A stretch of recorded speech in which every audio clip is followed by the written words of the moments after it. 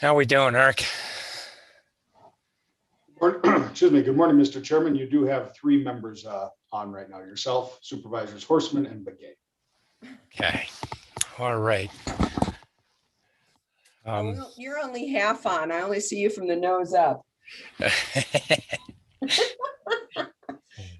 It's that I forget the name of that sitcom where the guy looks over the fence all the time.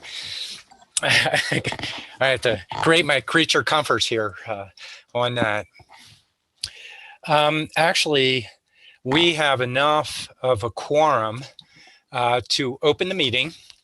And so what I'm going to do is, rather than wait for the other supervisors so that we stay to schedule, I want to go ahead, and it is 7:45. And today we are noticed for a special session, an executive session. And today's date is March 2nd. For the special session, I'm calling the meeting to order. We have Supervisor Horseman and Supervisor Begay, so we can create the quorum. We have the others nearby as they get their electronics set up. But the first element, do we have Rose out there just so I can? Looks like you have Geronimo out there too. Okay. I apologize. For some reason, the video camera on this hasn't been working on Zoom. And so even though I can turn, right now I have my camera off, but if I turn it on, it still doesn't work. Okay. Well, try and get Too IT early. to. It's too early, Geronimo. It doesn't work till 8 o'clock. Yeah. Let me Ryan, I am here. Okay, thank you, Rose. So as noted, 7:45 to 8:45, we have a discussion regarding and consideration of candidate Steve Peru for appointment as county manager. So for that, and for the sake of interviews, Rose, would it be your recommendation that we go into executive session? Yes, that would be my recommendation. Okay, I have a recommendation there from our Mr. attorney. Chair, I so move we go into executive session. All right, I have a motion by Supervisor Horseman. I need a second. Second. I have a second by Supervisor Begay, just by a hair there. All in favor of the motion, vote aye. Aye. Okay, now we need to leave this meeting for the board, and we are going downstairs to have our executive session.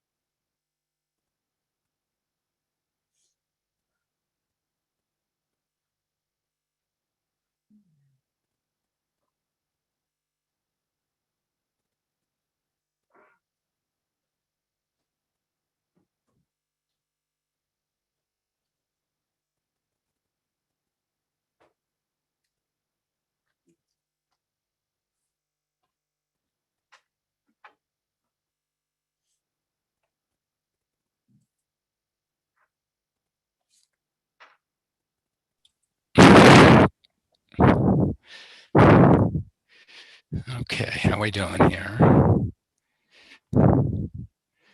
How we doing, Eric? You have 4 supervisors that are Vasquez, Begay, Horseman, and yourself. Okay. And just a moment here. Okay, we're a pinch late, but we're doing okay. All right. Well, I want to welcome everybody to March 2nd Board of Supervisors special session. The first part of the day is we are in an interview process for consideration of a candidate for county manager as posted, Steve Peru. It should be noted, we're going through an interview process. It's a process that we evaluate and that will be a good piece of today, different interviews with staff. And then there will be an opportunity later on this afternoon for the board to consider whether this is the correct process that we're using and further our determinations later today after we get all the input from everybody and have an opportunity to take a look at that point. So now we are in this special session, and the first piece of the special session is calling the meeting to order. And could everybody please rise and join me in the Pledge of Allegiance? And if you don't have a flag available, please face to the east. I pledge allegiance to the flag and to the United States of America and to the republic for which it stands, one nation under God, indivisible, with liberty and justice for all. All right. Well, we have a beautiful March day out there, and just a real quick check-in for our supervisors. I'll check in numerically in District 1, Supervisor Horseman. I am present. Good morning, Chairman Ryan. It's good to see you. Good to see you as well. So Supervisory District 2, Geronimo Vasquez. Morning, everyone. Good to see you. Welcome, Supervisor. And in District 3, well, that would be me. District 4 would be Supervisor Judy Begay. I'm here. Good morning. Good morning. And then Vice Chair and Supervisor District 5, Supervisor Fowler. Good morning. Great to be in Flagstaff. All right, welcome. All right, and point of note, while wearing our masks this morning, this is the first time we've really had this new board all together today. So it's a special occasion that we have. So the next items of business would be items, our consent agenda, items 2 through 10. And these are items that are routine in nature. Normally we take a single vote with these items unless we have a supervisor that would like to have separation and further discussion associated with an item. Are there any items that the supervisors would like to separate? And not hearing from the supervisors. Otherwise, I would consider a motion for approval associated with the consent agenda. Items 2 through 10. Would anybody care to make that motion? Mr. Chair, I will move that we accept the consent agenda. Okay, I have a motion by Supervisor Horseman, a second by Supervisor Vasquez. Discussion? No discussion. All in favor of the motion, vote aye. Aye. Aye. Any opposed? None opposed. Motion carries unanimously. Okay, next item is that we need to resolve as the Flood Control District Board of Directors. I need a motion to do so. I move we resolve as the flood control district. Second. I have a motion by Supervisor Horseman, a second by Supervisor Begay. All in favor of the motion, vote aye. Aye. And so with that, we're acting in the capacity of the Flood Control District. And we have one consent item as this board of directors. Does anybody care to separate that? And if there's no separation, otherwise I consider a motion with our consent agenda here. I move we accept. the I move consent that agenda. No, never mind. Go ahead. Go ahead, Vice Chair. Supervisor Fowler, Vice Chair.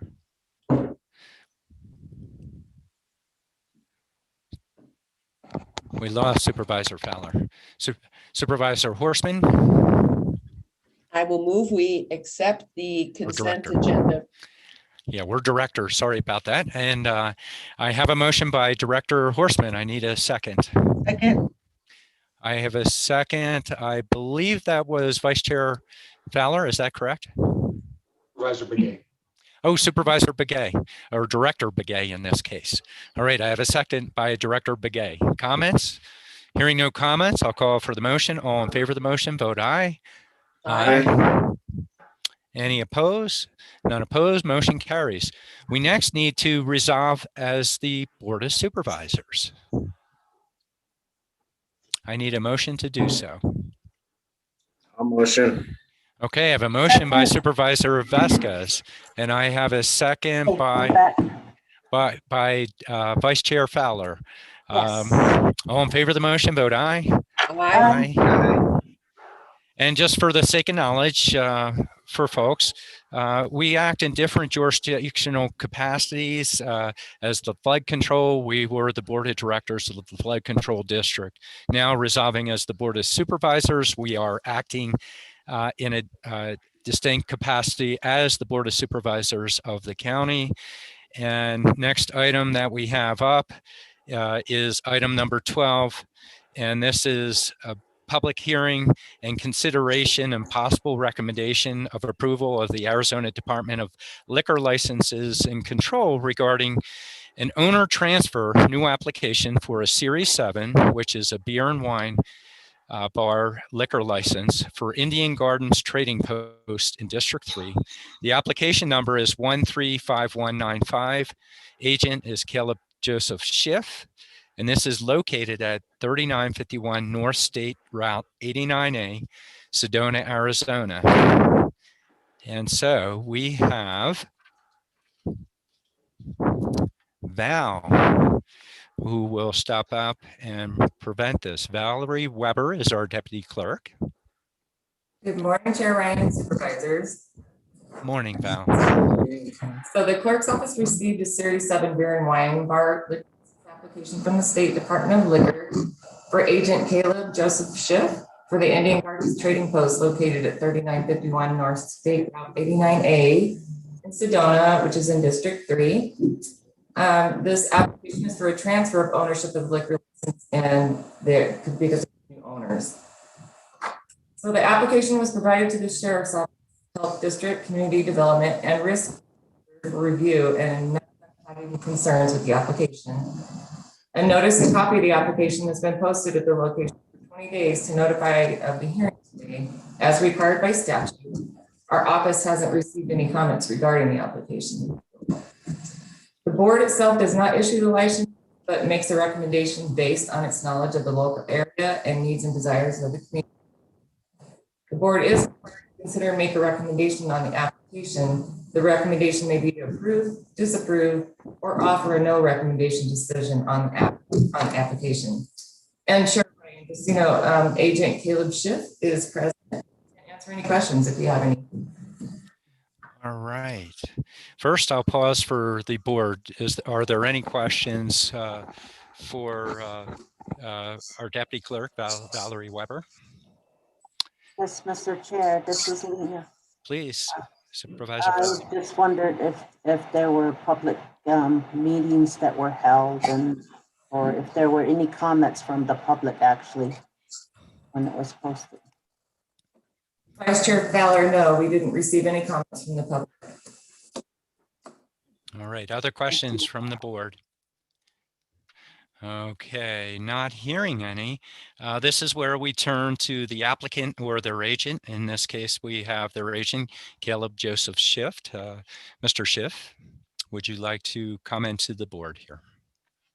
And we need to make sure that we can let you in. So, okay. Yeah, hi. Hi. Hi. No comments. really feel fortunate to be here at Indian Gardens. It's definitely a iconic location that that obviously was shut down during COVID, and we've been working with the Garlands through a purchase, and very excited to bring this place back to life. This location always had a number 7 liquor license for the last decade nearly. So we just have, it's a simple transfer. We will be sure to uphold all the regulations from the DLLC, proper training, and be good stewards both of this location, but also to the public and the community here in Oak Creek Canyon. All right. So let me pause and see if any of the board members have questions for you, Mr. Schiff. No questions other than to note it's a beautiful place and wonderful. I've been to your other establishments, so congratulations, and good. Look forward to seeing you down there. Thanks so much. Yeah, it's certainly a beautiful location there right now, and you know, there's so much that COVID has kind of turned our world upside down, everyone's world, but especially I think, especially the restaurant industry. And you know, my company has always been tried to be a good community member in so many ways, and this purchase of this location really dovetailed with our culture and our aspirations as a company. And we really want to be the glue again back in this in Oak Creek Canyon, and kind of obviously great opportunities for the company and for our employees, but really to be a place kind of the glue back for this community, especially after the pandemic. And you know, we've been open now for almost a month, and Right. people are so excited to be back here. And obviously a little different, a lot of space seatings and a lot of outdoor seating as it's always been here, but thanks, of course, for coming in, and hope to see you too. So, yeah. All right. Other board members. Just thank you for being part of our community. It's a great place, and just your commitment to our to the community. So thank you so much. Thank you for doing business here. All right. Others? I have a comment or a question. Please, For Supervisor Mr. McGee. Schiff. Lena asked a question regarding if there were public input that was made, and how much public input, or what did you do to get public input? Because we would have to answer if something comes up. What did we do to get public input? Yeah. Well, the sign's been posted out front and right at our front door. I guess I have not gone out and solicited the community asking if this was something they would want to continue. So I guess there was nothing active other than the posting of the notice. So we didn't call a community meeting or anything like that. But I'm open to any discussions anyone would want to have. I think most people assumed it would be continuing, but of course, and if anyone had objections, we were all ears. But I did not actively do anything besides keep the posting up per the ordinance and whatnot. But yeah, so.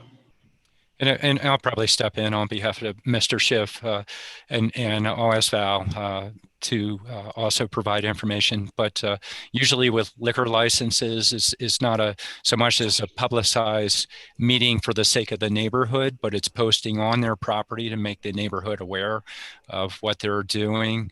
When they use the establishment, they can see the posting. There's a certain time sequence associated with it, and it's notifying everybody that we will have this hearing that we're conducting right now, which is part of the public process. Val, do you want to add to that, Annie? Chair Ryan, sure, thank you. So this is an application from the State Department. They file the application with the state, so we just process it, and we're just required to post it on site for 20 days before the hearing. And so the posting that we put up does have today's board meeting date and time, and then a phone number so they can contact Lindsay or myself if they have any comments. So that's what we do, but we didn't receive any. And so thank you, Okay, Chairman. thank you so much. Thank you Right. for that. Thank you. That was a good question, really good question. Other board members? We do have to go to public hearing, but you know, since we started a piece of the discussion with Mr. Schiff, change in history with Dan and the Garlands.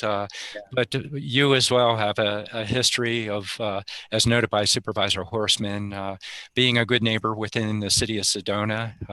You have a special place in Oak Creek. I hope you continue to use that back patio. Oh yeah, we do. We've done some enhancements back there, a little new water feature, and put some more pavers so we could space tables a little more. But it's beautiful as always. And you know, when we heard that this location was up for sale, our number one thought was whomever takes it over, we just hope they keep it great. And little did we know we'd have the opportunity to be that person. So stewardship is the one word that I think of when I think of our you know, this opportunity. And so and that does definitely include the back patio and garden. So sure. Absolutely. And as you know, you have a regular coffee clutch down there and neighbors to be there. So wonderful. With that and no further questions by the board, what I'll do at this point is this is a public hearing. I'm going to open this up for public hearing. And I'll turn to Eric to see if he has anybody that is reaching out from the public. Thank you, Mr. Chairman. If any members of the public wish to address the public hearing, simply use the raise your hand function on the bottom of your screen. If you are on the phone, if you press *6, that will signal to us that you wish to speak, and you can do so at this time. And while we just give a second for that to occur, I'll turn to our Deputy Clerk, Val Weber. Val, do you have anybody on email that has bubbled in since we started this hearing? Ryan, no, we haven't had any comments, sir. No. Okay. All right, I'll turn back to Eric. Mr. Chair, we do not, and you may see some cameras coming on. Those are folks for the next hearing, but we do not have any for this item. Okay, fantastic. With that, and seeing no one wishing to make public comment during the hearing, I'll go ahead and close the hearing. And this is in my district. As you can see, we really do have a honorable proprietor moving forward. We had review by staff associated with this. You know, I would ask that the one of our board members make a motion, but the motion I would hope would be for recommendation of approval for the liquor board to consider in future. If I may, Chair Ryan. Please. It would be my great pleasure actually to see this approval and to recommend the approval for the Arizona Department of Liquor License and Control regarding an owner transfer new application for a Series 7 liquor license for Indian Gardens Trading Post. All right, I have a motion. I need a second. Second. And I have, I'm not seeing which supervisor made the second. This was Lena. Okay, Supervisor and Vice Chair Lena Begay. Lena Begay, oh my gosh, Lena Fowler. Oh, I'm in trouble for the rest of my term now. I find two supervisors' names. They're just all Navajos, that's all. Oh, no, not at all. So with that, I'll call for the question. All in favor of the motion, vote aye. Aye. Aye. Any opposed? None opposed. Motion carries unanimously. And then good luck, Caleb. Welcome to the neighborhood, or extending yourself into the neighborhood. Yeah. Really Congratulations, Caleb. Look forward to seeing you. Thank you so much. Appreciate your time. Congratulations. You bet. Okay. All right. Okay, the next item that we have up is item 13. This is a public hearing pursuant to ARS 11-391 regarding a proposal to incur long-term financial obligation to fund all or a portion of the county's unfunded liabilities with respect to the Arizona Public Safety Personnel Retirement System, PSPRS, what you often hear us call. And on this, Jimmy asked me to turn to Siri to make this presentation. Our Chief Financial Officer, Siri Mullaney. Great, thank you. Good morning, Supervisor Ryan and members of the board. Just as a reminder, the board was presented with a pretty comprehensive presentation last month regarding the status of our public safety retirement system and our unfunded liabilities. liability. As the result of that presentation, the board did direct staff to proceed under the requirements of statute 11-391 for long-term debt. This was the strategy that was recommended to the board last month. So as a result, staff did proceed with both print and online advertising for the public hearing where we are today. So the purpose of today is really to hold the public hearing to hear any comments as a result of the posting. But first I will turn it over to our partners at Stifel, who will give just a brief summary of the background that was presented so for the purposes of the hearing. So with us, joining us, we have Mark Reeder from Stifel. I will turn it over to him while I do start screen sharing his presentation. Okay.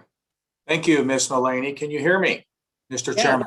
Yeah. Oh, fantastic. Good morning, everybody. It's a pleasure to be with you this morning. Thank you, Ms. Mulaney and Mr. Chairman, for the introduction. As Ms. Mulaney indicated, when our counties issue long-term debt for public infrastructure improvements, or in this case, the refinancing of our PSPRS liability, we're required under the statute to hold a public hearing called 11-391. As Siri just mentioned, I'm going to walk you through the specific pages that reconcile with the statute.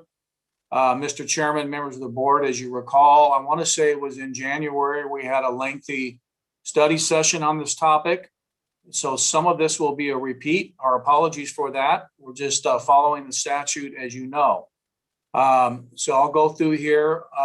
The purpose of the public hearing, and again, this is right out of the statute, requires us to analyze and provide an analysis of the need for the project, or in this case, the need for the refinancing of the PSPRS Tier 1, Tier 2 liability, the need to use long-term financing, and any other available options to accomplish the project.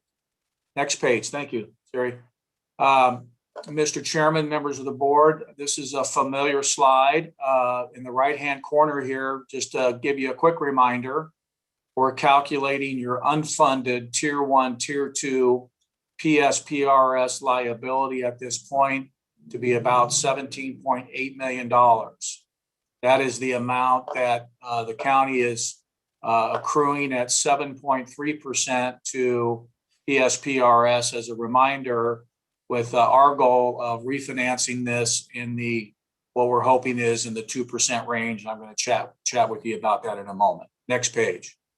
Obviously, that liability is on your balance sheet. That is a liability that is being repaid back to PSPRS out through 2037. And you can see, based on the current actuarial calculations that we receive from PSPRS, you can see your payments are going to almost double when you get out to 36 in 2037. And so obviously one of our goals is to help chop that mountain down, if you will. And I'm going to walk you through that here in a moment. Next page. We talked about policy objectives. I've kind of hit on this already, where we've analyzed the unfunded liability of the county. We talked about the liability accruing at 7.3% each year. And we've talked about all the different alternatives and options in connection therewith. And our goal, as I mentioned earlier, is to issue taxable bonds in the market here shortly, probably in the next 60 to 90 days, and replace the 7.3% with what we're hoping is in the mid twos, the high two range, depending upon market conditions. Next page. I think as you know, Mr. Chairman, members of the board, we are still, even though rates have edged up slightly over the past couple of weeks, just due to some inflationary concerns, some of it driven by the stimulus package, I think, as you know, and the economy starting to percolate. We're not out of the woods yet, obviously, but percolate. It's resulting in rates trending up a tad. But the good news is we're still at or near all-time historical lows. So we wanted to kind of give you an update on that. The statute, as I mentioned earlier, requires us to identify other potential available options to address the Tier 1, Tier 2 PSPRS liability. And we chatted about this in our study session. But the counties, or Coconino County, could if it was desired, have a bond election in the community, raise property taxes, sell the bonds, and repay your liability with a property tax levy, which is not, as I understand it, anything we want to do. We could do it through kind of an annual appropriation lease type transaction, which is more expensive for the county. So we're not recommending that to you. And we are recommending item number 3 here, which essentially is a revenue bond in which the county will pledge certain revenues and to secure the bonds and to repay the bonds out of the general fund. And then, of course, the county could always contribute general fund cash. Next page. Mr. Chairman, members of the board, again, this was kind of the analysis that we shared with you earlier. On the right-hand side of our transaction here, we're going to issue about $18.2 million in bonds, deposit about $17.8 million with PSPRS, at which time the county would be considered 100% funded on Tier 1, Tier 2. We talked to you about some contingency reserve fund policies, which we're working with staff on, and we'll report back to you on that. But this just kind of shows the budget, kind of what our estimated interest rate is there on the right-hand side. We're estimating about 2.7 now. We think it would be lower if you were in the market today. Quality credit, good management team, good financials, good legal documents, good coverage. So we're real excited to see how our rating is going to come out on the transaction, but we're very optimistic on that front. Next page. Thank you, Siri. Mr. Chairman, members of the board, we had graphed this on the previous page, but I think the good news here is if you look in column 2 there, or what's referred to as column A, that if the county did not refinance out the PSPRS liability, you can see that your payments are currently about $1.2 million a year on the 22 numbers there in column A. And you can see that it's expected based on the most recent actuarial data to go to 2.6 million. So obviously that's a pretty big increase. So the thought here is to go into the bond market, pay off that second column, and issue revenue bonds and have a more of a level debt service structure, as you can see in column B there, where it says debt service, where we're going to basically level out your payments at about $1.4 million per year there versus the 2.6 million. The good news on this, because we're going to swap 7.3% for what we're hoping is, in this case, 2.7%, if you will, you've got about 15.7 million of expected cash flow savings there in that fourth column at the bottom. That's general fund, if you will, savings each fiscal year, expected savings. And then when we present value that back and put that into today's dollars for you, it's a $12.3 million present value benefit to the county, expected benefit. So obviously that's good news. We know that you're aware of that, and you're aware of how we're going to restructure the payments to help you stabilize your budget in the future as well. Next page.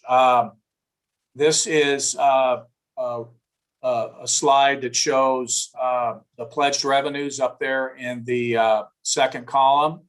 Very strong pledged revenue stream of the county at about 46 million. Your county has no debt out or limited debt outstanding, unlike other counties around the state. So very good job on that of essentially being debt free. This will be your first public sale of bonds in many, many years. And you can see there the debt service of about 1.4 million again.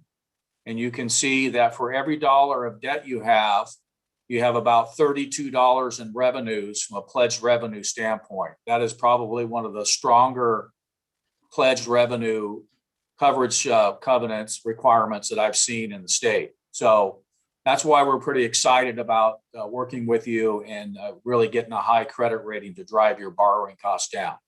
So we wanted to share this with you. Next slide, Siri. Thank you. This is just more on the conservative front that's been published in the papers, if you will. So I'm not really going to spend any time on this other than this was the conservative in the event rates were to go up on us extensively. This is the pledged revenue table that I shared with you on the previous slide. Mr. Chairman, members of the board, and we used your unaudited actuals there in 1920 on the right-hand side, where we expect the year to end about $46.1 million. So very, very good source of diverse revenues of the county for investors. So that's good news as well. Next page. Mr. Chairman, members of the board, again, the rates, I talked about this earlier, so I'm not going to spend a lot of time. I like the one down in the left-hand side that while rates, have gravitated up, a little bit, you can still see from an overall historical standpoint how low we are and why we're, being opportunistic at this point to move forward as fast as we can to lock in what we're hoping is 2% money for the county. Next page. Next page. And really with that, Mr. Chairman, members of the board, that really concludes our public hearing presentation. Our next step would be to come back to the board on March 23rd. We're going to be parallel tracking a number of things with staff. Lots of behind the scenes conversations going on with Siri and staff on this.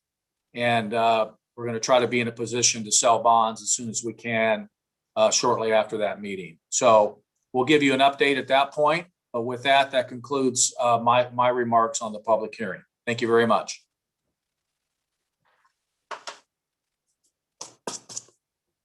Thank you, Mark. Oh, Go ahead, go Sarah. ahead. Oh, I was just going to say that concludes our presentation as well. So we are ready for the public hearing from our end. All right. And before we go to public hearing, do we have any questions of the board? I'll ask one question just for clarification. This is the opening of the public hearing. And is this a prolonged one where we come back on the 23rd, or is this the opportunity today at this point for the process? Thank you, Chair Ryan. We are not asking the board to take action today other than holding the public hearing. Right, but does the public hearing stay open beyond today? The public hearing, the opening comments, the solicitation for comments stays on the website past today. And then those comments received in the meantime will be included in the board presentation on the 23rd. Okay, there we go. Thank you. Other questions of the board? No further questions. So at this point, I will open the public hearing. Mr. Chairman, do you want me to give instructions? Yes, please, Eric. So members of the public, if you do wish to address the board on this item, please use the raise your hand function on the bottom of your screen. And if you are on the phone, please press *6 to signal that you wish to talk. Once you are recognized by the chair, we will go to you. And Eric, while they're doing that, Sheriff got kicked out. Could you just double check and see if he's out there and trying to get in? The sheriff? Yeah, the sheriff did. Okay. Sheriff Driscoll. Coming in right now, sir.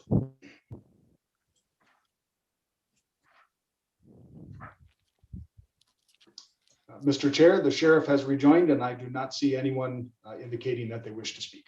Okay, and I'll turn to Val Weber. Is there anybody commenting through email out there during this hearing? Ryan, no, we haven't received any comments. Okay, just as note. And then clarification for process, I do not close the public hearing at this point.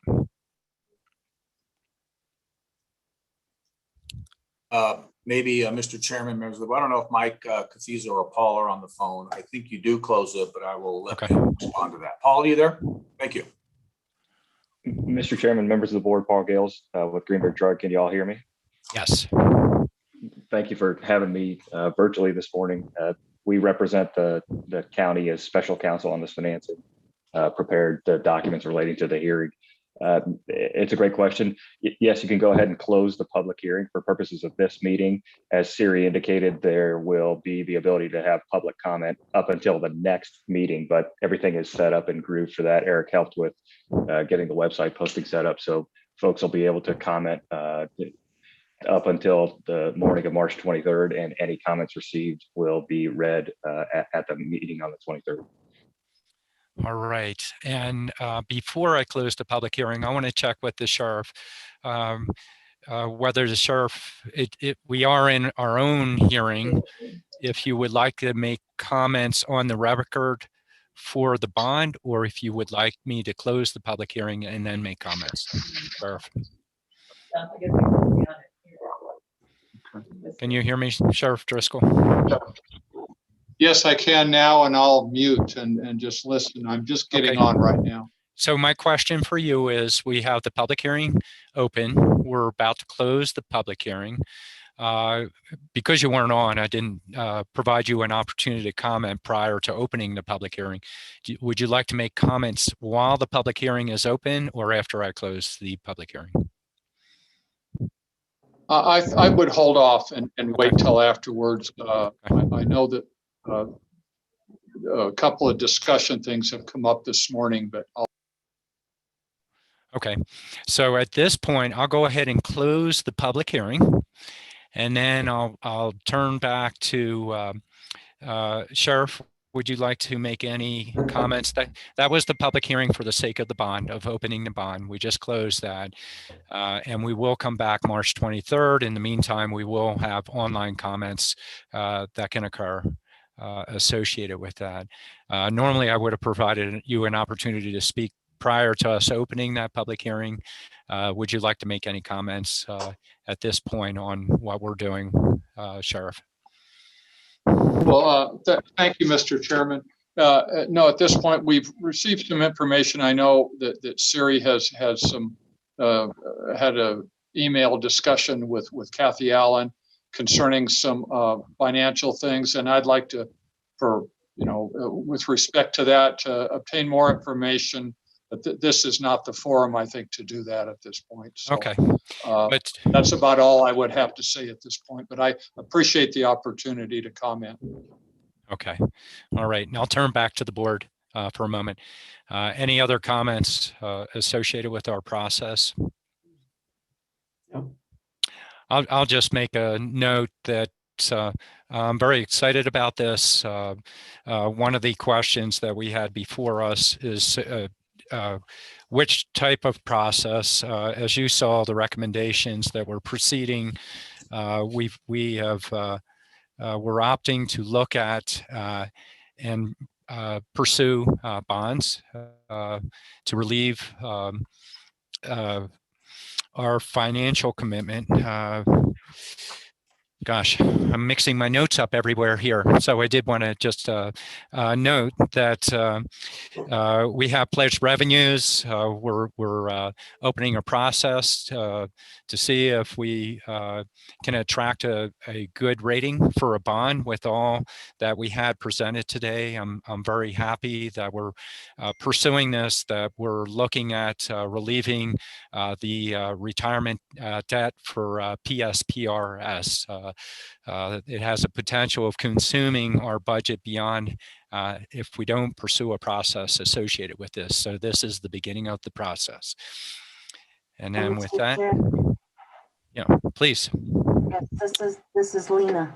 I just want to thank Siri and team for meeting with each of the board members to really answer all our questions and to do an overview so that we can understand what we are into, because this is pretty complex. It is dealing with the state, and it is with, there are different types of retirements within our county. This is only one part of our retirement system that we've been trying to see how we may be able to pay it off. There's been complex issues in the past, and we've been dealing with these issues for some time now. And I just thought that this solution that came through is the right solution. And I just want to thank Siri. And we even had a meeting with Mike Townsend, the director from the state who used to work for us, who really helped us before he left. And I just want to really appreciate you working with Mike and his team and having him bring explaining to the board and so that we can really clearly understand what we are entering into and where we're headed right now. I want to thank the sheriff. Our sheriff and his team's been really looking for solutions, and really with the understanding that this is a big debt on the county, and we're better off than many other counties and cities and towns throughout the state because of just the action that our team has been able to take. And right now, this is just the being able to pay it off with in this way. It really does save us money in the future. So I just want to thank Erica and our team that is presenting before us to really make sure that we understand where we are, where we came from, and then where we are today and where we're going to be in the future with this very complex retirement system that we are under with the state. So I just want to add that, Mr. Chair. Thank you. All right. Thank you, Vice Chair. If I may, Mr. Chair, and I'm Please. not sure if I'm the only one, but Lena, you're cutting out quite a bit on your audio. I don't know if I was the only one, but and I also want to echo Supervisor Fowler's comments. I think it's a wonderful opportunity for the county to make its and ensure its commitment to its employees and its retired employees, as well as an opportunity for our county to save the county money. And so it's a wonderful opportunity. As was indicated, these are historic low numbers. And I applaud Siri and her team for taking a look at this and allowing us to save our county taxpayers and our county some money. So thank you all, and look forward to this coming eventually to the Board of Supervisors for a vote. So. Right. Any other comments? Yeah, I would just like to say, first of all, thank you for taking the time to bring us up to speed. I found it easy to understand what was the plan, and I think based on the options presented, this sounds like the best plan moving forward. So thank you for your hard work. Right. Others? I'd like to say thank you to everyone that's working on this project. I think it's a job well done, and let's move forward with it. Thank you very much. All right. Well, thank you, board, and thank you, Mr. Reader and Siri. Well done with everybody, Sheriff. Look forward to our next steps as they come back to us March 23rd. With that, I'll go ahead and move on to our next item. Our next item is item number 14. Item number 14 is an update, discussion, possible action associated with the Coconino County response to COVID-19 pandemic, including testing, vaccine distribution, and partnership opportunities. And so I've been asked to call upon Kim Musselman, who's in the middle of coordinating quite a bit here with many other They've people. just rejoined the meeting, Mr. Chairman. So. Okay, and who just rejoined the meeting? That was Kim and Erica. I was bringing it in. So. Okay, fantastic. Good morning, Chair Ryan. Good morning, Kim. And supervisors. Great to be here this morning. I will go ahead and get started here, and lots of things as usual changing on a moment's notice. So a couple of exciting updates to just add as well this morning before I get in. We just received notice that we are being allocated 1,100 doses of the new Johnson & Johnson just recently approved through emergency use authorization that we're going to be allocating out this week.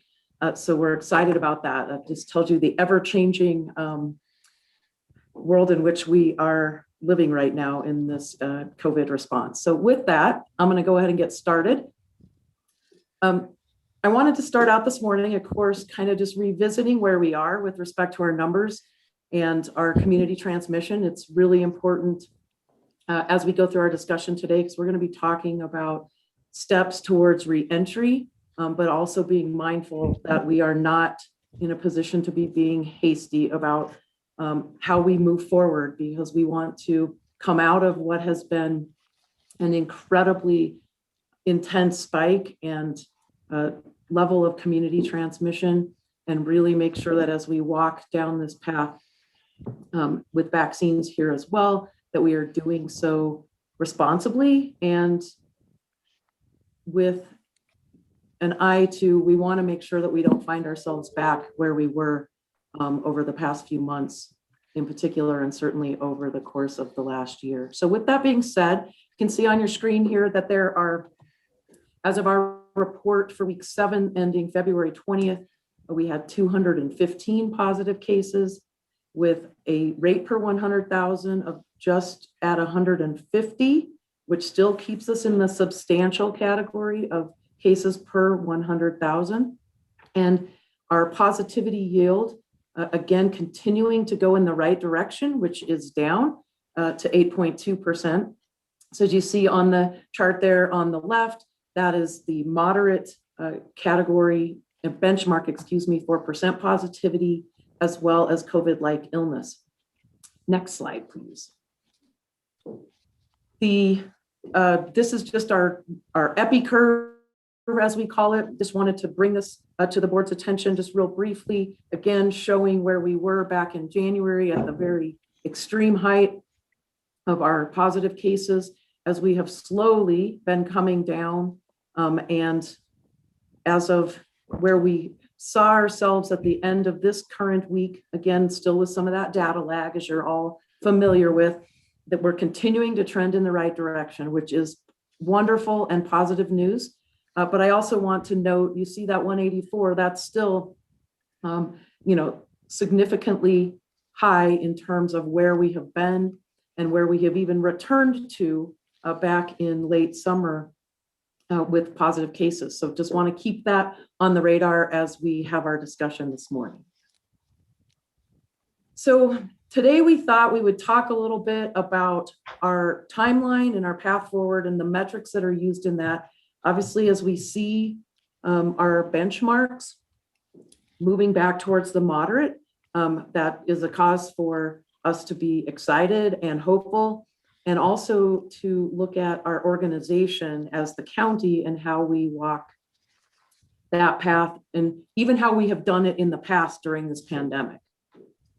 Next slide. I wanted to take a minute for those board members who are new, and also as a reminder to those board members who have been here through this pandemic, kind of just a little reminder of our response timeline, specific, not everything in the response, but wanted to just point out some of those specific to the direct impacts of our organization and the responses that the county has taken along the way. So of course, we would be remiss by not starting at March 18, when the county declared the emergency declaration and the proclamation, when all of the restaurants and businesses and other things were closed at that time, and of course then began promoting our physical distancing.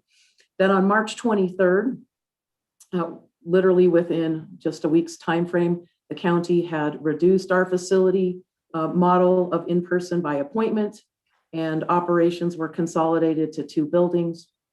And we did an incredible lift and scramble to getting folks to be working remotely, with of course the exceptions of the departments and the services that cannot be provided in a remote fashion, including the response to the pandemic. On March 25th, that was when the board made a decision regarding a resolution increasing sick time for county employees, and also the board releasing a letter urging the closure of the Grand Canyon National Park.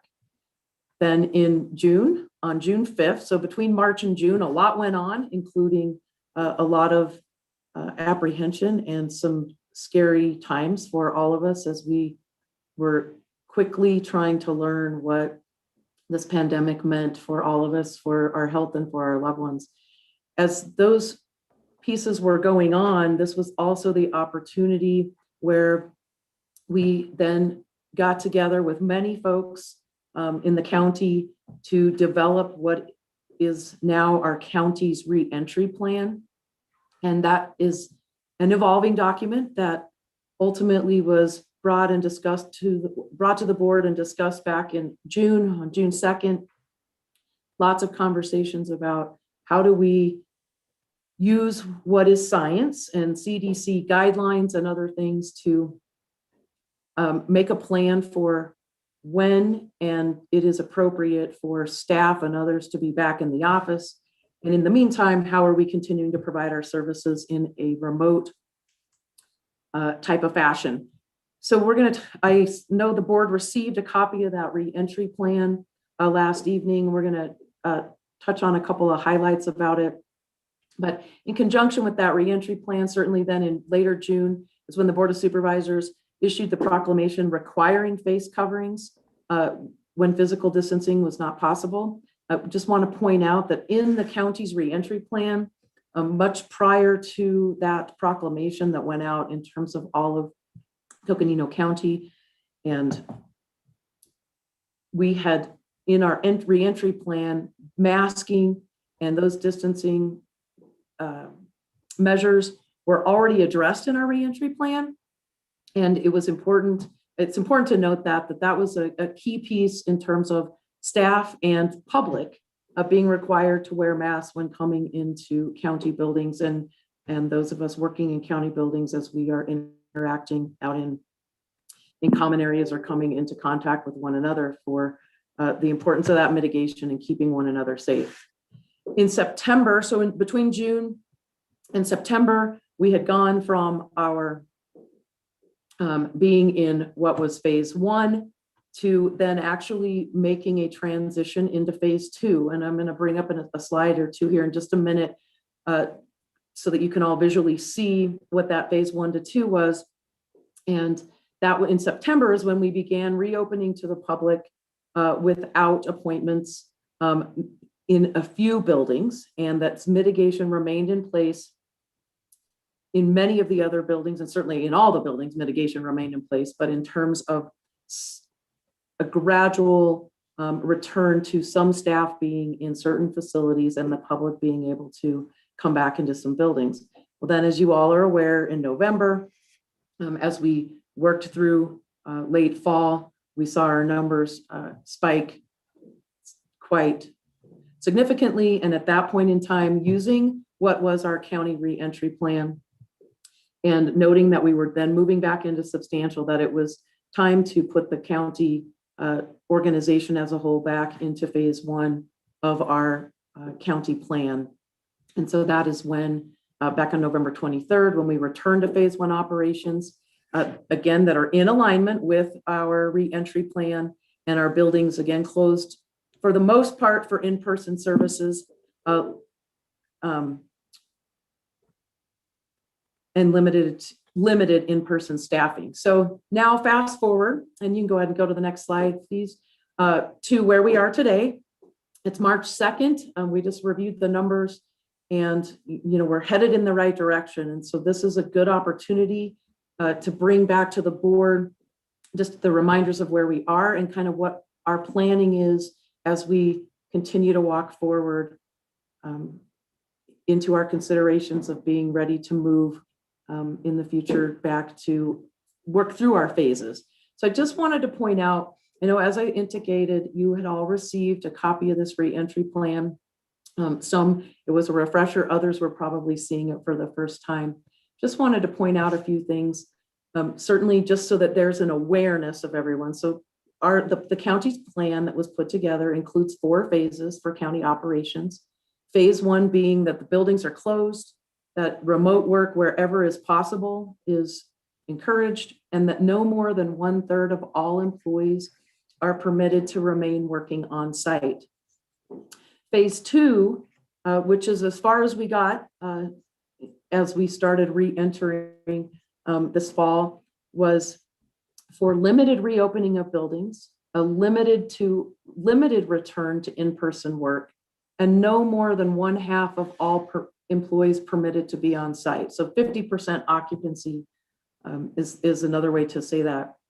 And then phase 3 is when we will be in a position to reopen the remaining buildings and employees can return to in-person work or establish remote work agreements. I know we've spent a lot of time talking about lessons that we have learned along the way and all of the services that we have been able to continue to provide to our communities while working remotely. And we certainly don't want to set that aside. We want to be able to look at that as an opportunity of how we continue to provide services in a way that actually is most beneficial to our customers and to our community and citizens.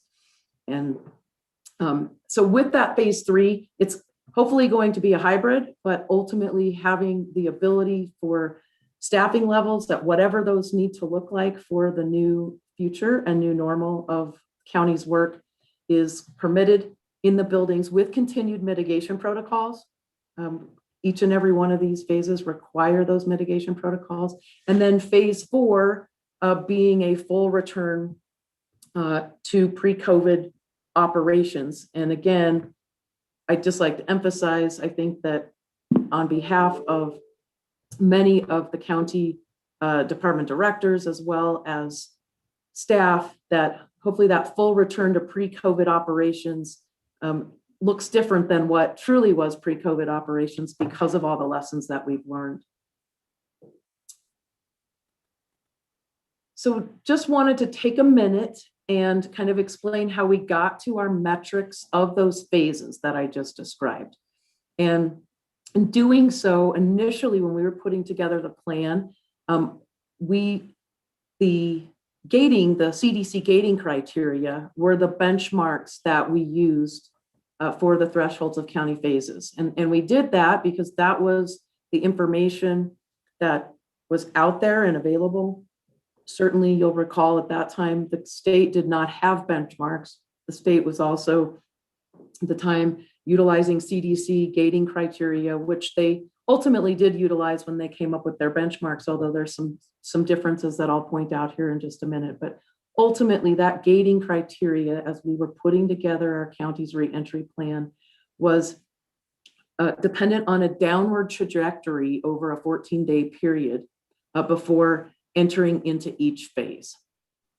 And that downward trajectory, and meaning case decline, that COVID-like illness incidents declining, as well as those cases per 100,000, that they needed to be sustained for 14 days upon moving into a new phase, and then that clock would reset.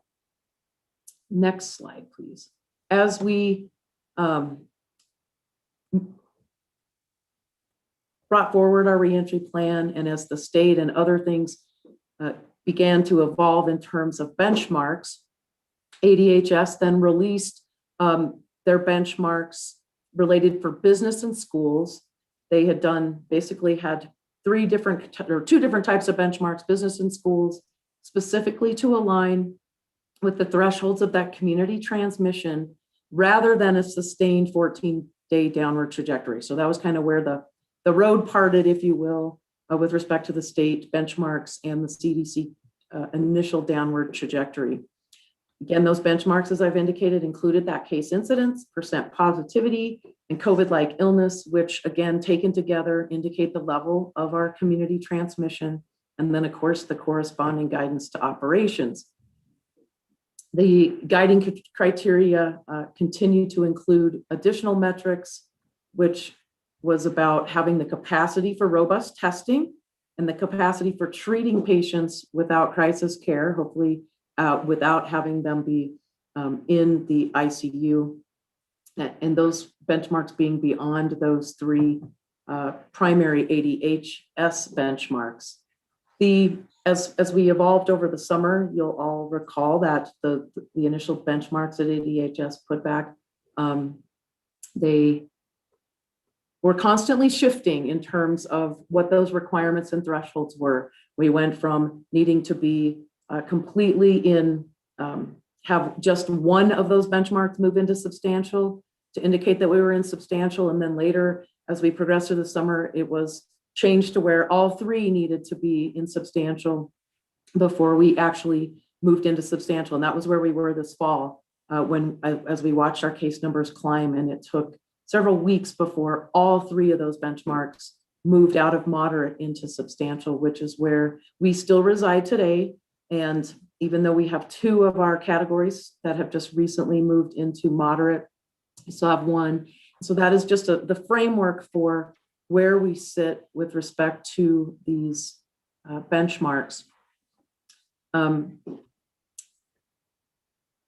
So as we talked about how we look at where our reentry plan aligns with the CDC thresholds and the ADHS benchmarks, we put together this little chart to kind of help frame this in a visual manner for everyone, including the entire organization, to kind of see where these things in line. So in order to transition in either direction from one phase of transmission level to another phase, the county must meet all three benchmarks for the new level of transmission, higher or lower, as I just had discussed, and for 14 consecutive days. So for 2 consecutive weeks, we need to have all of our benchmarks remain in either phase 2 or in the extreme of where we went this fall to substantial, all of them in substantial. So as you look at these, this is the where we are now in comparison to where those original guidelines were when they were more restrictive and responsive to actual data. And so we are at the county wanting to stay conservative and in alignment with what is the best interest of our employees and public health and safety. So next slide, please. We, as you all are aware as well, we held our first employee reentry council meeting back on June 16th. This advisory council is made up of representatives from all of our county departments who we've had many meetings with over the course of the last several months and gathered incredible information, insight into our employees. And those meetings occurred weekly throughout August. And then in September, we transitioned to monthly meetings when we went back into where we were kind of in a holding pattern, if you will, while we were sitting in moderate. And then, of course, as we went closer into moving into that substantial category and getting the feedback from our employees was incredibly important to kind of understanding what those steps needed to be, including going back into phase 1, as well as when we walked into phase 2. And as we get ready to go look at this again, I just wanted to point out some of the topics that we have discussed with this advisory council obviously include our county operations and the mitigation measures that have been put into place in all of our county buildings, including signage on our conference room doors, all of the hand sanitizer stations that are around, all of the things that, quite frankly, we've kind of become accustomed to now after many months of living in this situation. We talked extensively about the reentry plan, and as that document was being put together, and then ultimately as it was adopted, and discussing employees' concerns and challenges. What does it look like? What are those issues and concerns? Testing availability. Early on, when testing, as we were expanding testing and really helping our employees and our coworkers understand the importance of being tested and knowing when to be tested, quarantine, isolation, all of the pieces that have gone along with this disease, as well as discussion about travel and personnel policies and possible implications, and of course, school operations and implications, not only on folks' kids, but then on our workforce as our families have had to be both in-home school instructors while also performing their work. And then most recently, of course, is vaccinations, as we have come full circle in terms of where we started with this pandemic. And then now that we have vaccines available, albeit still very limited. And how does that play into, now that vaccines are part of the picture, which when we actually authored the reentry document, vaccines weren't even, they were just a hope in the future, and not even knowing how soon in the future they may be. So we're in a different place now that we know we have vaccines and that we are starting to get them out much more widespread, and certainly within the county organization as critical government services being a part of that. So we've had about a month and a half off of having met with the advisory council. We have a meeting scheduled next Wednesday with our advisory council. The intent of going back to them to have discussions, knowing that we were coming to the board today to revisit our reentry plan, and then also be able to go into those discussions with that advisory committee with a focus on how do we plan to return to phase 2 and ultimately subsequent phases, hopefully with those higher numbers of phase 2, 3, and 4, rather than having to return back to 1 again where we are. And how do we make sure we do that in our best interest so that we are cautious and don't end up having to return back to a phase 1 situation if it's something that we can control. So with that, before I move on to this next slide, actually, and Eric, if you could just pop back to the other one, I would pause here, Chair Ryan, and just ask if there are questions or comments from the board. I know I kind of covered a lot. Some of you are familiar, some are not, so I really want to take a minute to ask if there's questions and comments. All right, turn to the board and see if we have questions. Looks like Supervisor Horstman has her hand up there. Yeah, and thanks, Kim, for this information and this update. And of course, kudos to you and your team. Great jobs you all have been doing out there. I do have a question. I think I'm so glad to get this information for us to start at least discussing the reentry for county staff. And I know you do have your advisory council meetings. Have they discussed the role that vaccines are going to play for county employees? So thank you, Chair Ryan, Supervisor Horstman. There had been initial discussion, ultimately, even as we had just started having vaccine availability. And a lot of conversations, Supervisor Horstman, have gone on around a lot of uncertainty around that, like how, many people being excited about that, others saying, well, how are we going to know, does everyone have to be vaccinated? What if they choose not to be vaccinated? How is that going to play into our operations? And early on in our conversations, both with the board and with management and with department directors and others, we have taken a direction not unlike most other employers, including even medical providers at this time in hospital settings, where there is not a desire to require vaccinations for various reasons in terms of how we want to, one, honor choices of our employees, as well as protect health information and other things that are, of course, of importance with employers and employer-employee relationship.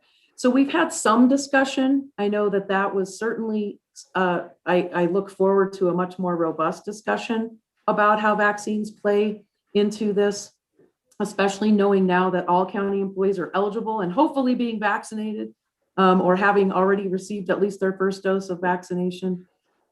As I personally believe this is incredibly important in terms of us returning back to a sense of new normal. But we've had conversations and certainly have brought up issues and concerns with respect to HR and other things in how those things get considered. But as of this time, just for your awareness and other boards' awareness, there is not the intention to be requiring vaccines as part of a reentry.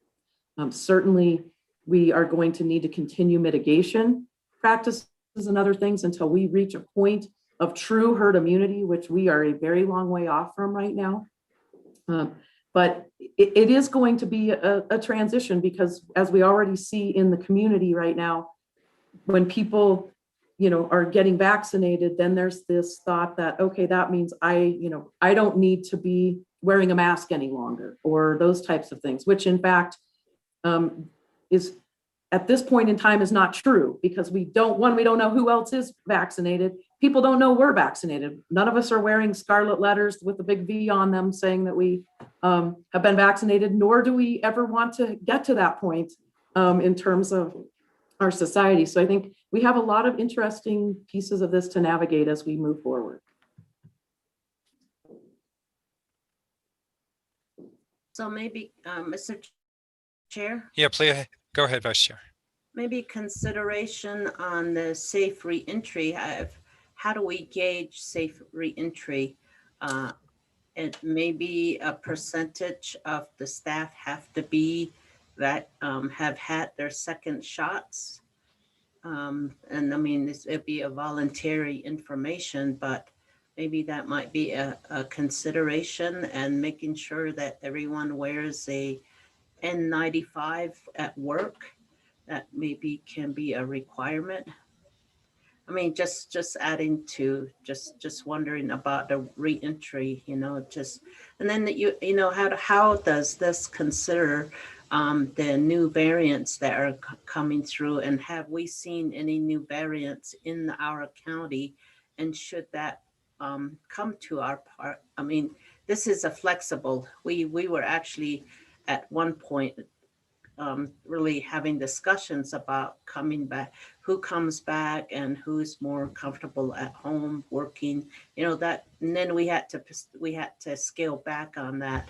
I know this is how this works, but we have the variants that are out there. So I just thought I'd bring that in to the discussion. Yeah, thank you, Chair Ryan, Vice Chair Fowler. All absolutely important points. And, with respect to the variant question, that is absolutely something we have to consider. Again, why I really stress the importance of us being methodical about this and following the science, and not being in a hurry to do things that might upset the direction that we are going. And yes, to answer your question, Supervisor Fowler, we do have some documented cases of at least the European variant in Coconino County. I was just sitting on a discussion late in the week last week when Dr. Engelthaler was sharing some information about some variants. So certainly they are there, they are out there. We also know that, certainly vaccinations are incredibly important to also protecting us ultimately from those variants, but we don't know everything about those variants yet, and we won't for the foreseeable future. And again, that goes back to those mitigation measures not going away anytime soon. I know we haven't had conversations, certainly. I know, Vice Chair, you brought up the issue of the N95s. We have never at the county mandated specific types of masks, as you are, hopefully most of you are aware, and I know the county, we recently put out some information. Certainly the recommendation from CDC now is the concept of double masking, not as much because of ultimately all the layers, but the biggest important takeaway about the double masking is about a mask fitting well and being sealed around your face and nose, so that you are not able to be transmitting or other sharing those aerosols with others. So I think those are all pieces of the conversation. We have to be, conscientious of how we do that from a reentry perspective, but also considering the day-to-day lives that we are also leading out in the community, and the folks that are back in their workplaces or never left their workplaces, quite frankly, doing work. So those are all, important conversations that we need to have and to take the steps. Mr. Chair, we've been meeting with our school system, so I thought maybe you could touch up on that, and we have also been meeting with all of most of our business communities also throughout the county, as well as the cities. If you could just touch up on that, so that and how that fits into our reentry plan, and how we're coordinating with the outside agencies like the Grand Canyon National Park and these other agencies. I know we're all having conversations about this reentry. I know that within our own districts, I know we're having our own meetings, taking this information and sharing it with our community. So I thought maybe it might be good for you to touch up on that since we're talking about reentry. Because all the agencies are looking at the county because we are the health department. We are the ones that are the lead in the pandemic efforts and this from the state, that comes from the state to the county. And then we all know that the tribes, they have their own system and they have their own reentry plan that they're working on, and that we're coordinating with them as well.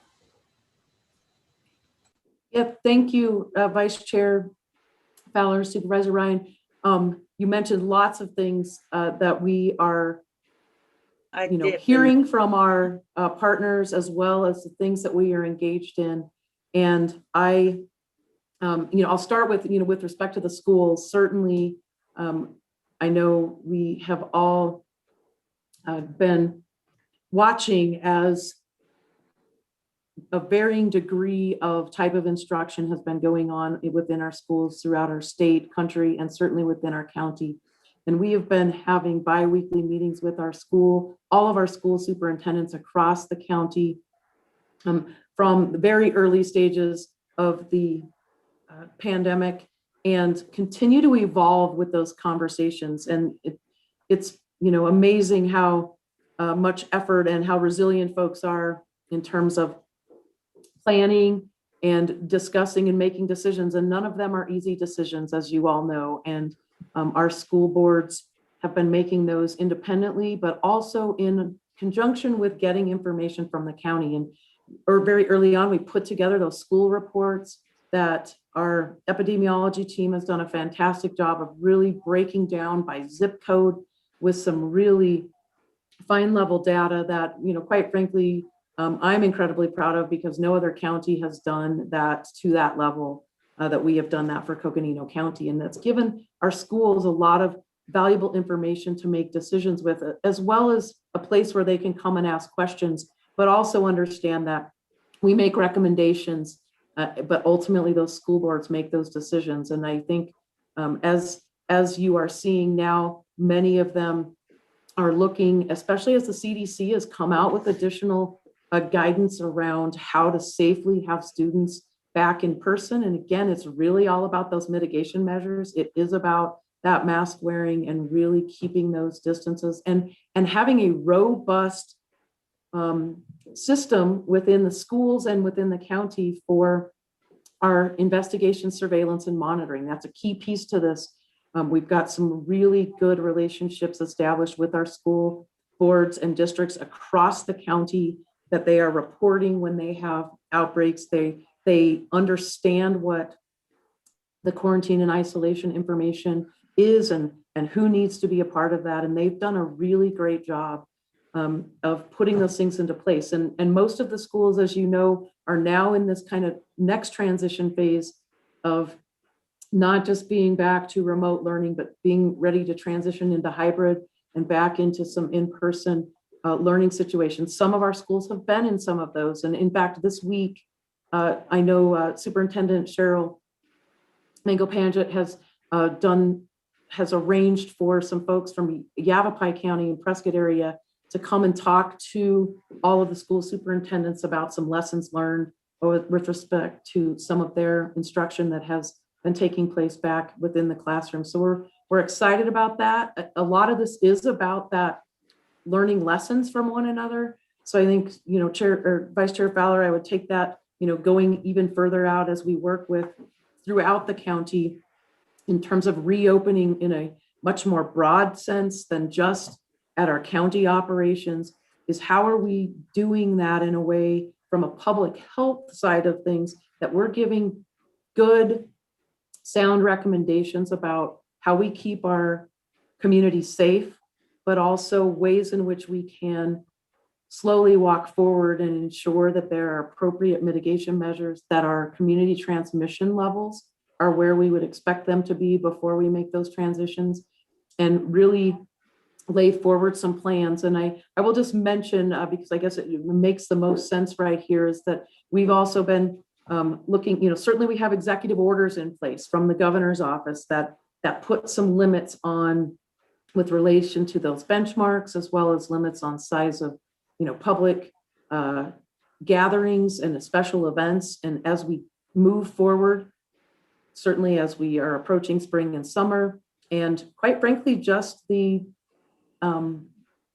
likelihood and, well, the reality rather, that folks are, we've been at this a long time, and people are really anxious to try to get back some sense of normal. And how do we do that in a way that we ensure that those that want to, have special events, those types of things, or reopen the economy in many different ways, as Chair Fowler, as you indicated, whether that is, with respect to the Grand Canyon or other types of tours and things that are happening where large groups of people gather, how does that get done in a way that is in the best and safest way for our public, as why we are still in the midst of this pandemic. And so we continue to have those conversations. I know we have been meeting with our cities and towns, and I was on a meeting last week with Northern Arizona University, President Chang, and she was, asking, we're really looking to the county to give us some guidance in terms of how we're going to walk forward. And so one of the things that we are working on, I know I've spoken with almost all of the board members about this, is really implementing an application type process for any of those types of public events that may want to be proposed that would be outside of that executive order. Right now, we have an executive order that limits all public gatherings to no more than 50, certainly each city, town, and of course the county as an unincorporated area have some ability within that executive order to consider whether or not we should go beyond that. And so from the county perspective, what we're doing at HHS is gathering information from other counties. There's an application process that we're working through, and we'll ultimately get some final legal review on, and then bring back to the board in short order here in the next couple of weeks, after we have a chance to let you all look at it, and then have another public discussion regarding how we would utilize something like that, with the idea being that we want to do something that makes sense and isn't a one-off of type of things, but that it gives a framework for how everyone should consider what kinds of things we want to be opening up as a public type of event, and how should that event be run if in fact it is able to take place. So I just wanted to, that was a good point in time to share that, since Vice Chair Fowler had brought up some of those pieces. And so I hope I've touched on most of the things, Vice Chair, that you mentioned. And if not, I certainly will take a follow-up question to get me back on track. Thank you, Kim. I just think that, public health and just the work that you're doing, this is a presentation about our county organization reopening, but your work is much broader than that. It's the whole county. So I just wanted to have that picture just put out there, just the amazing job that you're doing, just a lot of coordination. And every organization that you work with, from the healthcare to our partners that are giving out, are doing the vaccine distribution, the testing sites, all of that, and just the working with the outside agencies, they're all particular in its own way. And you have to be as flexible as you can within the health guidelines to be able to work with them and advise them the best that you can. I'm always sending you questions that I get so that we can, coordinate, because I've noticed that, organizations throughout the county, even outside of the county, really rely on on your guidance. So I just want to thank you and your staff. I think you're doing a wonderful job. And of course, you know, in this state and the country, we've been leading the way, and I can see why. And I just wanted to paint that picture, and I just want to appreciate you again. Thank you. Thank you. Thank you, Mr. Chair. All right, thank you. Let me check in with Kim before we continue with questions. How are we doing on time, Kim? I think we're doing pretty good, Chair Ryan. The next piece that I certainly don't want to cut short any of this conversation regarding reentry.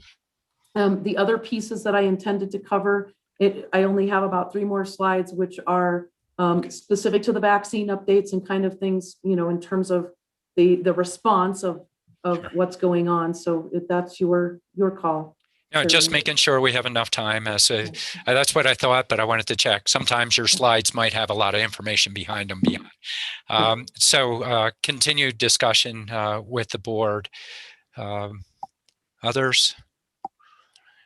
You know, maybe I'll pop in for a moment here. You know, I'm really enjoying it, the conversation, bringing back the reentry plan so people could see it. It does beg that question associated with vaccinations, though. If people aren't opting to have them, you know, I'd be really curious to see, you know, how do we provide you know, a method of a new norm, I guess, would be, gee, if you've had your vaccination, you don't have to wear a mask. If you don't have verification, you wear a mask. You can still access that kind of. I'm just curious to see, you know, and hear from, you know, the health side of things, because, you know, I guess we harken back to some of us to the days of the when that polio option and vaccine was very important. We had neighbors with, if not having the effects of polio, losing their lives, you know, and you can play it out when we did have the childhood diseases that were rampant in our communities because we didn't have vaccines. So we have a different norm on where people are with acceptance. We see the benefit of having vaccines. If we don't have a mandate, you know, accommodating perspective from society, I still want to hear health recommendations and what the alternatives would be. So it'd be interesting to see where your conversations go. And as noted by other supervisors, I mean, we are the health authority while we're also trying to work with the other recommendations that come down. And we're dealing with a virus which mutates quite regularly, and it is creating a different way of approaching, you know, how we, you know, look at the flu. We have a different flu shot each year. Is it the same? Is it different? Seems different, but similar. So anyway, my 2 cents on that.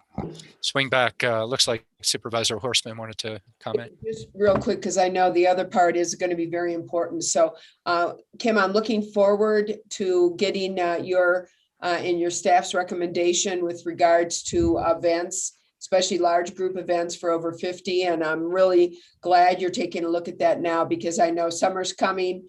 I know there are people who are already looking to the future. Hopefully a much more open and robust future for all.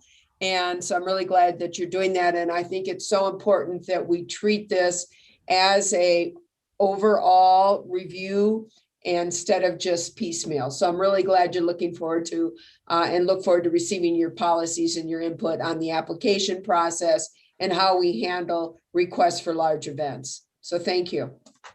Thank you. All right, other board members? I'll go ahead and say something. Thank you, Ms. Musselman, for everything you do and the hard work working for the public in this challenging times. I do appreciate all the effort that's been put in and the times that you've spent meeting with all the supervisors to get us up to speed.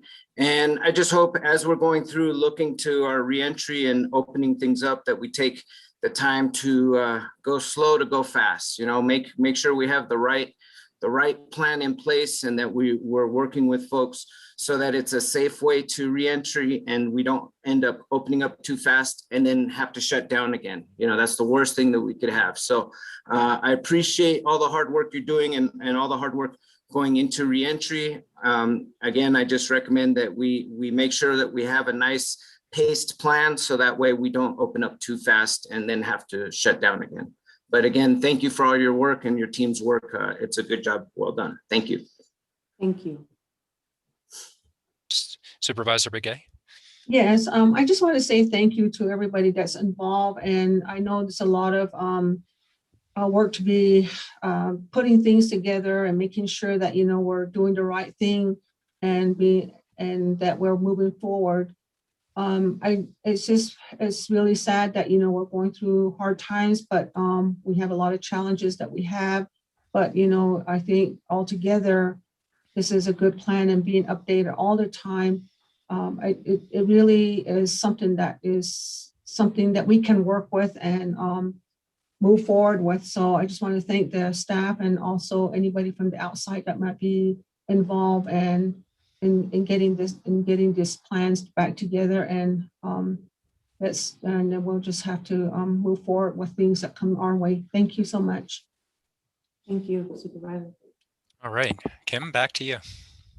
All right, and Chair Ryan, if I could just make a brief comment regarding a couple of the things that you touched on. And, you know, there's still so many pieces that remain unknown right now and that we're trying to really learn and navigate with respect to the vaccinations. And I think, you know, certainly from a public health perspective, like public health has been doing all along, I mean, public health has always stood up in front of all of you and said, you know, get your flu shot, right? Or whatever those pieces are. And so, you know, the commitment on our end is we are absolutely going to be working not only with HHS, but our joint information team and all of those that, you know, the message is, it is absolutely vital that unless your doctor is telling you not to get that vaccination for a medical type of reason, that we need people to get vaccinated.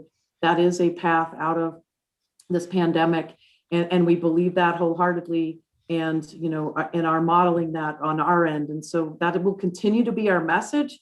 How that ultimately plays out in terms of how the world reacts and reopens remains to be seen as well, because this is truly a worldwide pandemic. So I think we have lots of other conversations to have, but also being mindful of how we're going to walk that path in light of current employment situations and other things, and what things that we really, you know, want to engage in as far as what is the authority of the organization and how we navigate that. So I think it is important to continue to have these conversations with our reentry team because they bring a lot of different perspective from a lot of different areas and employees across the county. And it's important to hear all of those positions, and we will share those with the board as well as we you know, move into making recommendations, even into moving back into phase 2 when it's time. And it's not time yet. We're not back in moderate.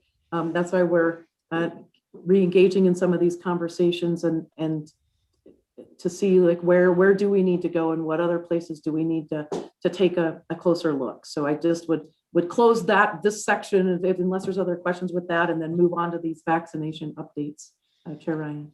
All right, go ahead, Kim. Go ahead and proceed.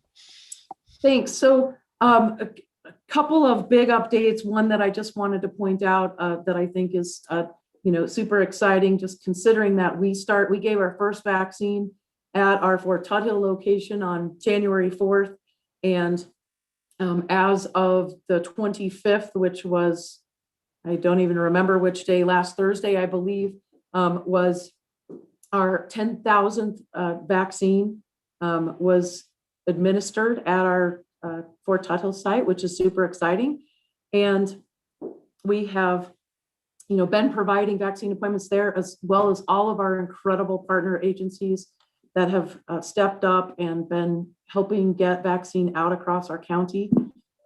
We've had lots of conversations about the lack of availability or the limited availability of vaccine.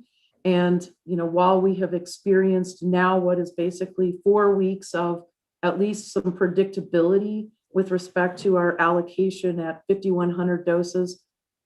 I know I had mentioned in some written communication to the board, but just share for the public's sake as well that, you know, as of this last week, when we were allocating vaccine with those other 5,100 doses, we had 5,000 of those 5,100 that had to be allocated specifically for what are already second dose obligations. And so that left us with 100 new doses, first doses of Moderna vaccine available to distribute amongst all of our partners. And we happened, since there was 100, which Moderna comes in lots of boxes of 100, that 100 went to North Country as they have been vaccinating the unsheltered population over the last 2 weeks.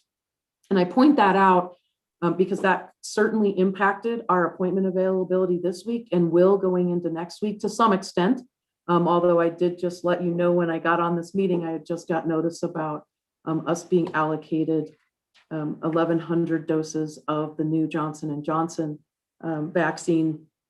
And I know on the screen here, it says that availability is not projected until mid-March at the earliest. Well, clearly the state decided they were going to provide us with some Johnson & Johnson allocation right out of the gate, and super excited about that. Certainly that has come about because of the continued advocacy happening both at the board level and certainly at the staff level at all of our various meetings with the state and regarding vaccine. And I point these things out so that one, there's an understanding of the board as well as the public. You know, this week, I know we had most of our other partners throughout the county had vaccine appointments still available for first dose appointments. Many are now obligated doing second dose appointments. We did have the Fredonia vaccine event took place yesterday. I haven't heard numbers yet, how many actually were vaccinated, but even despite the weather delays that had occurred in the last week and a half, they were able to reschedule that event. So we were excited about that, being able to get some vaccine to that corner of the county.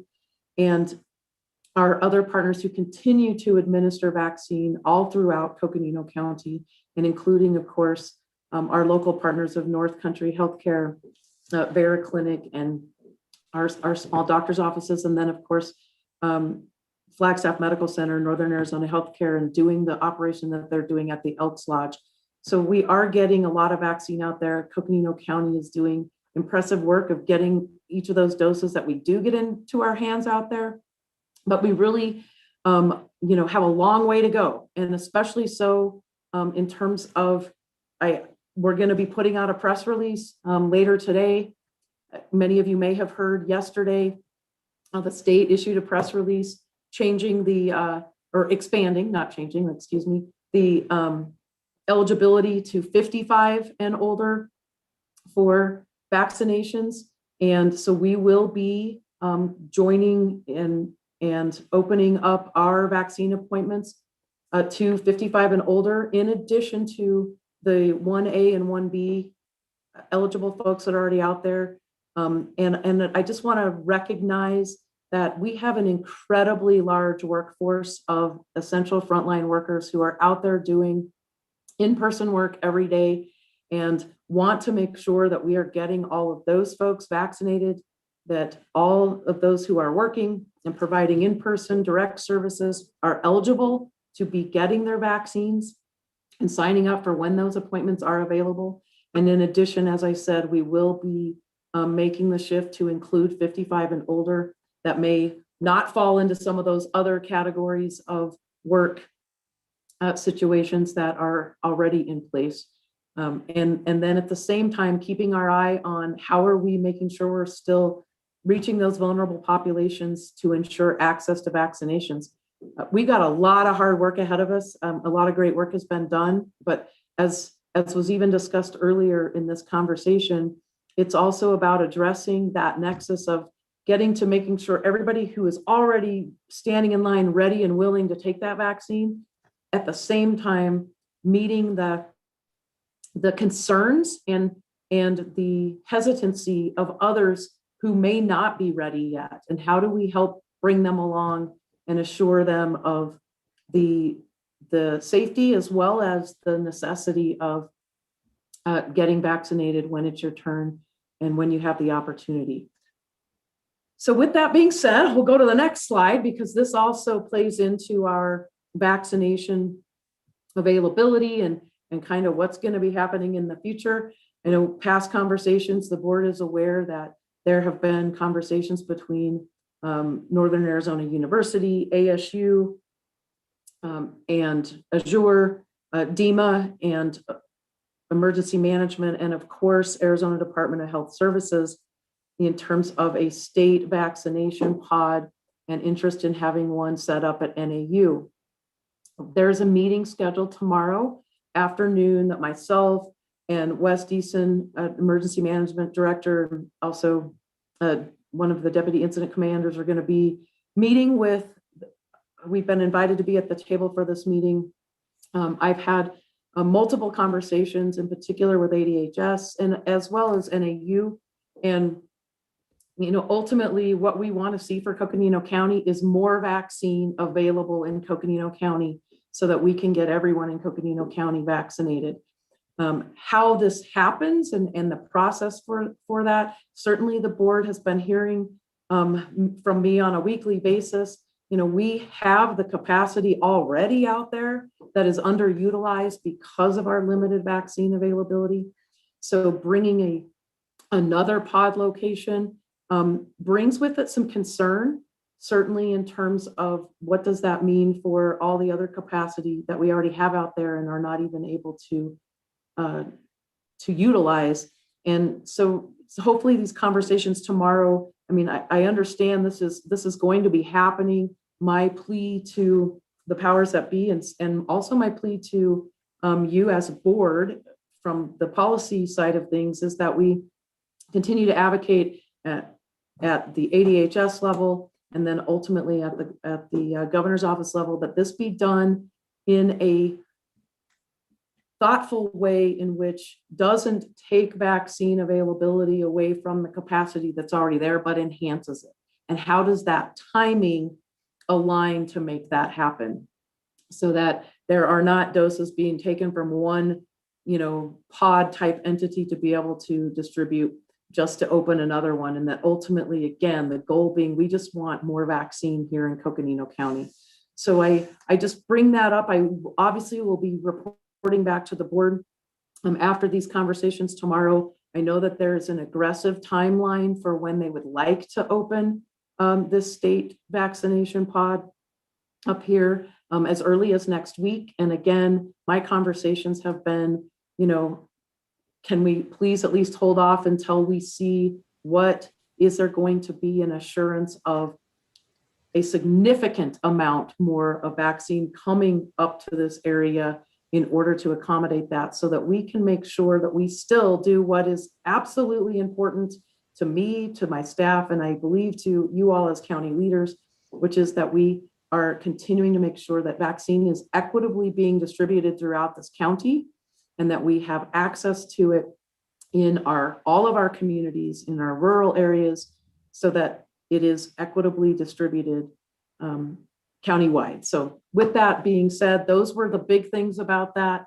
I certainly would be willing to entertain any questions. I only have one more slide, which are key takeaways, which is really just a recap anyway, as to the things we've talked about. So with that, I'll go ahead and pause. Sure.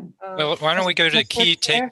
Hang on a second, Lena. I'm going to try and manage the clock for a minute and make sure you get the questions. But why don't you go over your key takeaways? We'll get questions, and then we should wrap up in the near future. I'll pause for the questions, though. Go ahead. Great. So as I was already stating, really the key takeaways are just that in terms of our continued push for more vaccine up here, especially in light of, as I started the vaccine slide with you in terms of our second dose obligation, that, continuing to just get 5,100 doses or even 6,000 or 7,000 doses, there's a nexus there that we have to be able to exceed so that we can keep vaccinating new people for their first dose, or maybe even their only dose with respect to J&J, now that we just got that news. So there's a lot of changing pieces. Again, our continued work of outreach to vulnerable populations.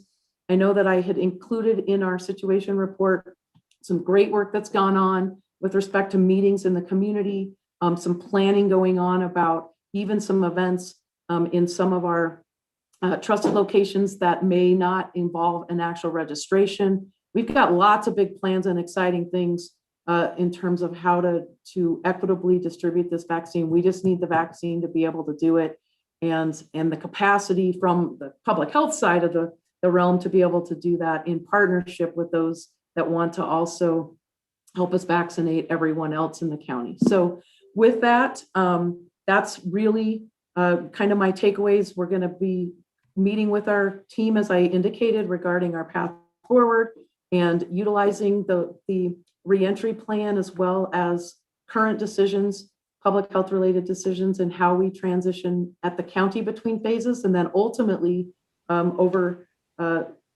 outside of our county organization as well with respect to public events. So with that, that's pretty much my wrap up, Chair Ryan. So I will be happy to entertain any questions, and Erica, you can go ahead and take the slides down if you'd like. All right, let's go through just quick questions here. I want to wrap up soon, give us a chance to take a break before our next presentation. Supervisor or Vice Chair Fowler. Mr. Chair, we don't need lunch. Those are for the week. There we go. So thank you, Mr. Chair. Mr. Chair, this meeting that is coming up, I would like to recommend that we take a board action, make it a strong statement, or the other thought is that maybe we ask one of the board members to maybe turn to Kim to see if it would be helpful to have a board member there, because here we are, we're doing a tug of war again with the state. And we've been at this ever from the beginning. And they don't seem to understand that we are the second largest county in the country. If my district, District 5, was a standalone county, it would be the 45th largest county in the country. And we need to stand up for ourselves and support our staff, and to say that, we have our duties, we have our responsibilities to our communities. They're looking at us, and they are rationing vaccines to us. They did that with the testing, where now they're doing it with vaccines. And I think that we need to take a strong position and say that we're not going to do this. We want to be able to get it out to all our communities. We have essential workers that are just waiting to be able to just get an appointment. We struggle with our elderly also, just to get them the shots that they need. And we keep hearing that we're going to have all these vaccines that's going to be coming in, but it all is in the control of the state. The state has those big, huge sites. Really, their wish is that everybody just go down to Phoenix, down to the valley, and get all their shots there. Well, we have our own responsibility out here to be able to provide those shots, and our communities, our citizens are looking at us. So how do we support that, our staff? And we need to send a strong message to the health department as well as the governor. Maybe we need to meet with the governor again, because we've had many meetings with them, with the staff from there and the governor, and trying to really to state our case as to why we need these shots, the testing, and also the vaccines, in this case, vaccines. So we need to, just wondering what we can do. And maybe that's a question to Kim and to the rest of the board, and trying to see how we can take a position where we are going to tell the board, I mean, the state that we want our fair share, and them just creating another place outside of the county, and they still expect us to do the same thing. It's like going back to our budgeting. You know, we have to balance our budget. The state says they balance their budget, but they kick it under the table over to the counties, and they stand there and say they balance their budget. And here we're the ones that have to pick all that up. So in this case, it's just, that's the way I'm looking at this. So thank you, Mr. Chair. All right, thank you, Lena. Other members of the board?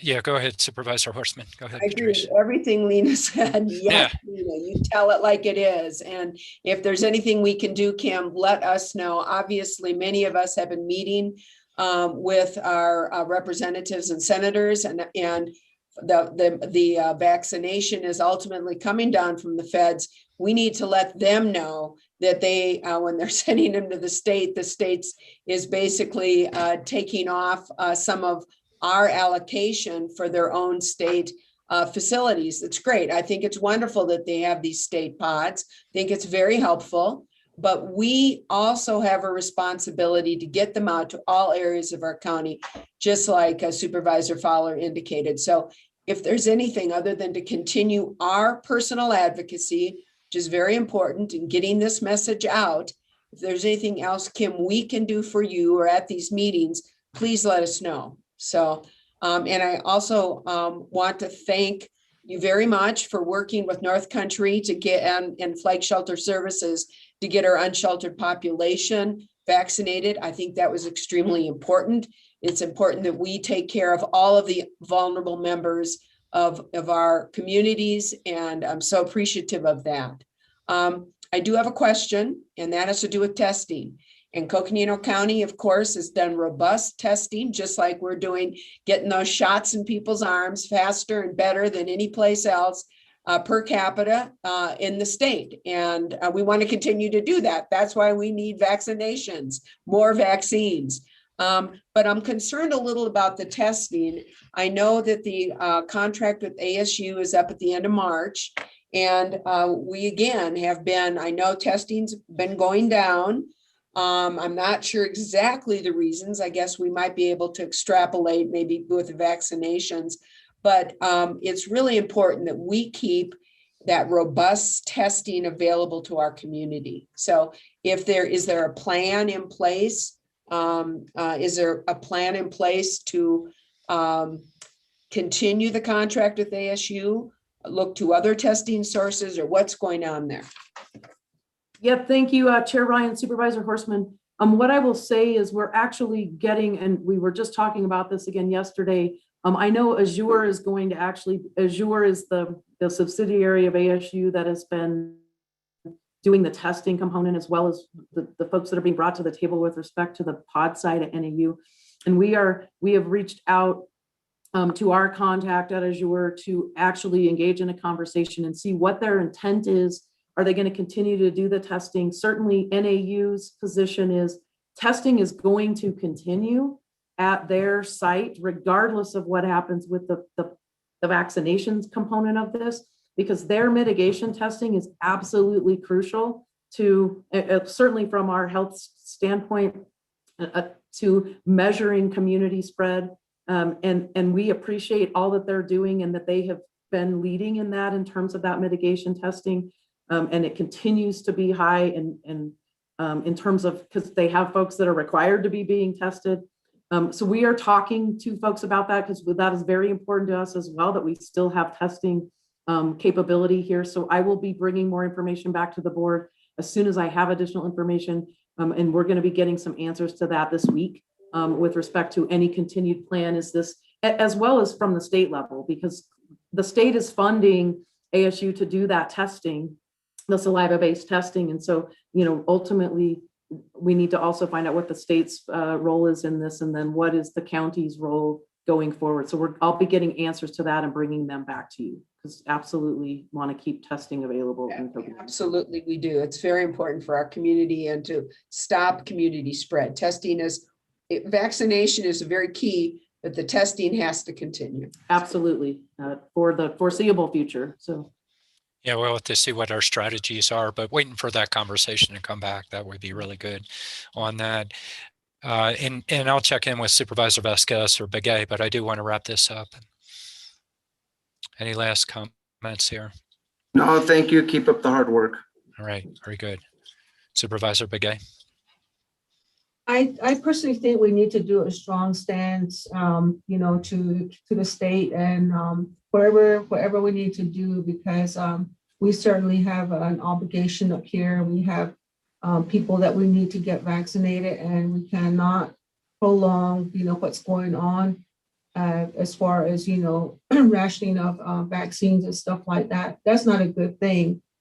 So something's got to give, and we can do something immediately. That would be great. And we like to have the staff go ahead and probably just work on something, get together, and we have to write up something and do something with that. I think we can get the attention of the state. So, and then I just want to thank all the staff again, for doing a good job, and the county manager, with your supervision. So thank you. All right, thank you, Supervisor Begay. Kim, I have some comments. I'll talk to you about offline, just reaching out to frontline folk, but for another time, not as critical right now. So anyway, again, for what everybody said, a lot of great work going into this. A lot of people, takes a team to be able to pull this off. And so really appreciate you, but everybody behind you working together, Kim. With that, that'll end this item 14 on our update on COVID. Next up, we're going to have a discussion associated with the hazard mitigation plan. Why don't we take 5 and then we'll come back and step into that.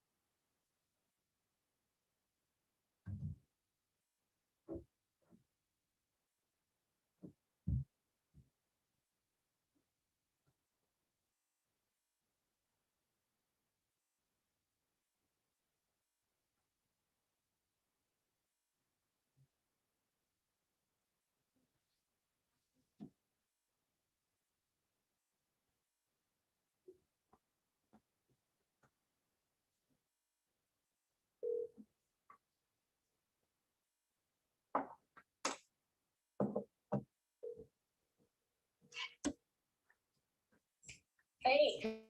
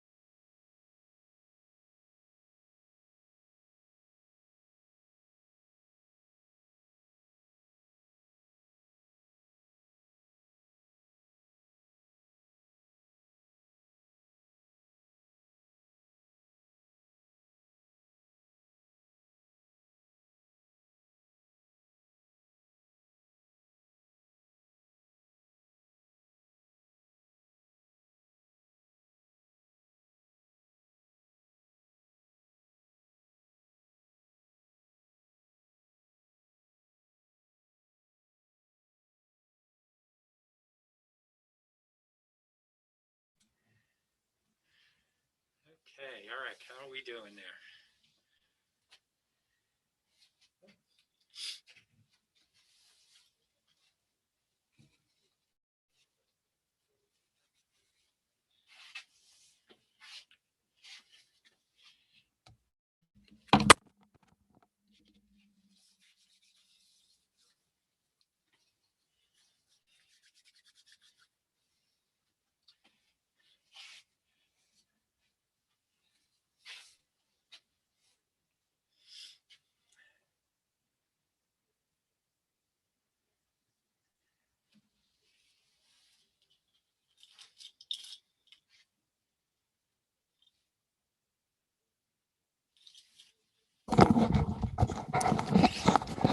I'll try that again. How are we doing, Eric? Good, Mr. Chair. All the members are here. Okay, fantastic. So our next item, as noted, is a presentation and discussion. This is item number 15, an update on the Coconino County Hazard Mitigation Plan by Emergency Management. We'll have Deputy County Manager Lucinda Andriani introducing the topic with our Emergency Management Director, Wes Deason, to present. Supervisor, Deputy County Manager Lucinda, go ahead, please. Great, thank you. Thank you, Chair and members of the board. Pleased to bring forward today the draft hazard mitigation plan for the county. This is a process that is required to be updated. This plan, which we affectionately call the HMP plan, is required to be updated every 5 years. And this is basically, you can think about this as our link, not only to the state level organization, Arizona Department of Emergency Management, but also directly to FEMA. And it's very critical in that it serves two very important functions. One, it identifies what are the natural disaster and emergencies that can take place within our county, and we prioritize those in this plan.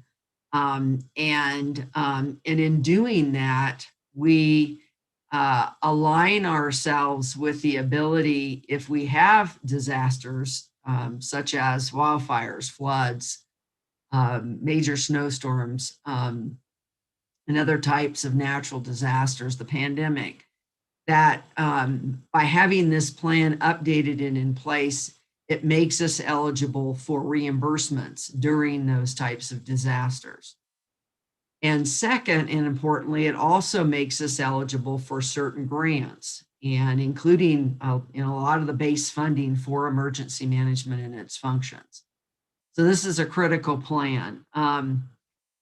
This was a challenge this last year. As everyone's very aware, Wes and his team were very consumed with supporting the COVID response, along with trying to continue to manage other potential disasters that we might experience. Unfortunately, we did have a couple of major fires, and they did threaten, as everyone's aware, the Jacob Lake area, and but we were less directly affected by that in terms of other larger areas, like what we had from Schultz or the museum fires, but still took time and energy, to manage those. So through all those, those issues, his team continued to focus on getting this plan to where it is today. And I really want to acknowledge that was done in concert with HHS, that has been a real team process this year to really bring in the pandemic elements as well into the plan.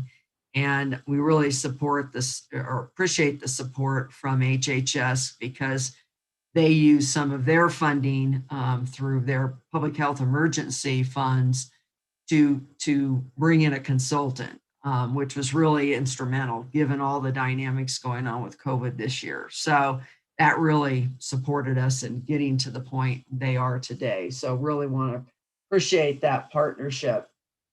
And I really do want to acknowledge Mark Christian, who took a real lead role on this. I want to acknowledge Wes and Tim, Sam Beckett, and others who contributed a lot to getting the plan to where it is today. It's a major undertaking. And one thing I want to note, because there's been some communication with a couple of the communities, is that the plan identifies, FEMA really wants these plans to focus on natural disasters. And that has always been really the prescription and the limitation. Now, a number of our communities, all of our communities, have different other types of threats that could impact them. Be it here in Flagstaff, a train derailment, Tucson, helicopter crash or plane crash, other types of non-natural disaster related emergencies can take place. And there was a lot of discussion about how to incorporate those into the plans. I think working with the consultant, we've come up with a workaround. But in reality, FEMA may still choose to remove those from the plan. And we need to be cognizant of that, aware of that. But what we will do if that occurs is that we will create an addendum to our local plan that will acknowledge those particular threats and potential emergencies. So just want you to be aware of that, because I know there's been some conversations about that. So with that, I'm going to go ahead and turn it over to Wes. And again, really want to thank Wes and his team for all the effort and those throughout a number of other departments who have contributed to this plan. Particularly Public Works has been significant and others. So thank you. All right, Wes, welcome. Good morning, Chair. How are you, sir? Good Doing morning, well. Vice Chair. Board members, thank you for your time this morning. Lucinda gave a very good introduction. I would like to take a little bit of time here to give you a high-level look at what this plan is, but really, more importantly, and something that Lucinda alluded to, is what it is not. And I'll get into that a little bit more here in a couple of future slides. I'll go ahead and try to share my screen here. Get this up so you can see it.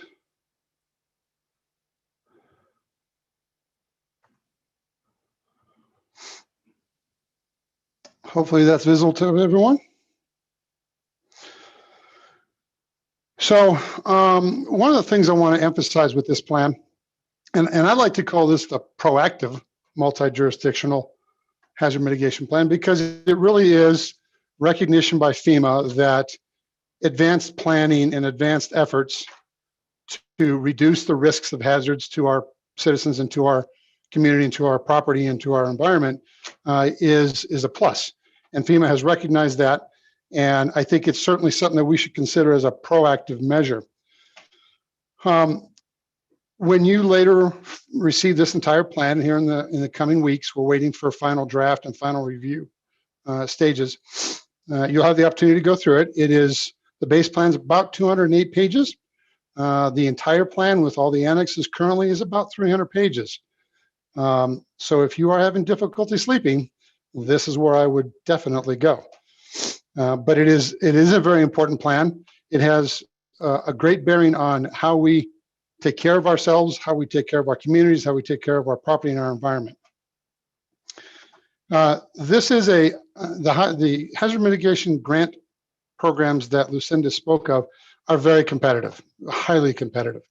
A large number of applicants are not awarded every year. There is a process that the state takes to prioritize projects. The projects that do not make it are waitlisted, if you will, for potential advanced funding or other projects that are perhaps not completed. But it is a very competitive program. The funding is not bottomless, as with any grant program. So it is something that we have to keep in mind, that while we make applications, unlike EMPG, that is pretty much a guaranteed award, hazard mitigation definitely is not that way. back to Lucinda's point, we were fortunate enough. Wes, just for a moment, as you go through the EMPG, just acronyms, just if you could express them. We all get caught doing that, so if you could, thank you. Yes, sir. Thank you. The Emergency Management Performance Grant. That is the principal grant that funds about 50% of emergency management operations across the state. That is at the state. Arizona Department of Emergency and Military Affairs is about half funded, as are all of the counties. I'm sorry, all but one county are funded through that grant program. It is critical to our existence. So that is an annual renewal, and it pretty much is a guaranteed renewal. There's very few circumstances under which it would not be renewed. Coconino County doesn't fall in any of those circumstances. So it's a pretty sure thing for us. Thank you, sir.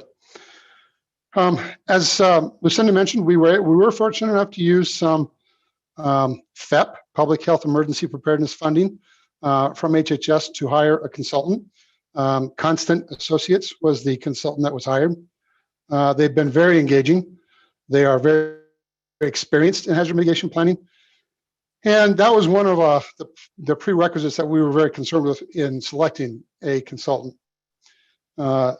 Because of the nature of this plan and FEMA's review of this plan, experience was very important. Now, I'll give you just a very simple, basic illustration of what this plan is, and hopefully it'll give you kind of an idea of why this plan is different than others. The concept of mitigation planning really deals with being able to anticipate proactively. So let's say, for example, we have a low water crossing road. We can apply for mitigation funds because we can reasonably expect that the road's going to wash out, or that we might have a car trapped or have other threat because of that low water crossing. We can apply for mitigation grant funding to build a bridge and avoid any serious incidences at that low water crossing. Similarly, let's say we've had that low water crossing for years, and unfortunately we've had some cars trapped in stormwater. A reoccurring event gives us just as much ammunition, if you will, or data, to apply for, again, a mitigation grant to build the same bridge. So we can apply preventatively, we can apply in response to ongoing events or occurrences.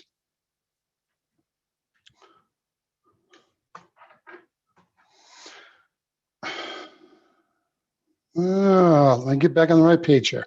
There we go.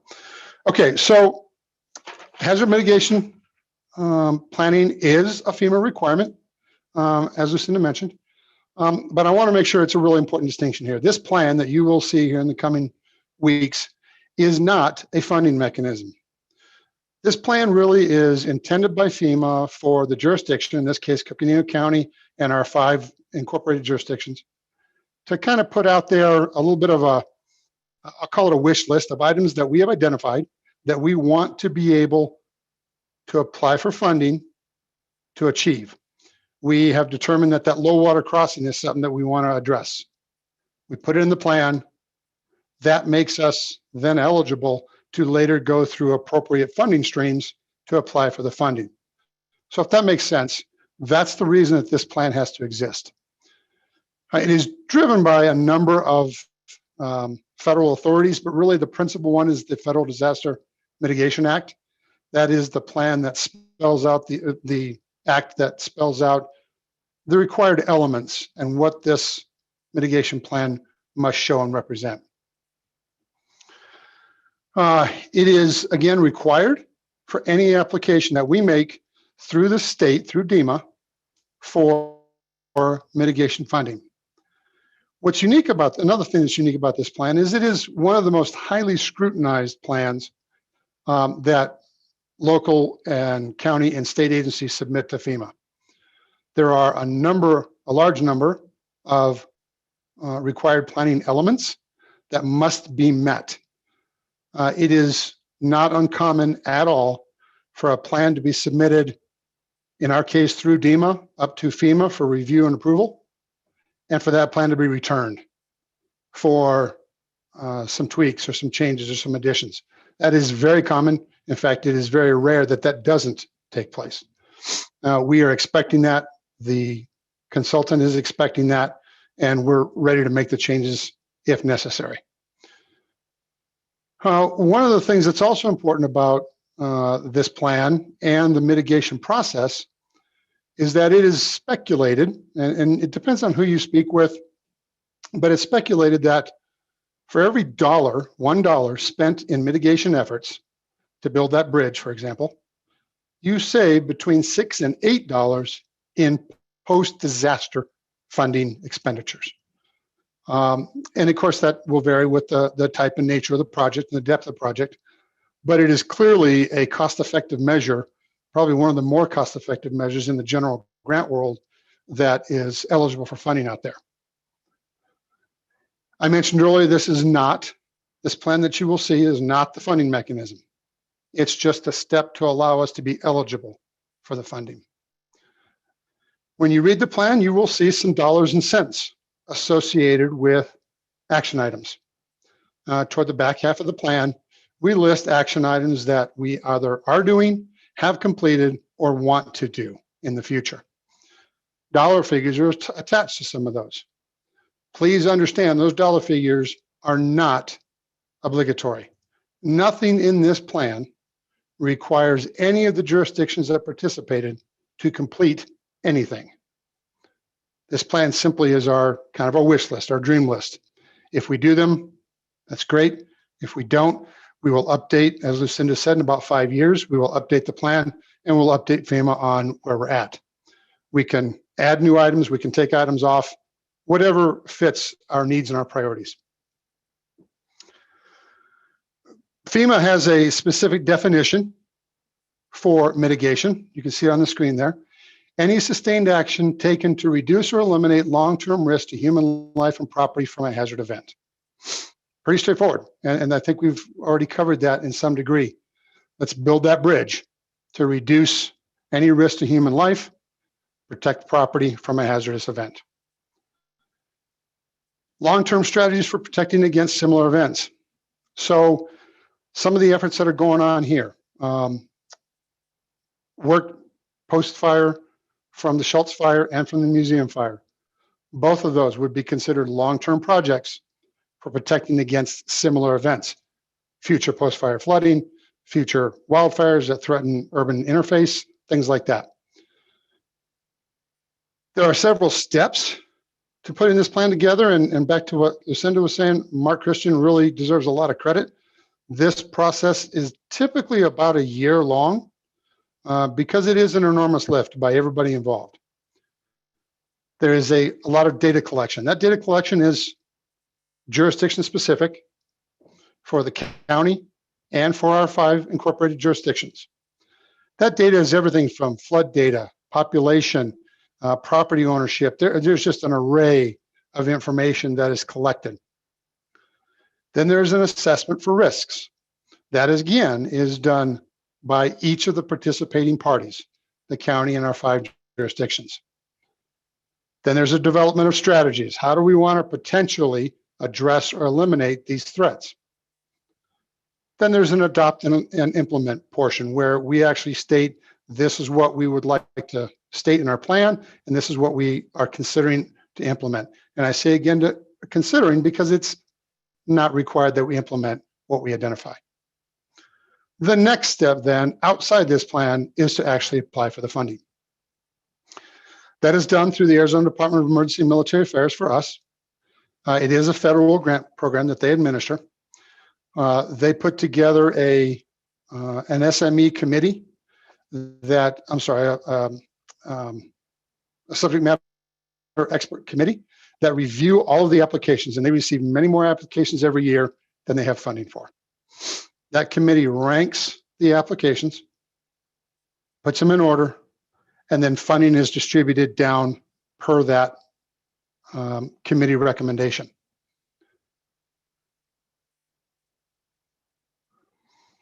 Natural hazards.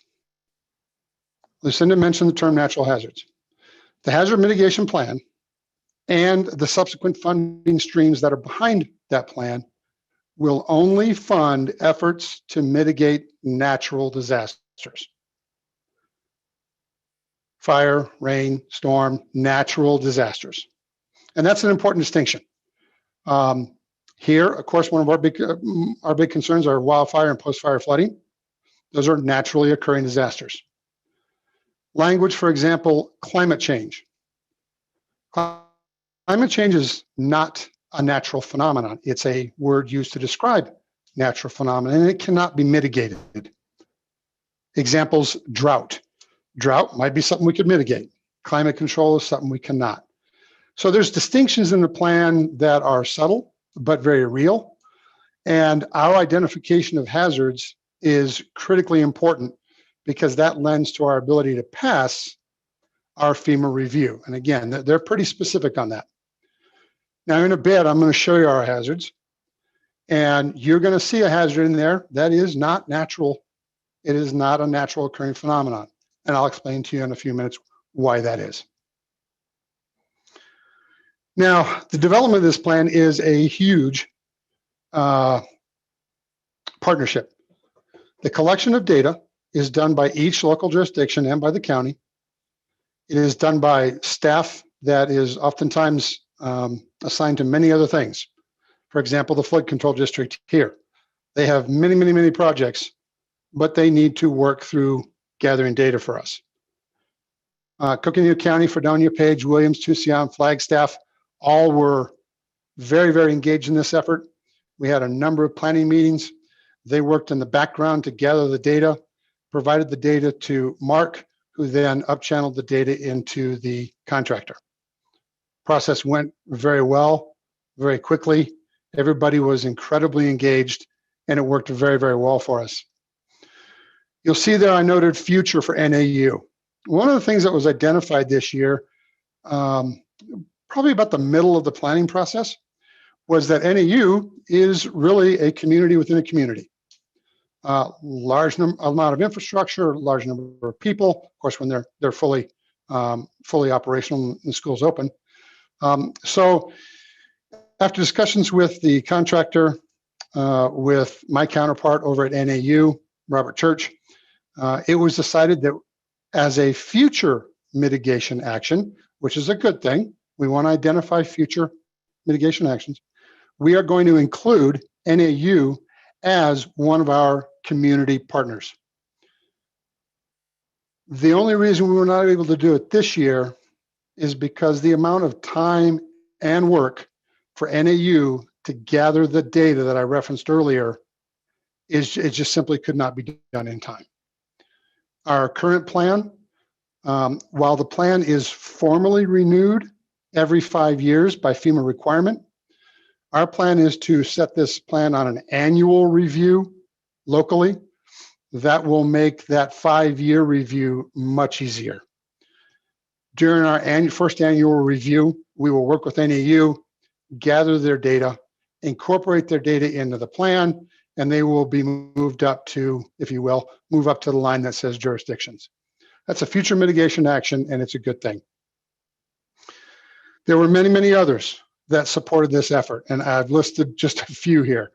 The National Weather Service provides critical data. DEMA provides expertise. For clarity, there are local hazard mitigation plans, and there is a state hazard mitigation plan. The state has to go through the same process that we do to create and submit their plan to FEMA. ASU participated. Our various fire districts supported the effort. J.E. Fuller is another contractor that's used in various ways across the county. They provided data and historical information, and of course NAU, and there were many others. The effort was long, involved, and at this point has been very successful. One of the key pieces about hazard mitigation plan is community engagement. This plan is not done in a vacuum. It is not done, behind closed political doors, if you will. It is very much an engagement with the community. You'll see on the right, the top up there, that was actually on our website, the county website. You'll see NAU below that. Your input matters with the blue, with the smoke in the sky was City Flagstaff. Tucson had a post, and to the left is the public affairs press release put out by public affairs to engage the citizens. Really, really important. Their data and their information is used to help identify hazards and to set priorities. It becomes part of the calculation process that we'll speak of in a minute. There is an online survey that is put out by all the jurisdictions, and this is one of those required elements of the plan from FEMA. If we don't do that, the plan will automatically fail FEMA's review. But it's equally important. We have 518 responses. That's really pretty good. That's really pretty good. The information that we received from these responses contributed to the selection of our hazards and our ranking. That's part of the formula, and again, I'll explain that in a minute. From the public's perspective, wildfire and drought were the two priorities, if you will. And I say from the public perspective because in the final calculation you're going to see shortly, it didn't work out that way. And it's used to inform the Calculated Priority Risk Index. We affectionately call it CPRI because it's a long name and it's a very complicated process, much more complicated than we'd want to go into today. And I will explain more on that here in a bit. And then that input is also used in future selection of mitigation efforts. Again, what our citizens see and perceive are threats to their properties or to their safety has to be a consideration in our plan. Oops, I went the wrong direction. My apologies. So this is a pretty exciting slide right here. The Calculated Priority Risk Index. This is set by FEMA. We don't have any real say in how this is applied. It's pretty much regimented by the plan development process. And fortunately, our contractors are experts in understanding this. Mark, myself, Lucinda mentioned Sam Beckett, Chris Tressler, many of the county members, and some of our local jurisdictions also are very in tune with this. So this particular process uses 4 criteria of different weights, and you'll see the weights there, to come up with a hazard risk scoring. So let's take that wash for a moment ago that I mentioned. That wash, it's looked at what's the probability of a flood in that wash? What's the magnitude or severity of a flood in that wash? How much warning time might we have? And how long will that flooding potentially last? That's calculated and weighed, put through the process, put through the formula, and then it comes out with a CPRI hazard risk score. Pretty simple, you'll see there 0 to 4, 4 being the worst, 0 being non-existent. That would kind of defeat the purpose. Our hazards were all put through this formula process by both our staff and our planning team members, but more specifically by our contractor. And that revealed where we stand. Probably not going to be a whole lot of surprises here to any of you that are looking at this presentation. These are our hazards, the principal county hazards. We have 10 of them now. We had 9 last year. We have 10 now, and I'll explain that in a moment. Wildfire, 4.0, no shock. With all the weather changes, the low humidity, the low snowfall, the low monsoon, our fire indices are very high. 4.0, that's our severe. Flash flooding, debris flow, post-fire flooding, also very high, 3.9. The new one, number 10, if you will, is public health outbreak. When we began the planning process, there was great discussion again with HHS, with county leadership, about the need to identify what we're going through now, COVID-19, or God forbid, an unlike occurrence in the future. In discussions with DEMA and with our consultant, it was pretty clear that this is a trend nationwide to make sure that we identify as one of our hazards a public health outbreak. So that was added in and is very high at 3.55. Drought at 3.55. And then you'll see in descending order, excessive heat, hazmat pipeline failure, transportation accidents. This is the one I was referring to earlier. Of course, it's not a naturally occurring event. However, it is traditional in hazard mitigation planning, including Arizona State Hazard Mitigation Plan, that there's recognition for hazmat pipeline transportation accidents.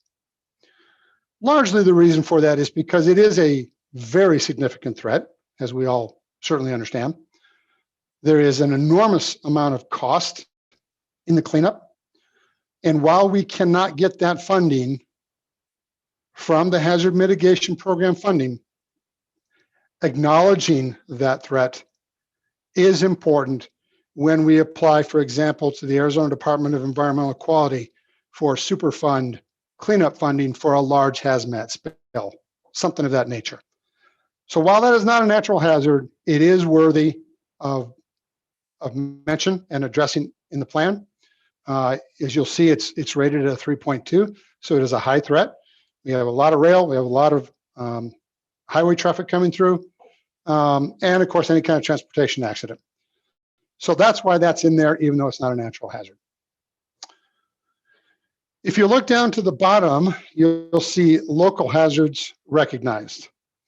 Back to Lucinda's point, we wanted to make sure that we understood and acknowledged those hazards that are a specific concern to our local jurisdictions.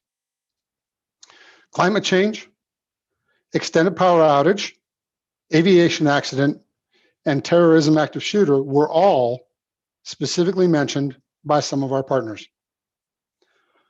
Those are things that cannot be mitigated. There's nothing you can do in advance of climate change or in advance of a power outage. Certainly the government, power companies do what they can to minimize power outages, but not something that is in our realm. Aviation accidents, again, private industry does what they can, not something that we can intervene in. And terrorism active shooter. Training, exercise for first responders, law enforcement, fire, certainly can occur to try to minimize those, but they cannot, that funding cannot come from this program. But we wanted to recognize them. We wanted to make sure they were included in the plan. And we made it very clear in the plan, and you'll see that when you have the opportunity to review it, that we acknowledge we have our 10 principal hazards, and then we have 4 additional local hazards.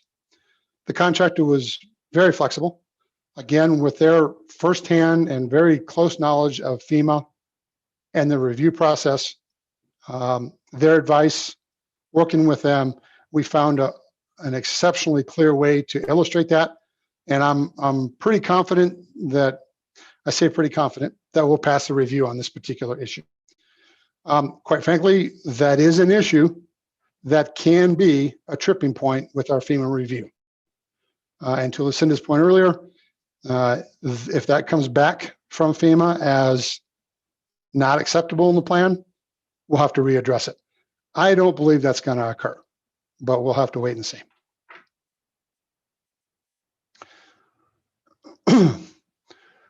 So what's next?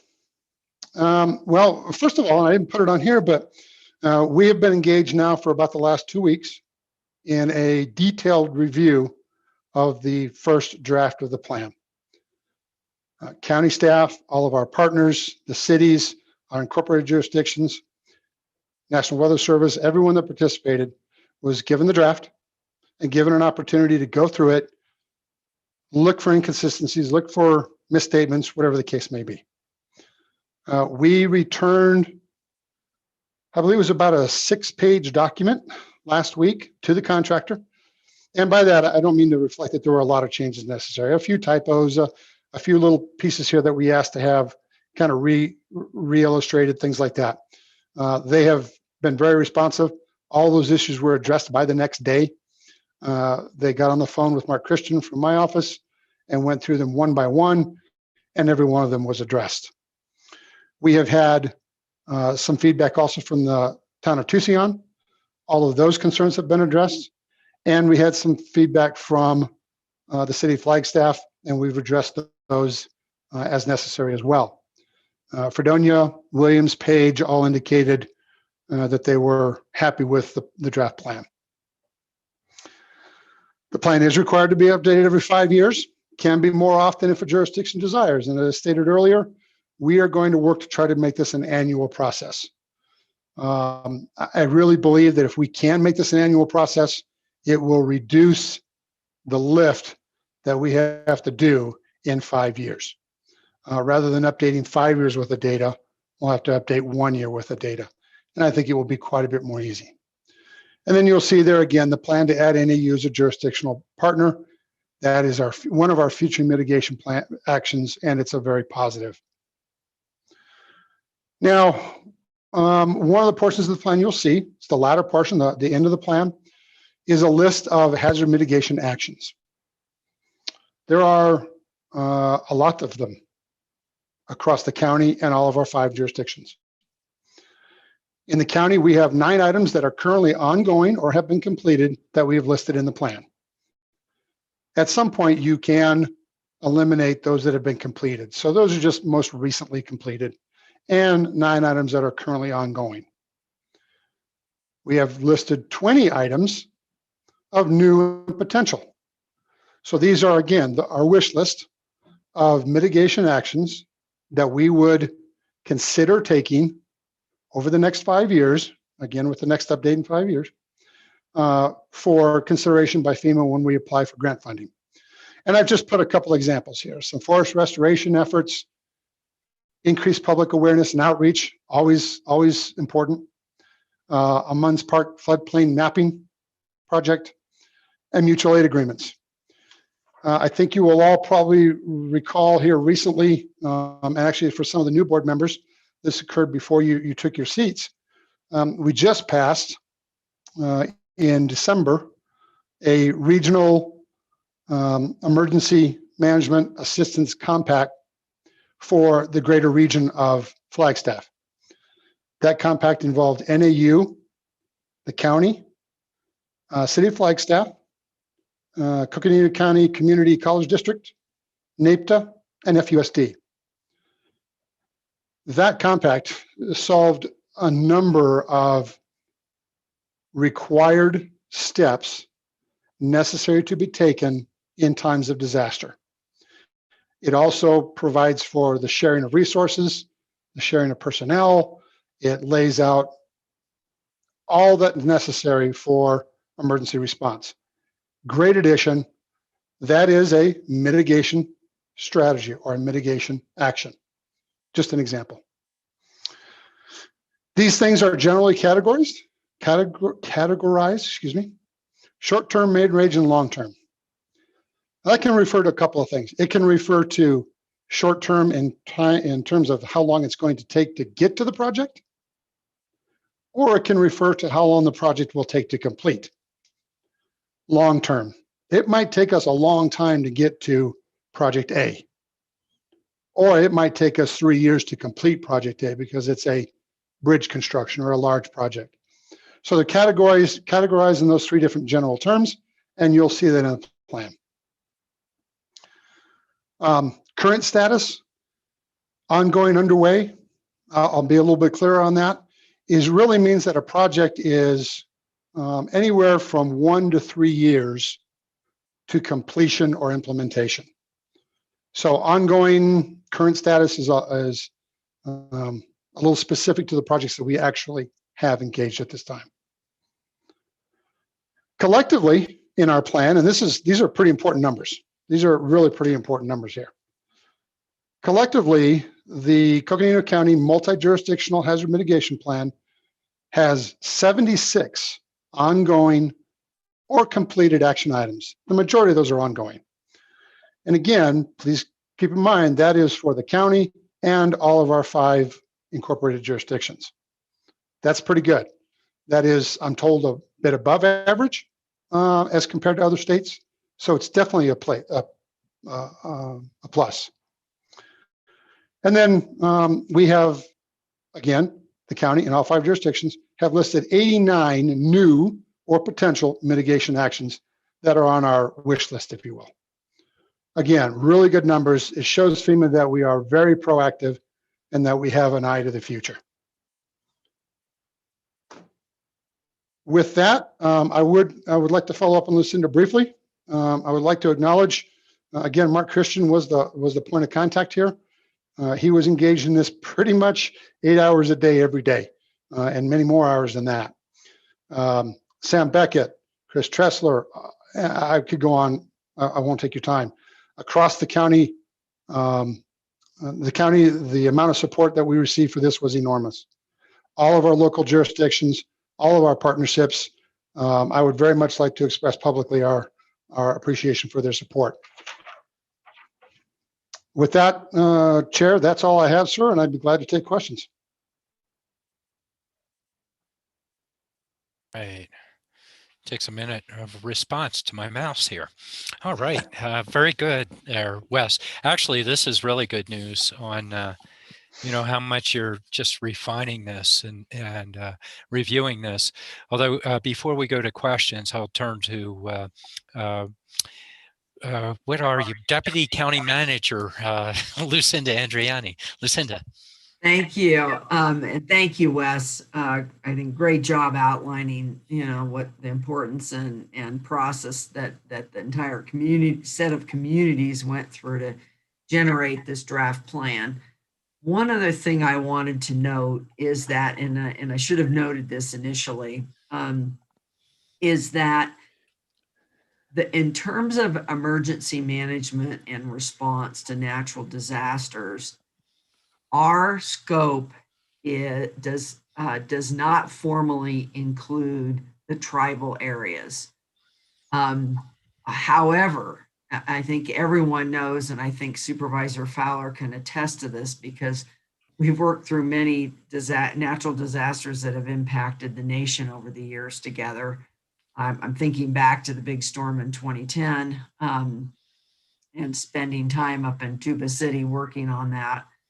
And but they have their own emergency management organization and process, and they work directly with FEMA to secure reimbursement for their costs during disasters and to fund their own organization and so forth. So as a sovereign nation and as sovereign tribal entities, whether this be Havasupai, Hopi, Wallapai, any of the tribal entities, if they are to sustain impacts, and historically we've worked significantly with Havasupai, for example, on flooding events there, that they work directly with FEMA. And they do have a liaison at NEMA that they work with as well. And they certainly work with us and communicate with us, and we support them in whatever ways we can. But it's really important to understand that the formal processes do have to go through their organization. And with that, we do support them. We've had lots of communication over the years through many disasters and in between. But I just wanted to make that clear that is the formal process. So thank you. And we're both happy to entertain any questions. Thank you. All right. Okay, so now let's provide the opportunity for the board. Questions with the board.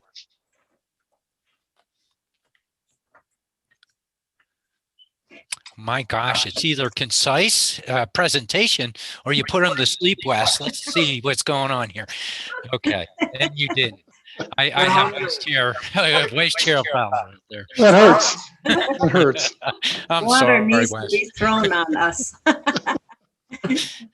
Now, through the years that we have learned that this is the more detail or more information in these plans is so important to reimbursement, to funding, writing grants, and defining partnership. It is so important. I'm so happy that that you all have been able to really refine and have really outlined, and we have learned through the disasters that we've been through. You know, we've even had a tornado. One time I was driving over here, and here I'm told, hey, there's a tornado just east of you. It's like, there is. You know, so we do have these events, and yes, and you're exactly right, Lucinda. We partner with Navajo Nation. However, the tribes have to go through their own, and they really emphasize that because they have their own reimbursement process as well. And they have their own documentation. They have their own details that they have to do. And from there, is sent to the Navajo Nation. Well, as an example, Navajo Nation Emergency Management. And if they need backup, that's when they come to the county and the states. And we have done that before, and it's worked out really well. We're usually on the scene, but we have to really respect their own processes. But in terms of this plan, it is so important. We have really learned through the years, and these disasters also look at just the Magnum fire, just the most recent one right here. It starts on the federal lands and impacts unincorporated county, impacts the city. So it's multiple jurisdictions. The Schultz fire was how many agencies? 13 from the top to the bottom. It was a fire, and then it was a flood. And so we just don't know how it's going to happen. That's why these plans are very important, as well as the restoring of our restoring our watersheds, and also the thinning in these forest projects that we're working on right now.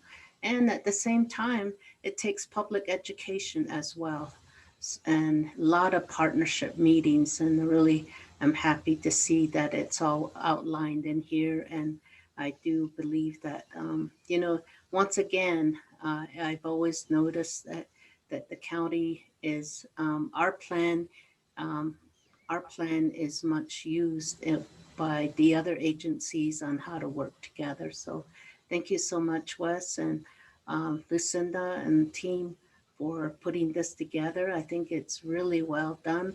And I look forward to looking through the 300 pages. I've done it about 6 times now, Vice Chair, and I'm not sure.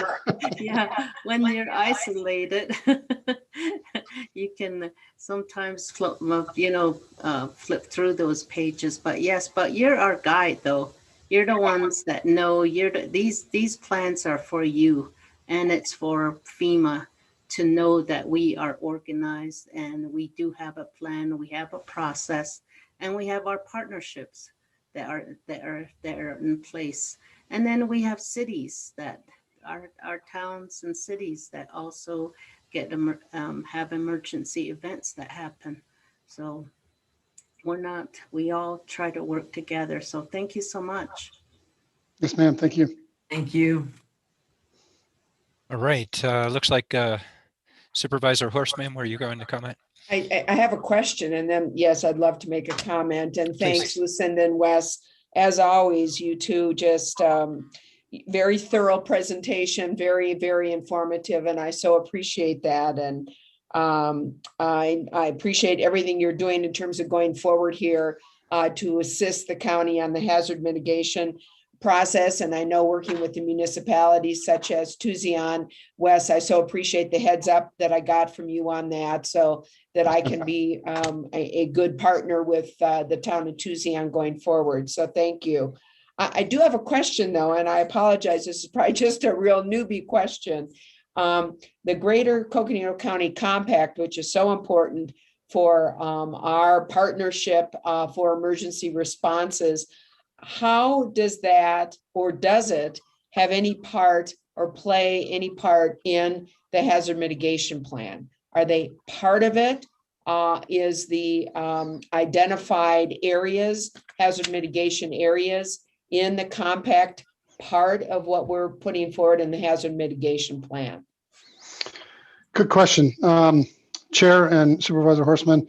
The Emergency Management Compact, or there are a number of those. There's also a state mutual aid compact. There are various compacts that exist out there.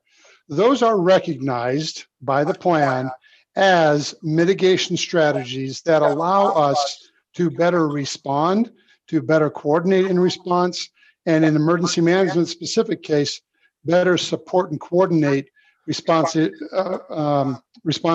to real world events. So the fund doesn't actually fund the development of these IGAs, but it does recognize and support them as actions toward mitigation. Got it. Okay, thank you. Okay, other questions or comments? Sure, I'll speak. Hello, thank you for the presentation. I unfortunately, due to my transition and leaving Killip, I have not been able to attend those meetings yet, so I apologize, but I did feel like you gave a good presentation. I understand better of where we're at with the mitigation process and the emergency management system. And so the one question I would have, and this is just because I've already heard from multiple people in District 2, is what's the plan with the barriers in Sunnyside and coming through District 1 down? And you don't have to answer all of that right now. That's the question that I would have.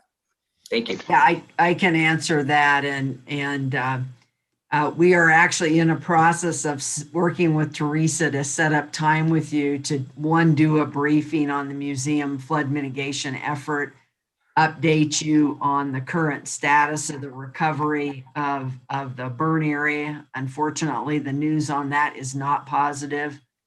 And we've been meeting, in fact, we had our second meeting with the city of Flagstaff yesterday, and we are developing a plan and basically a proposal in effect, I guess, or our recommendation that will come back to the board, likewise go to the city council, recommending what actions need to take coming into this monsoon season. So we've had additional studies done to look at what is happening on the mountain, as well as a very small level of rain events that we have had over the 2 years. As you know, we've had record-setting non-monsoons, and which is extremely unusual. And I think, we really want to share that information with you, Supervisor. And we have already with Supervisor Horstman, and I think it's very important that you see the science behind the analysis and the level of work that's gone in to understand what's happening. So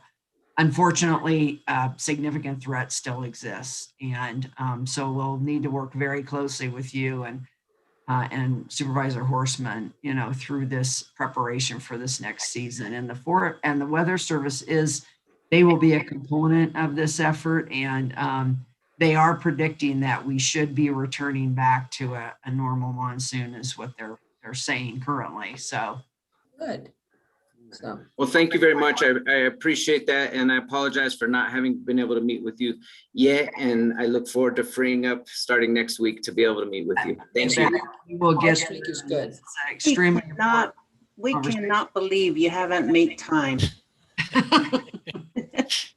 I'm trying. Just kidding.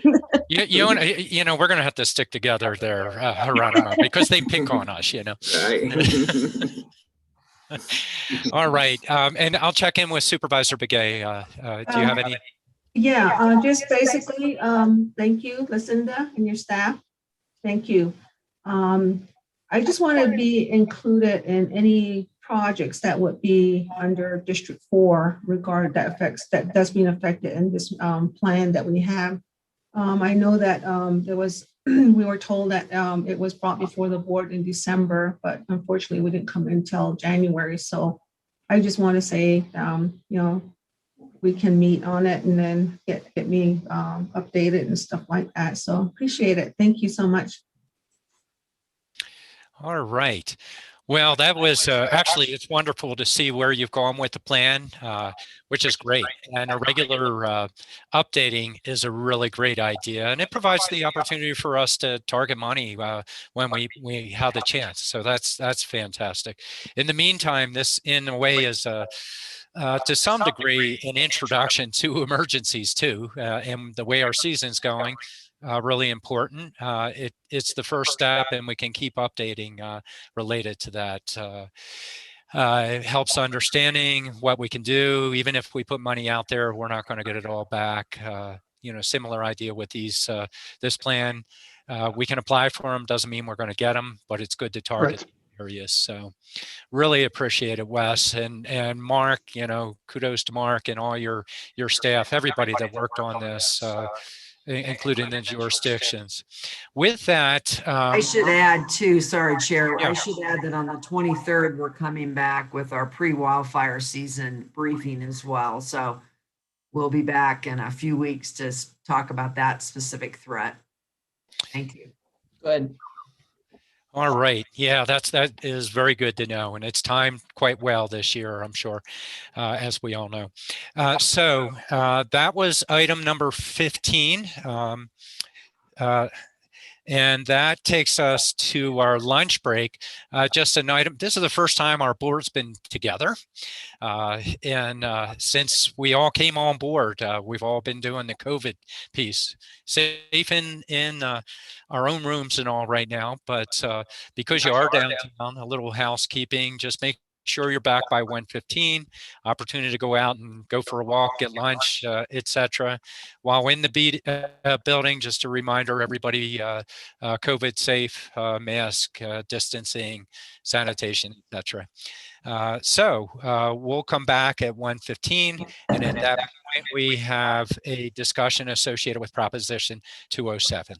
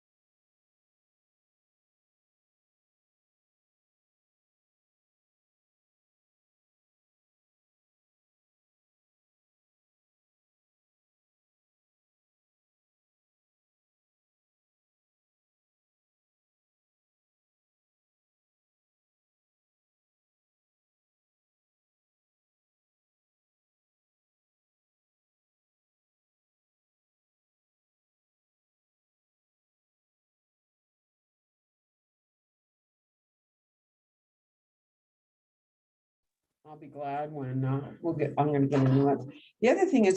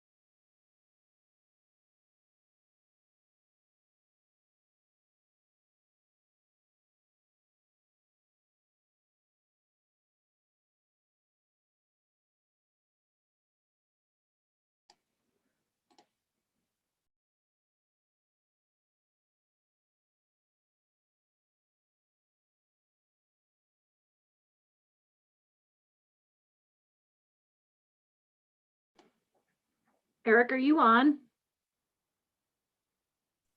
Yes, I am. Okay, I'm just making sure my mic works. Thank you.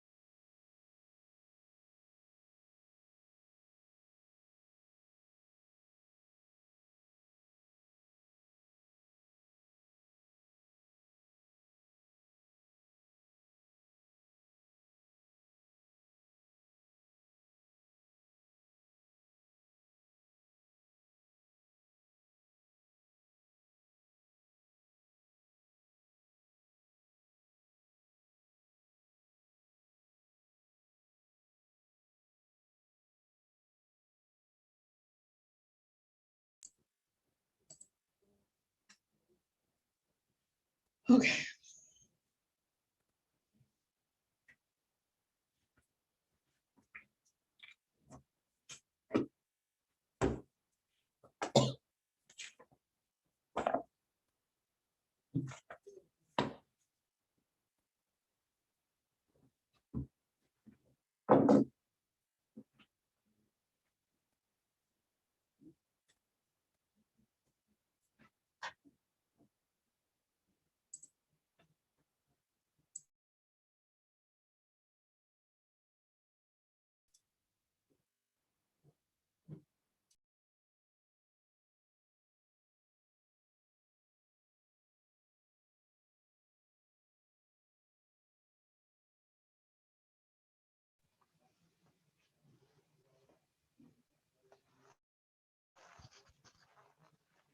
Okay, how are we doing out there, Ark?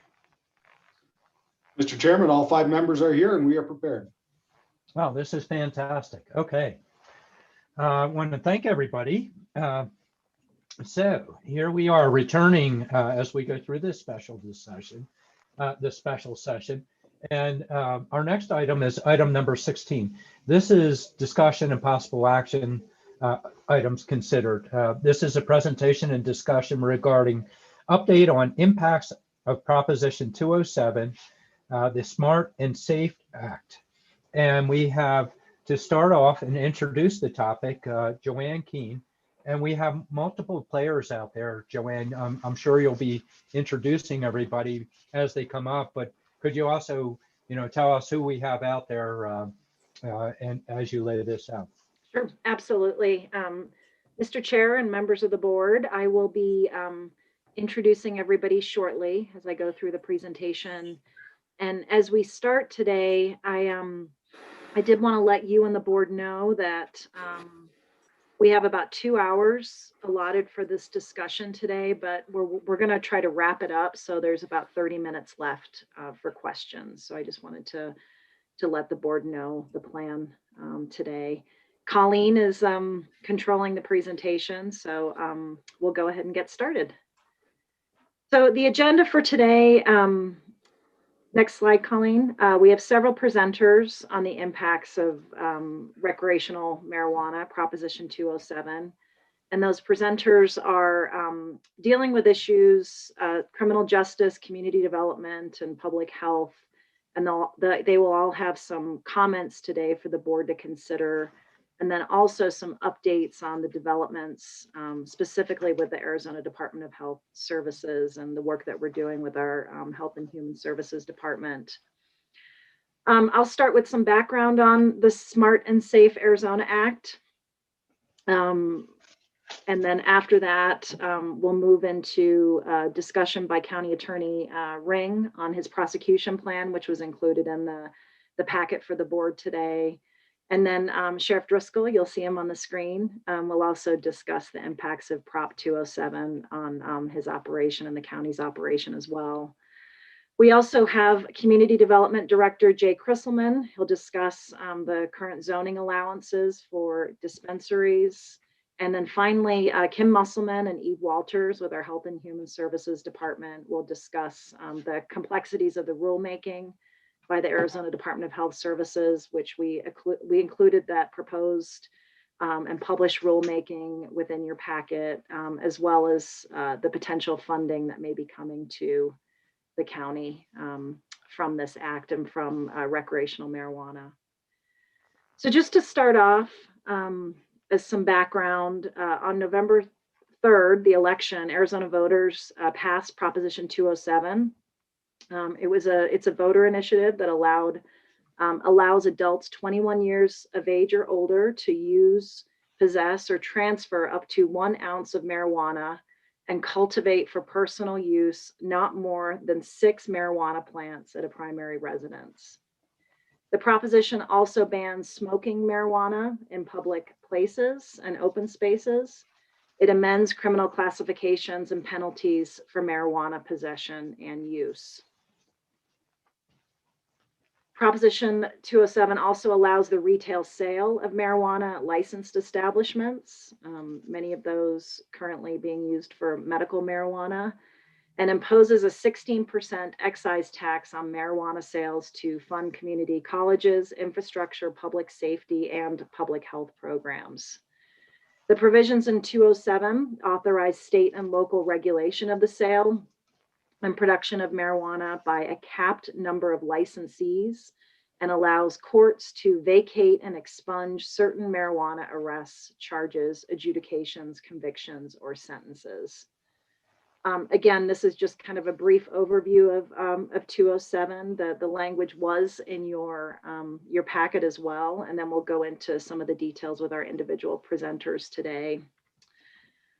Before we go into the individual presentations, I'd like to do a recognition today that while this is the first of many conversations we will have with the board, I think it's going to be a very robust discussion, and some of the questions you may have today we may not be able to answer, but we will definitely get back to you after this presentation.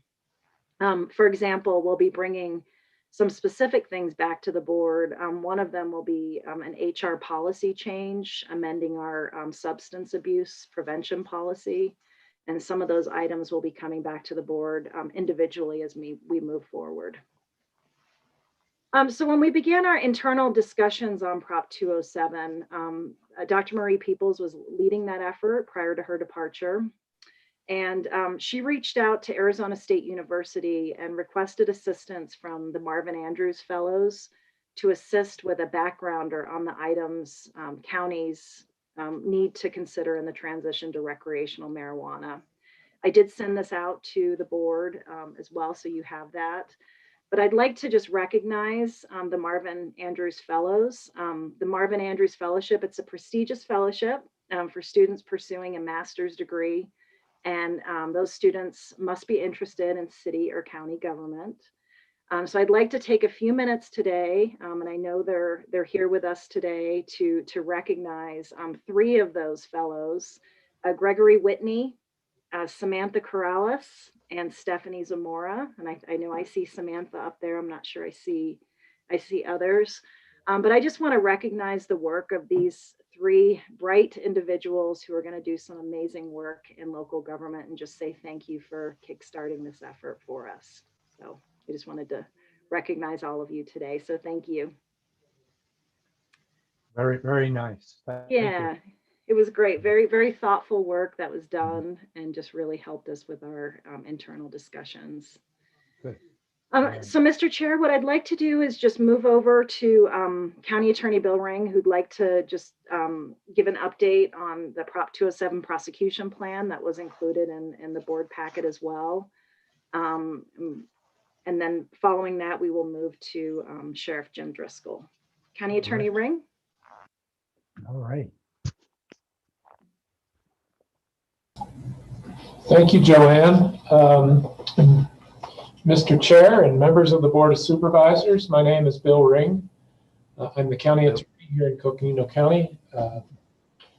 If you have, I'll just put this to you directly. If you have questions and concerns about the particulars of Prop 207, feel free to reach out to me, give me a call, send me an email, ask me a question. I'll do all that I can to answer it and consult with you on what your comments and concerns are about the proposition. But the history of Prop 207 dates back to a time when we were, as a state, contemplating the use of medical marijuana, which, as you know, was approved for use in Arizona, and a regulatory scheme was developed around medical marijuana.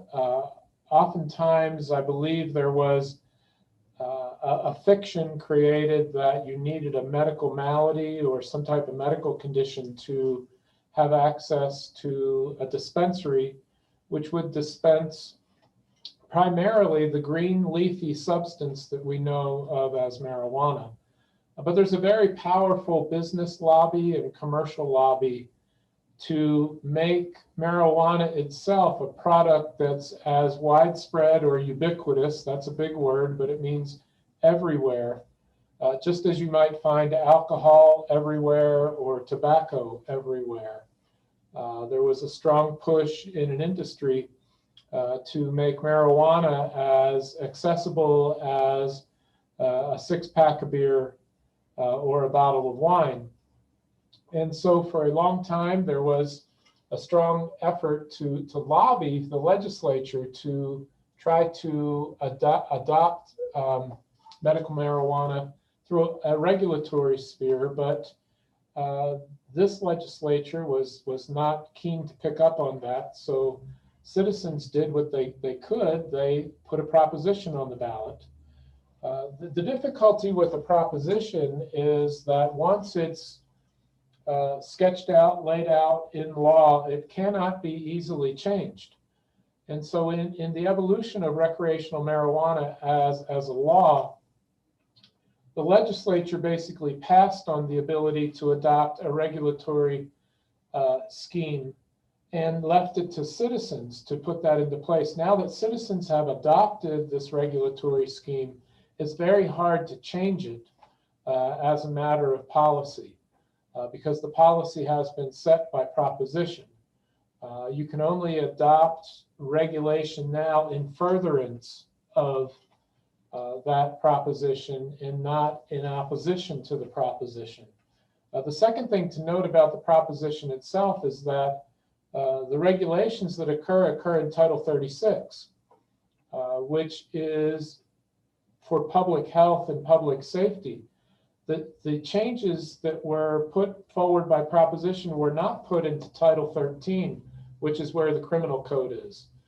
So when we go about trying to adopt policy in our office for the enforcement of this proposition, we're looking now at Title 36, which is beyond the criminal code.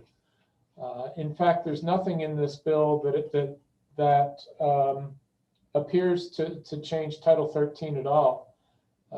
The ability to possess recreational amounts of marijuana is set forth in our health and safety code, which it's a particularly odd place to find those kinds of regulations. And I wanted to tell you two things. Well, actually, I have three things that I wanted to lead you through. And let me start with one thing, and then I've got three others. Federal regulations have not changed. When you adopt a state law by proposition, you're changing state law. Marijuana is still a scheduled substance that's illegal as per federal code and regulation. It has not been made federally available. It's only available in the state of Arizona. We have a lot of federal land in Coconino County, whether it's national parks with the Interior Department, national forests with the Agriculture Department. We have plenty of nations and reservations and other types of federal reserves. And so this state law applies anywhere where the state of Arizona has jurisdiction. It does not change policy in our federal reserves as they exist in Coconino County, which is, by the way, most of Coconino County. There's three things that I want you to know about this proposition. One is that the proposition is aimed at youth. There's nothing about this proposition that, from an industry standpoint, that's particularly interested in people of my generation. Just like alcohol and just like tobacco, my use or my exposure to this type of a product is limited because of my age. But that is not true for youth.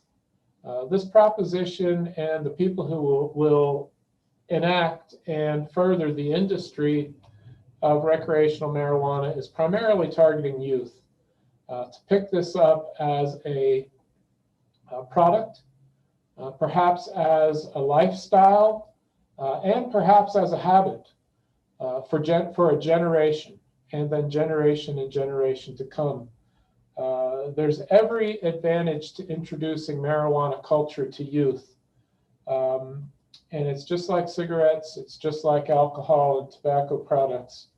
What this industry is looking for is a consumer for life. The second thing about this proposition is that it's really not about the green leafy substance. So under this law, you can possess for your personal use 2.5 ounces of the green leafy substance, which if you had your typical bag, Ziploc baggie sandwich bag, is about a half to 3/4 full. I mean, look, open up your spice drawer and take out, 2.5 ounces of bay leaves or some other type of spice you might have that's green and leafy, and that 2.5 ounce size is about the size that you're allowed to possess in the green leafy substance. The real target of this proposition is the concentrates and derivatives of marijuana. You can possess 5 grams of a derivative of the plant. Right? Now, 5 grams of the derivative of the plant is not the equivalent of what you could reduce 2.5 ounces of green leafy substance to. It's far more than that. If 2.5 ounces would last a regular user for, let's say, a week's worth of consumption, 5 grams of derivative is substantially more than that. Under the proposition, there's certain dosage regulations. A dose of a derivative can come at a maximum of 1/10 gram. So if you can possess 5 grams of derivative product and the dosage is only by 1/10 gram, realize that that's 500 separate doses. And so let me step back a ways, and then I'm going to come back to that subject. But when I step back from that and say, well, what is it with derivatives? Why is that the source of so much attention from the industry standpoint, and worth the value of all the work it takes to put a proposition on the ballot and get it approved? Green leafy substance can't be more than really smoked or baked into a product, right? But it still remains the green leafy substance. The derivative in a crystal form, a liquid form, an oil, a tar, can be filtered into small amounts of dosage into a variety of products. It will become as common as putting salt in any kind of recipe that you can bake, putting salt in any kind of food product that you can produce, putting salt inside liquids. The real marketplace for this recreational marijuana is liquid products that you would find on a grocery aisle. So it could wind up in colas, in sparkling waters, in energy drinks, in beers, at 1/10 gram. So when you take a look at the proposition now, stepping forward to how much is 5 grams, if your maximum dosage is 1/10 gram in a bottle of beer, that's 500 bottles of beer that you could possess. It's half a pallet full of beer. So the quantity of derivative is enormous.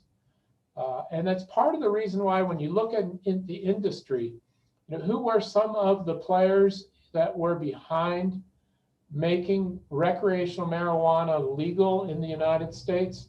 It was like Heineken, Molson Coors, Modesto. The major beer manufacturers were putting billions of dollars into the effort to produce a new liquid product. You're going to find that to be true on your grocery store aisles. That's where the future of this proposition and recreational marijuana is heading, is towards liquid products and liquefaction of the dosage standard, so that we find it to be just as ubiquitous as all the common products on our grocery shelves that we see today. That's the second thing I wanted you to take away from this. So there's much more at stake than, let's just say, Beavis and Butthead smoking a joint, right? This is about getting the product to be as commonplace as the grocery store aisles that you see today in your major grocery chains. The third thing that I wanted you to recall, to take away from this, and this is something that Sheriff Driscoll and I have talked about from time to time, but the legal marketplace is one thing. The cartel marketplace is something entirely different. Remember, on the legal side of the ledger with recreational marijuana, it's regulated by the concentration of the product, the quantity of the product. You've got to run it through a regulatory scheme which creates business overhead. You're talking about marketing it through a brick and mortar type of dispensary. To do it legally, you've got all the stages of running a small business or a medium-sized business. You're hiring people, you're paying them wages, you're reporting your income to the departments of revenue or the IRS. You've got lawyers and accountants and managers. You're setting up a whole business infrastructure. And that adds cost to your overhead in operating your business. And that means that the price that you're going to charge has got to incorporate all of that corporate structure in pricing. Cartels don't have that, right? They don't have that kind of overhead. They do have overhead, but they don't have the kind of overhead of running a legitimate business. So there's two things that cartels can always beat the legal marketplace on, and that is price and quantity. So cartels can offer similar product in an unregulated marketplace and beat the regulated marketplace on price every day. And the other thing that a cartel can do that a regular business can't do is they're not limited by the quantity that they can sell you. They're not limited by the dosage concentration that they can sell you. Right, so they're always going to beat you on price, and they're always going to beat you on quantity. County Attorney, I'm giving you just a few minute, maybe 1 minute warning so we can move on to the sheriff. Right, I'm going to wrap this up. Okay, thank you. A cartel cannot take its business disputes to court, but they can settle their business disputes with competitors through violence. When I've talked to another county attorney in an adjacent county. I've talked to our counterparts that are district attorneys in Colorado, where they're a few years ahead of us on this movement towards recreational marijuana. They have seen the cartels move in adjacent to the legitimate businesses, competing with legitimate businesses, but because they can't resolve their business disputes through legal means, there's an increase in violence, an increase in property crimes, an increase in frankly, major assaults and homicides. And so one of the things we need to prepare ourselves for from a county attorney's standpoint, and perhaps Jim can add to this from his perspective, is a rise in parallel marketplace where violence is the order of the day. I would wrap it up this way and tell you I was not a proponent. I was opposed to Proposition 207 for all these reasons. I remain opposed to the proposition, but it is the law. We are going to go forward and enforce the law in the manner that I specified in the memo that's part of your packet. I'm free to answer any questions you might have, but I take a very dim view of the recreational marijuana marketplace in our community. Thank you. Thank you, County Attorney. And I think we will wait to do questions until the end. Sheriff Driscoll. Okay, well, Joanne, thank you. Mr. Chairman, members of the board, I appreciate this opportunity to address you and share some of our feelings and concerns about Prop 207. And I'd like to focus in actually three areas, and I promise I will be as quick as I can. First, the internal issues, then the external issues as it relates to marijuana, and then some of the legal issues as well as the enforcement. And looking at the internal issues, even within my own agency, we look at marijuana now being legal, but does it make it legal for members of my staff to consume marijuana? And I will tell you that it is still against federal law, as our county attorney indicated, and we take an oath of office to support federal law. And so we will not allow it within the sheriff's department as well, the consumption of marijuana or marijuana products. And this would apply both to deputies as well as detention and our civilian staff. So no change actually as far as internally within the sheriff's office. But overall, and I know Erica Philpott and her staff has been working on policy changes for the county, and what does this mean? What's this going to look like down the road? And I really don't have much to offer in that category. I know that a lot of attempts or indicators have been made that this is much like alcohol. And I'll talk a little bit more about that when we get down to enforcement. But some of the external issues now, I think, to look at and that face you as a board are ordinances as they relate to marijuana.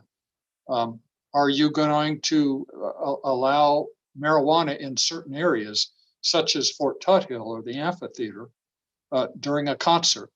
Are you going to, when would you allow that? Under what kinds of conditions?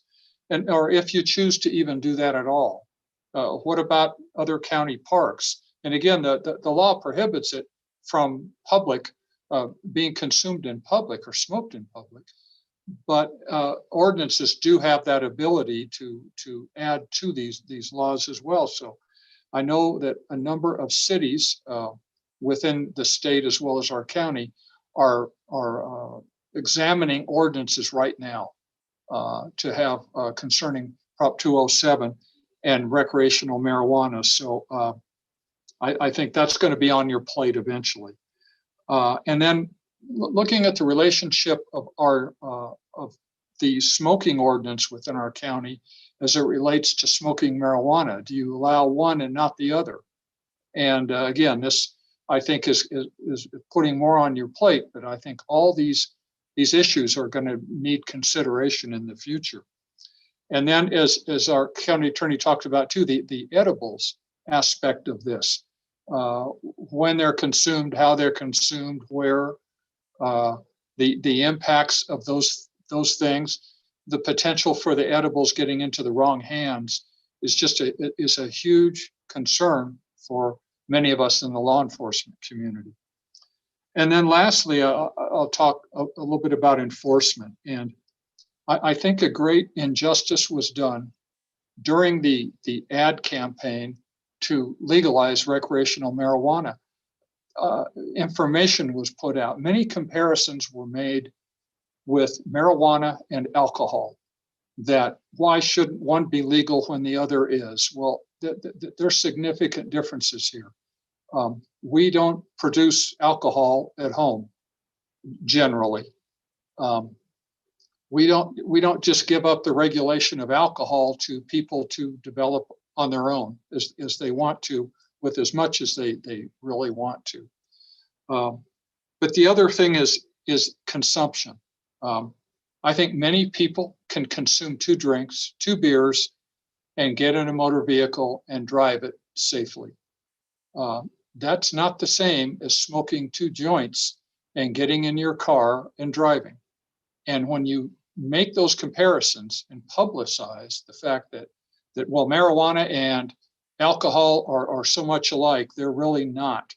And Bill indicated in his presentation the impacts, the effects of marijuana. You know, what they call the ditchweed of our generation, my generation, growing up in the 60s and 70s had about a 5% THC content. That's what the substance that will get you high. Now the THC in some of the marijuana that we're seeing is up to 35%. and the potency is tremendous compared to what it used to be. So the comparison with alcohol and marijuana is really not a comparison.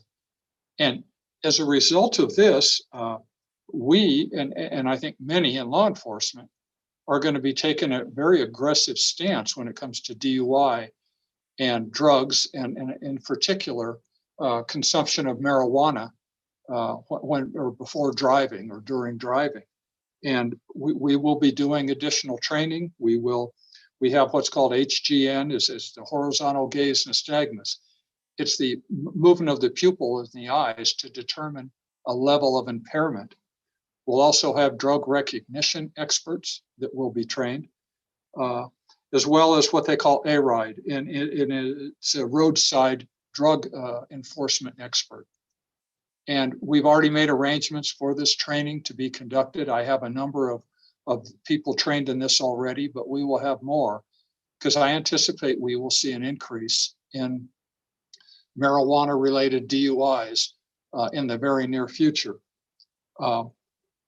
County Attorney Bill Ring also talked about his meeting with folks in Colorado. I did it as well.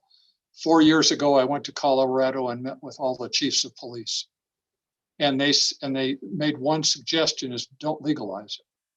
A year later, I went back and met with the chiefs of police of Colorado, and they said it was too late, that it had been passed, a bill had been passed in their state legalizing it, and that they were trying to play catch up to it. A year after that, I went to Oregon and met with Oregon state officials, and they had the same concern, that it was now going to be very, very difficult to try to regulate now it had been passed by the vote of the people. So with those things, I think we were going to have a kind of a rough road ahead to try to figure out where we go, what should be legal or not legal, but what ordinance or rules or policies we have to establish within the county. And plus, some of this again relates back to public education. We probably have an obligation out there, and health may talk about this later, but to educate these people about what is legal and not, and what impacts that marijuana will have, health impacts as well, not just criminal justice impacts on themselves. So with that, I don't need to add anything else, but I'm certainly available for questions after everyone is done. Thank you. Great. Thank you, Sheriff Driscoll. Appreciate your comments today. Mr. Chair and members of the board, the next item we would like to review is from our Community Development Director, Jay Krisselman. If you recall, back in 2010, medical marijuana, actually, I believe it was Prop 203, passed just over, I think it was just over 50%. It was pretty narrowly passed. But during that time, the county did have a pretty significant discussion about zoning and dispensaries. And so I've asked Jay just to put a couple of slides together just to review with the board what we currently have in our zoning code and how we currently regulate dispensaries within the county. Jay? Thank you, Joanne. I appreciate that. Mr. Chair and supervisors of the board, good afternoon. I'm Jay Kristelman. Looking forward to visiting with all of you today, and thank you for the opportunity to present. With regards to, thank you, John, or Eric, with regards to zoning and dispensaries and cultivation facilities for that matter, I believe it was in 2010, Joanne, correct me if I'm wrong, when medical marijuana was approved, the county community development modified the zoning ordinance then to align with the state approvals for these uses. So currently, dispensaries are permissible by right through an administrative permit process in both of our commercial zones and all of the industrial zones. Now, the conditions of that administrative permit are on the next slide. Thank you so much for advancing it. So medical marijuana dispensaries shall be located in a permanent building. They can't be in a mobile unit. They must have a secure entrance. So all of these conditions are actually mirrored the state requirements, which is how the county had done that back in 2010. And then they shall be a maximum of 2,500 gross square feet. It is interesting to note that there currently is a dispensary in Coconino County. It's on Highway 89 on the west side, shortly before you get to Townsend, Winona. So that's the only one that currently exists in the county. There is a cultivation facility out in the greater Belmont area, and all of those meet these requirements with the state. Next slide, please. Thank you so much. Now, additional state provisions require that they're not within 500 feet of a school. They're limited hours of operation, which are 8 a.m. to 8 p.m. They can't have a drive-through service, and no emissions of any kind from the dispensary are permissible. So staff does look at all of these requirements before we can issue an administrative permit for the use. And much like County Attorney Ring and Mr. Sheriff said, the county zoning ordinance currently views dispensary no different than a point of sale for alcohol. So with that, I will be happy to take any questions. Or I think, Joanne, you said you wanted to wait till the end for questions. Jay, I think I do. I wanted to just check with the chair to make sure he's okay with that, but I think just having the entire discussion and then questions at the end makes the most sense. Great, thank you.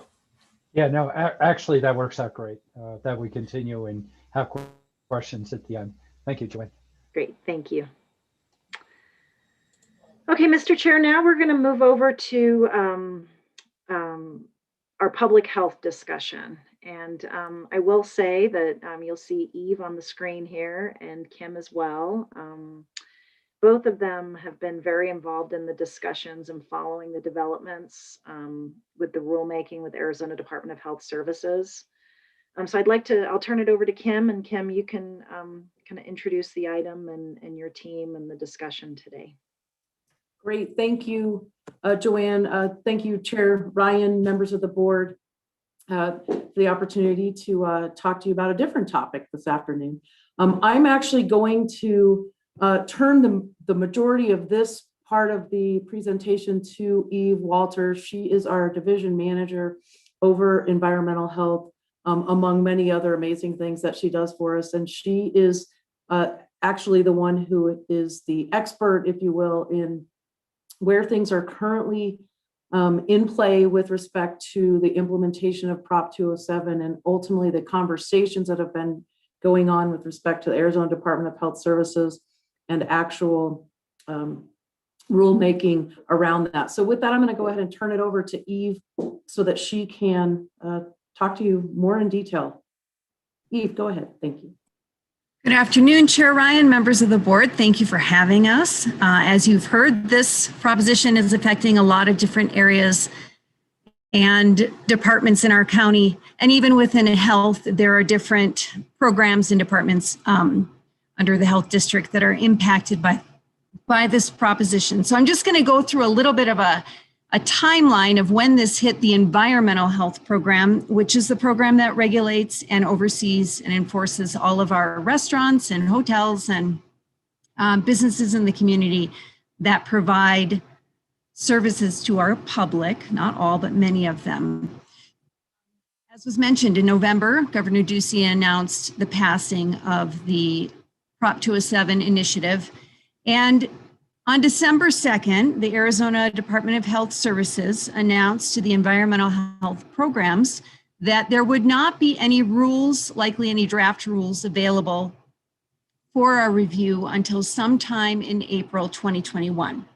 So it was left as kind of this unknown that this legislation had passed, but it was the cart before the horse. We really didn't have the rules available to look at and make comment on. From that point, on December 16th, draft rules were developed by ADHS. However, counties were not available that those draft rules had been written and were not invited to review them. On January 15th, the draft rules were finalized by ADHS, and ADHS also posted on their website that new facilities were invited to apply for licenses starting January 19th. So at this point, counties still have no idea that any of this is going on in the background. On January 27th, environmental health programs were informed that the finalized rules had been posted. And this only came up because Maricopa County started getting applications for new establishments to open up, and they were denying them. And so at one of our statewide environmental health meetings, this came to the forefront, and ADHS notified the counties that yes, the rules had been finalized, they were posted, and that they had also added added to our current delegation agreement for food, these that the environmental health programs would be responsible for regulating and enforcing these marijuana facilities. You could hear a pin drop virtually in that room. There was complete silence, and then there was a flurry of conversation around the importance of counties needing to be notified, and that we couldn't just add to delegation agreements. That's not really how that works. The counties needed the opportunity to go before their boards and discuss with our boards what it was that we were agreeing to. Next slide, please. So after that meeting, very quickly, ADHS realized that they needed to have some additional discussions with the counties. It wasn't as simple as amending an agreement that we had already signed. And it was not clear to any of the environmental health programs at that time either what it was that we would be responsible for. ADHS set up 2 stakeholder meetings. There are more scheduled to discuss the delineation and division of responsibilities. Initially, when it was presented to the programs, it was kind of a carte blanche that we would be responsible for regulating and enforcing these establishments in our communities across the board. So it wasn't clear if it was going to be only the retail end of things or the manufacturing end of things. There were a lot of questions. And these stakeholder meetings were really meant for the counties to have the opportunity to ask questions, get clarity, determine responsibilities, liabilities, sphere of control with this new legislation. And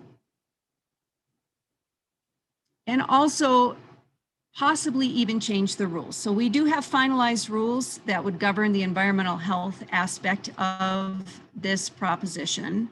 But my understanding is that we have a 6-month window that counties could push back and ask to amend those rules, even though they've been finalized. One of the main sticking points for the majority of counties is that marijuana products, in whatever form they are, a derivative of marijuana or the leaf itself, are not an approved food additive under the FDA food code.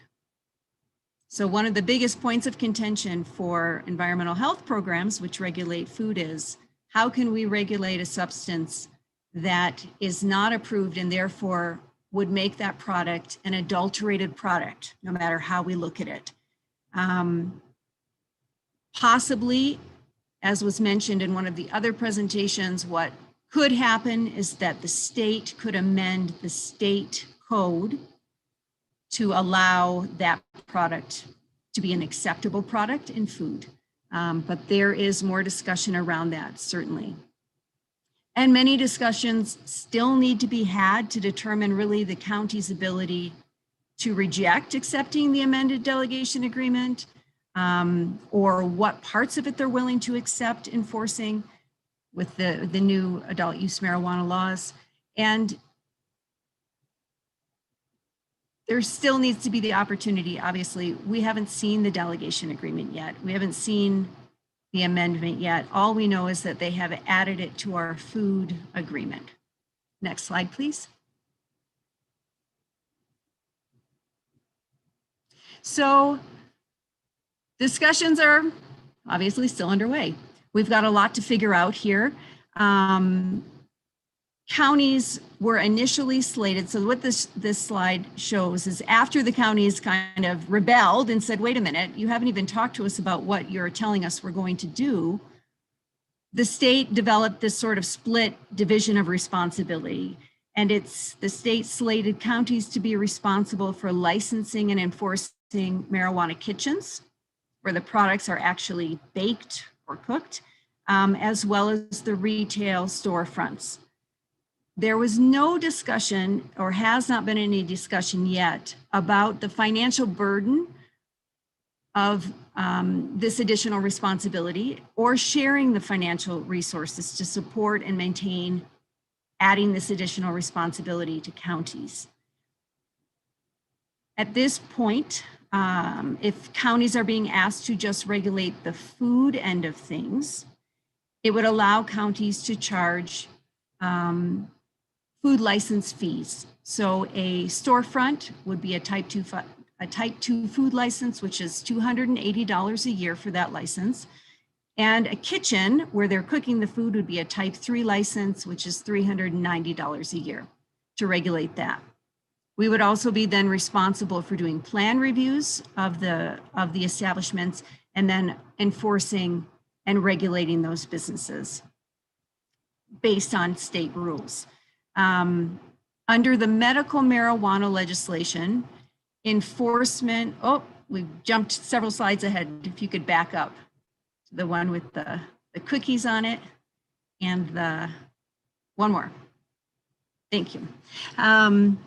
So under current medical marijuana legislation, enforcement falls to the state because the state licenses those facilities. As some of you may know, or all of you may be aware, in Coconino. Just to interrupt you a second, did you want the slide with the cookies on it? Because that's not the one that's up right now. Colleen, can you move? There we go. Thank you. Cookies look delicious. There you go. So in Coconino County, we, environmental health does have a hand in medical marijuana facilities.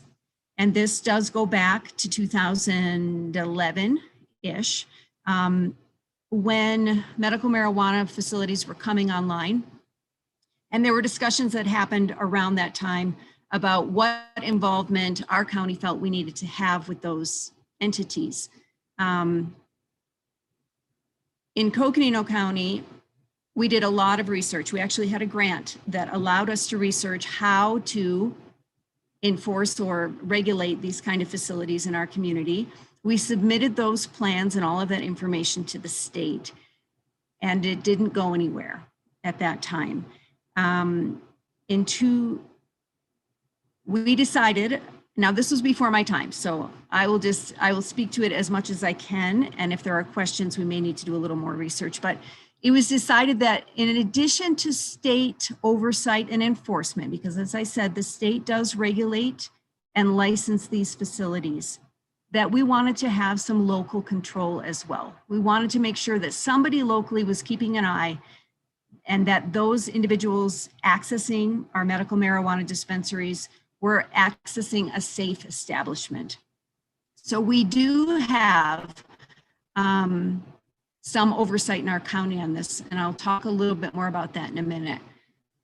Under the new legislation and rules, I'm going to jump back here to the finance part of this. ADHS will be responsible for the initial licensing to operate, just as they are with medical marijuana facilities currently. That license fee is $25,000.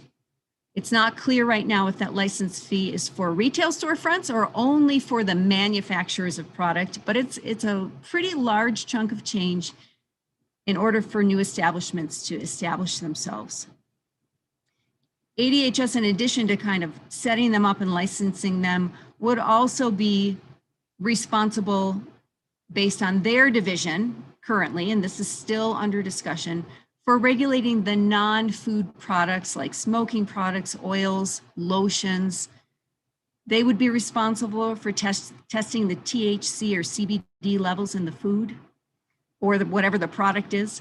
They would also be responsible for testing to make sure that other adulterative kind of substances are not involved, like pesticides in that product. They would be responsible for the cultivation and the growing and extraction, so the manufacturing end of things. And they would be responsible to ensure that marijuana used in these products came from an approved source. As a note, as inspectors going in, if we are asked to inspect and regulate the kitchen part and the food part, we would need proof that those products have been lab tested for potency and purity. And we would also need to see proof that those products came from a certified and approved licensed facility. Currently, under the medical marijuana laws, counties do not have access to that information. The state is very protective of, for HIPAA laws and other reasons, of the medical marijuana facilities. And so counties really don't have any knowledge of what's going on with those facilities or access to records to see that those establishments are following the rules and using proper and approved substances, which is one of the reasons why Coconino County made the decision in 2014 to adopt our own medical marijuana code. And now you can change slides. That would be great.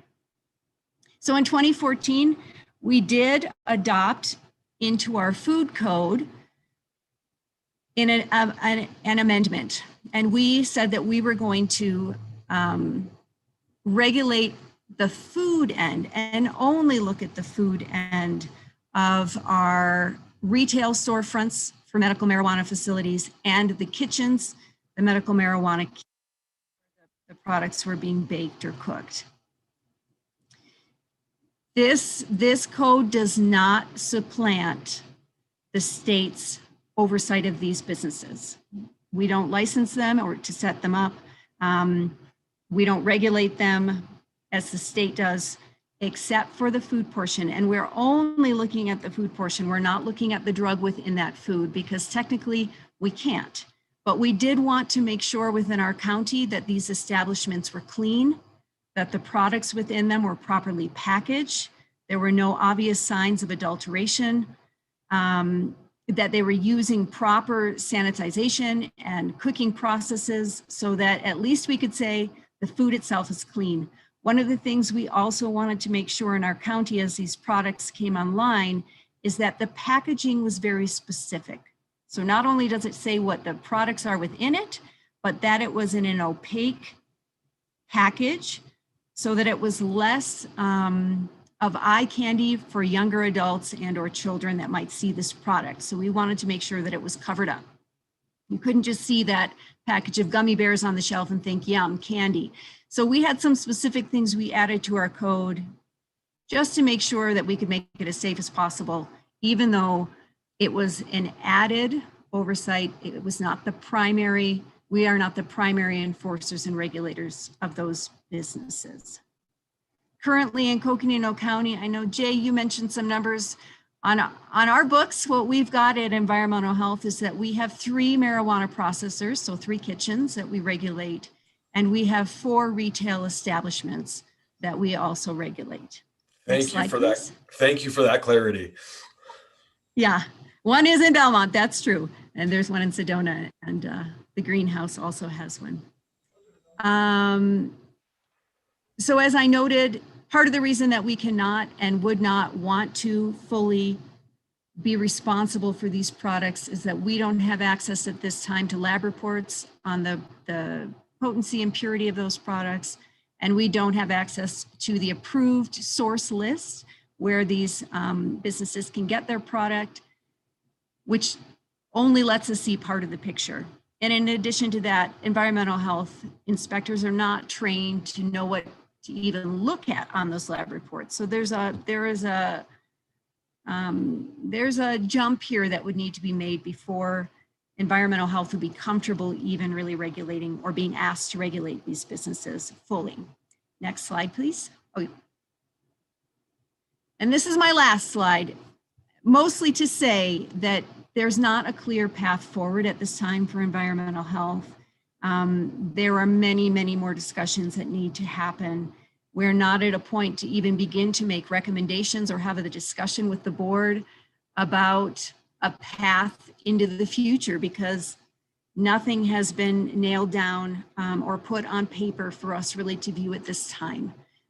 It's clear from conversation with the state that there is an expectation that counties will regulate some portion of these new and opened up marijuana establishments.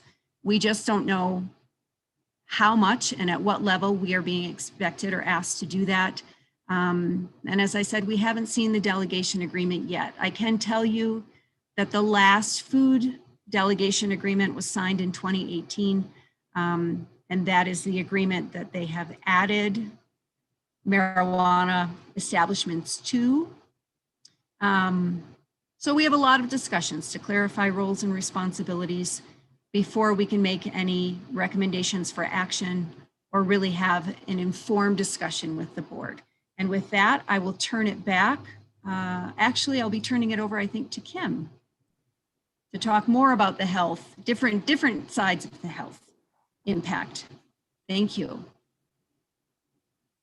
Thank you, Eve. And I just want to say I appreciate Eve and the thoroughness in which she has educated herself and also continues to advocate on behalf of the county and to question at the state level, in particular, our discussions about how this funding by way of the license fees that she talked about, what is the impact going to be and how is that going to flow to the counties, depending on what does become our responsibility. So we look forward to learning more about that and having the board engaged in those policy decisions that we can hopefully have some impact with prior to having us be handed something that we are then responsible for regulating, and then of course not necessarily even having the fiscal support to do so. So with that, I just want to take a few minutes, and I know there's I'm sure lots of questions. So I just kind of wanted to briefly present this part of the discussion regarding public health related funding that was part of the proposition, let you know kind of what we've heard already from Arizona Department of Health with respect to some of the funding that is specifically a transfer from the medical marijuana fund. And we did just receive this information not even 2 weeks ago at one of our health officer meetings, and just wanted to share a little bit in terms of the funding kind of flow that has been proposed and that was part of this proposition, just so the board has awareness, and certainly we'll be coming back as we learn more as we go forward and how this is going to roll out. But I just wanted to touch here in terms of what was on the screen here is about this $10 million transfer to the Arizona Department of Health from the medical marijuana fund. And there's a whole list of things that are encompassed in that $10 million transfer, including, and the one that is going to be rolling out soon, very soon, by July 1st, as a matter of fact, is the suicide mortality review. And some of these programs are going to be happening soon and others are going to be developing over time, of course, depending on the actual funding flow. But the suicide mortality review team is actually scheduled to begin on July 1st in 2021. We were asked as public health entities if we would be ready to receive that funding by July 1 to implement a suicide mortality review. As most of you are aware, and for those of you who aren't, we have had for several years a child fatality review team that has reviewed all child-related deaths, and this is an establishment of a suicide mortality review, which I think is actually very important given the incredibly high rates of suicide that we have in Coconino County in general, and certainly at many ages, crossing many age platforms, but certainly within our youth. There's also some additional things identified here, such as suicide prevention, youth help, substance use prevention, adverse childhood experiences, chronic pain self-management, maternal mortality review and maternal health, poison control system, an Arizona health improvement plan, emergency medical services, and so forth. So that's just a few of those categories. Next slide, please. The considerations with respect to this $10 million transfer, as they were reported to us from Arizona Department of Health, is that one-time transfer from the medical marijuana fund. These are to be non-reverting funds, and that these planned expenditures are for the course of the next few fiscal years. It's intended to fill some holes in existing programs and also fund some previously unfunded programs, as well as programs specific to partner and stakeholder interests. Next slide, please. The suicide mortality review team, as I had previously mentioned, this is in fact the one that is targeted to begin being funded with funds flowing from Arizona Department of Health to HHS to begin July 1st of 2021. This review team was authorized back in March of 2020 by Senate Bill 1523, which was a mental health omnibus bill. And ADHS is going to utilize Prop 207 funding to start and maintain the program. So overall, statewide, they're allocating $675,000 per year for establishing local teams. As I indicated, beginning on July 1st, and Coconino County will receive $50,000 of this $675,000. And that number is actually calculated based off of the number of suicides per year. Next slide, please. The additional components related to this $10 million is outlined, and this was also part of the actual proposition, which indicated $4 million to distribute grants to qualified nonprofit entities to provide outreach to individuals who might be eligible to file petitions for expungement and will assist with the expungement petition process. These grants must be awarded by June 30th of 2021.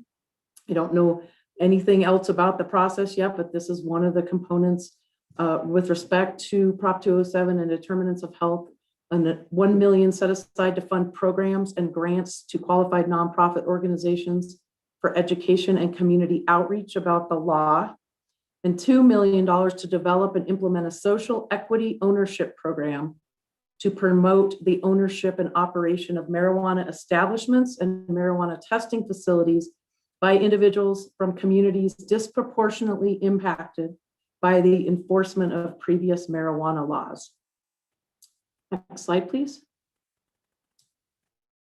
And then the Justice Reinvestment Fund, which is to be established with 10% of the revenue after the other expenses are accounted for, which includes a breakdown of 35% of that 10% of the revenue, an estimated $4.8 million in fiscal year 24. So they're accounting for the revenue and what they anticipate having by fiscal year 24 to go to county health departments to provide justice reinvestment programs. And this will be allocated based on the population of the county, may provide programs or distribute grants to nonprofit organizations as well as part of that 35%. And then another 35% estimated, also approximately 4.8 million for grants to qualified nonprofit organizations to provide justice reinvestment programs, as we had discussed on the slide previous, and then 30% estimated at just over 4 million to the Arizona Department of Health Services for other important public health issues affecting the state. Next slide, please. So what exactly is justice reinvestment?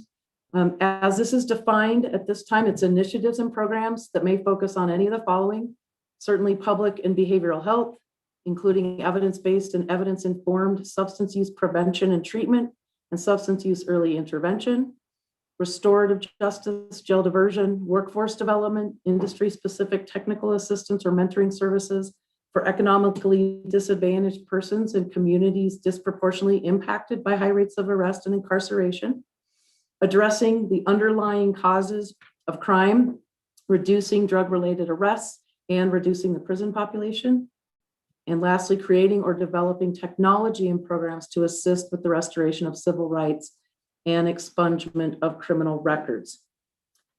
So with that, this again today was just designed to be an introduction, an overview of the things that we are hearing.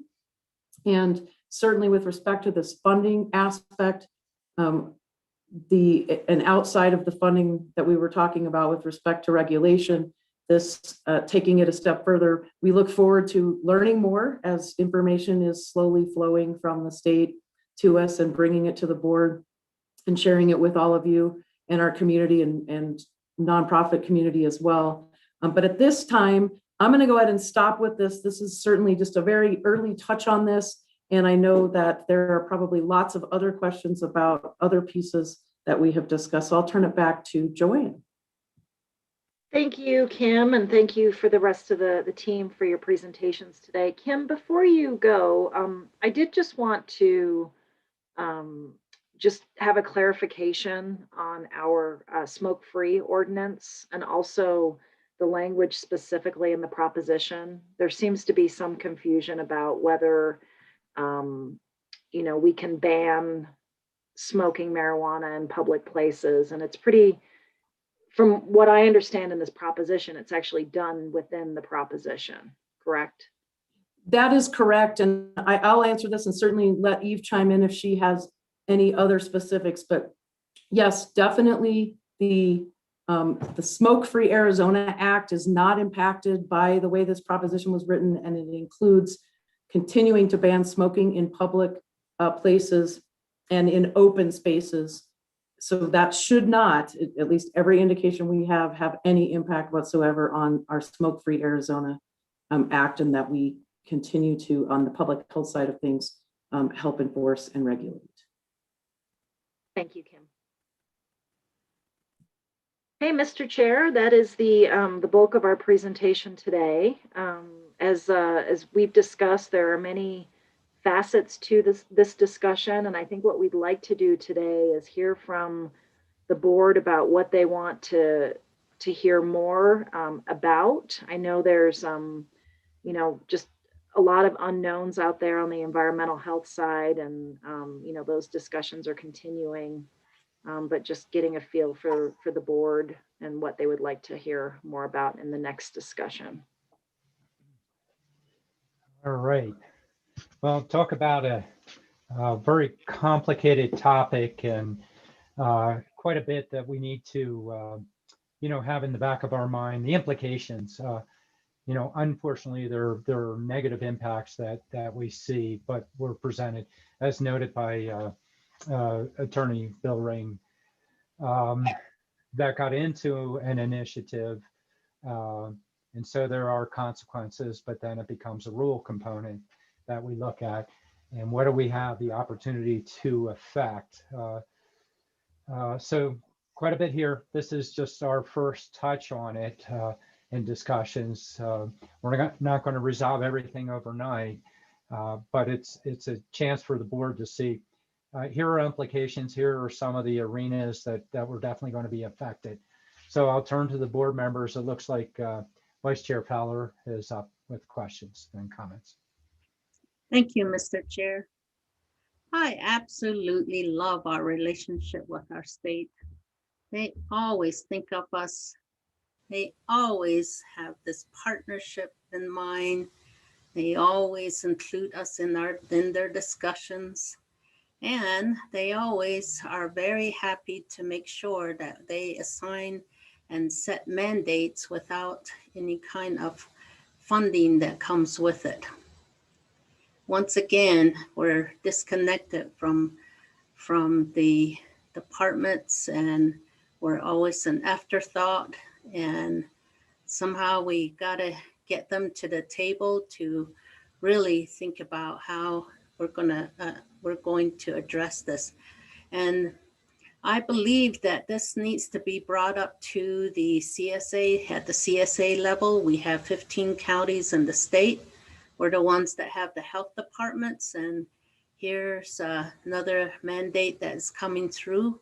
We're the ones that have to do the implementation, and there is no extra resources that we can tap into in our courts, our legal, and our health department.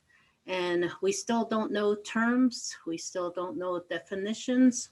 We don't have any parameters as to where we should be working. So I just believe that maybe all the counties can need to come together and have a conversation with the health departments. I know our staff are doing as much as they can, but in meeting with the governor and the health department and the 15 counties, maybe we will be able to speed this along, because these dates on when it's already happening, and here we still don't know.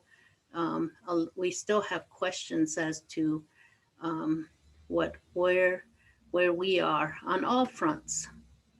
And we still need to develop a policy, but what's that policy going to be? Where's our guidance? So anyway, that would be what I say. And thank you so much, staff, for trying to stay ahead of this. I know you all have been working on this, and our county attorney, sheriff's office. There's just really a lot of questions.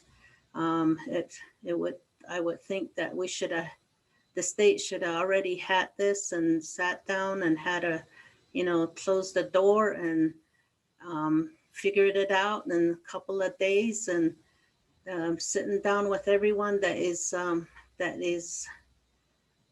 needs to be at the table, but it didn't happen. So it's just being dragged on. So that would be my comment on this. It's just a lot of questions. And we have, anyway, that would be all I say right now. Thank you. Yeah, I really don't have questions, because it's just information for now. Thank you. Okay. And probably should note, now I recognize it, Vice Chair Fowler, but when you said you love the state for everything they did, I believe you were saying that sarcastically. Exactly, because this is our experience with the state. We're doing that with the vaccines. We're doing that with testing. Once again, we're still there again with the state. This is our relationship with them. And then mandates come along, and we absorb that, and usually comes without any resources. And it looks like that's where we're at with this one again. We have these fundings, but not to administer and not to hire more staff to be able to handle this extra work that's been just given over to the health department. All right. And our community development, our sheriffs, our county attorneys, our courts, there isn't any dollars for that. Mm-hmm. So that's why I'm saying it's another mandate without funding that comes along with it, no resources for us, plus no guidance still. Okay. Thank you. Thank you, Vice Chair. Before I hop up with other board members, I might have just a couple questions. It's a broad range, and we're not going to cover everything. Pieces of this are, we're frustrated by the same token, where can we affect it? And we seek guidance, for those of you that are on the front lines, as we, there are areas, as noted by Vice Chair Fowler, that we do have County Supervisors Association, and our health departments are tied together, talking to each other. We usually work issues up, but it's a challenging year. We have a lot of mandates, and as much as we say we don't want these to happen, our battles are very difficult right now. So it fits in with the Vice Chair's comments. Even so, we continue the fight, and we need to put pressure in the right direction, see if we can affect some policy changes, particularly with rules. Before I go to that, I do want to turn to an area that I think is almost in control. But Jay, with your presentation, at this point, I think our ordinance is pretty effective for what we established, at least where these sites are located. Is there anything else that you see and or have thoughts associated with modification to our ordinance? Mr. Chair, thank you for that. I would agree that it does work well.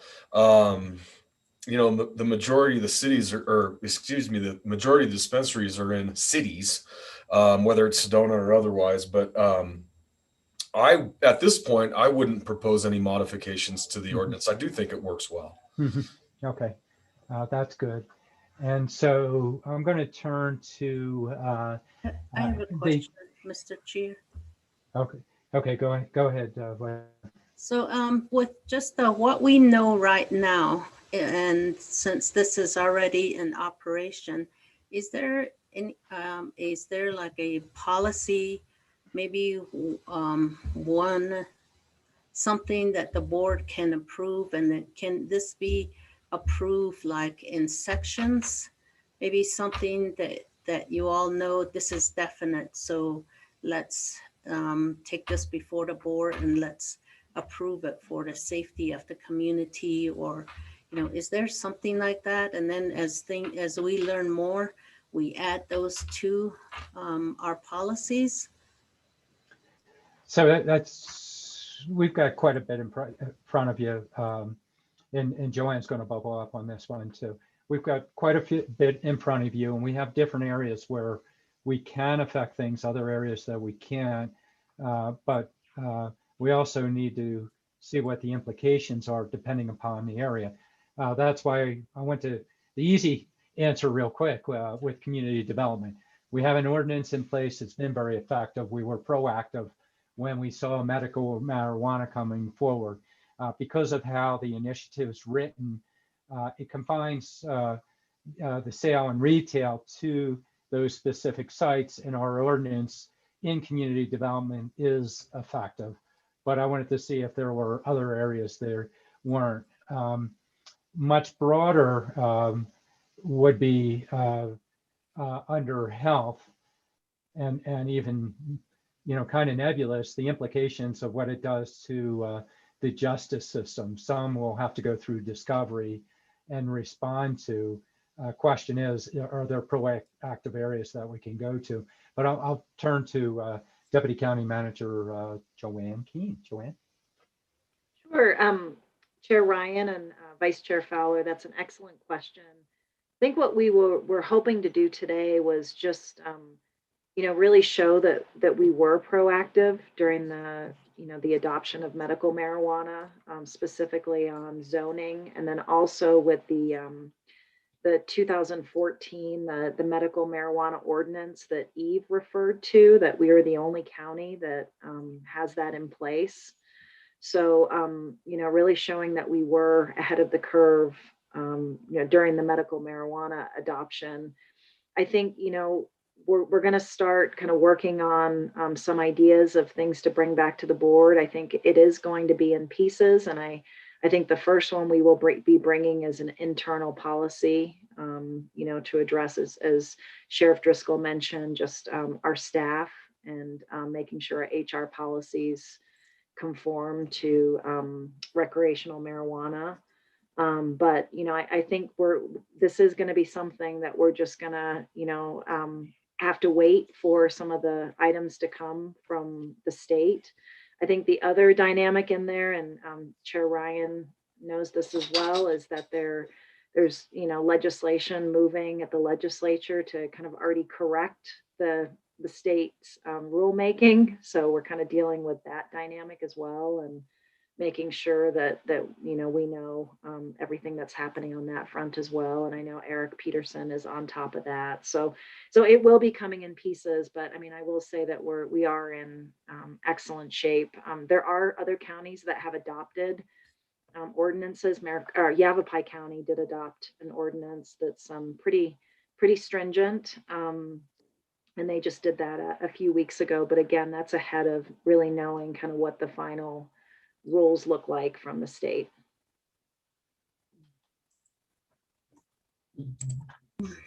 Let me swing back here. I want to turn to kind of the dynamic duo of health here with Kim and Eve. Eve, it's unfortunate. Periodically we see these areas. Normally it's a collaborative effort, even though rule makers, they're going to dictate, but often it's collaborative that they came out and announced what their rules were without involvement. Obviously is frustrating, although with the pushback that you've made in the health arena, it creates further opportunity with discussions. But you had mentioned the timeline associated with it when they initially came out with the rule. And since there's a little bit more flexibility and the opportunity to give some more input, not a lot more, but some more, hopefully more, where are these deadlines? Are they modifying at all in terms of comments associated with them? So Eve, I'm going to ask you to answer that because I know you were just recently on one of those meetings, I think as late as yesterday. So I'll let you go ahead and share that with the board. Yeah, thank you, Chair Ryan, for the question. There are not timelines that have been laid out, unfortunately. I think the first thing that really needs to happen here is that counties are asking to see what it is that the state is proposing that they want us to do, and making sure that we're given time to present that to our boards. But they have not rolled out a timeline for us by which that will all happen. I will say to Supervisor Fowler's comment about the CSA being involved, we have had a CSA representative on those meetings taking notes, bringing that information back. In fact, she called me directly. We had a long conversation about this. So we do have some of that representation there. And I also know that county attorneys are having very similar conversations around the state with CSA members' involvement as well. So I wish I could tell you when we have a time frame for when we could bring back or present to the board some more information. I don't have a date on that. I would say that much like the zoning code, we're fortunate compared to other counties in that we do have a structure in place. We're not letting our residents just haphazardly go into establishments with no kind of local understanding of what's happening in those establishments. We have some comfort with it compared to other counties. So we are ahead of the curve compared to what other counties are facing right now. There's still decisions to be made around how much we want to take on as a county, absolutely, but we are doing better than some. And as soon as we have a date for you, I will certainly make sure that that gets to the board. And a piece of the question associated with that is because we can up our game a little bit, maybe more so on the rulemaking. How can we affect it more? For you guys are the practitioners by the same token, and the pushback with you unifying is really good. Just as noted over in ACO with county attorneys and with the sheriffs, they have been, I know they've been discussing and trying to come up with recommendations. Swing back to the health field, strong implications. Do we consider a delegation agreement? The virtue of what we have with the delegation, as you noted, is when the state's regulating, they barely have enough people to come in.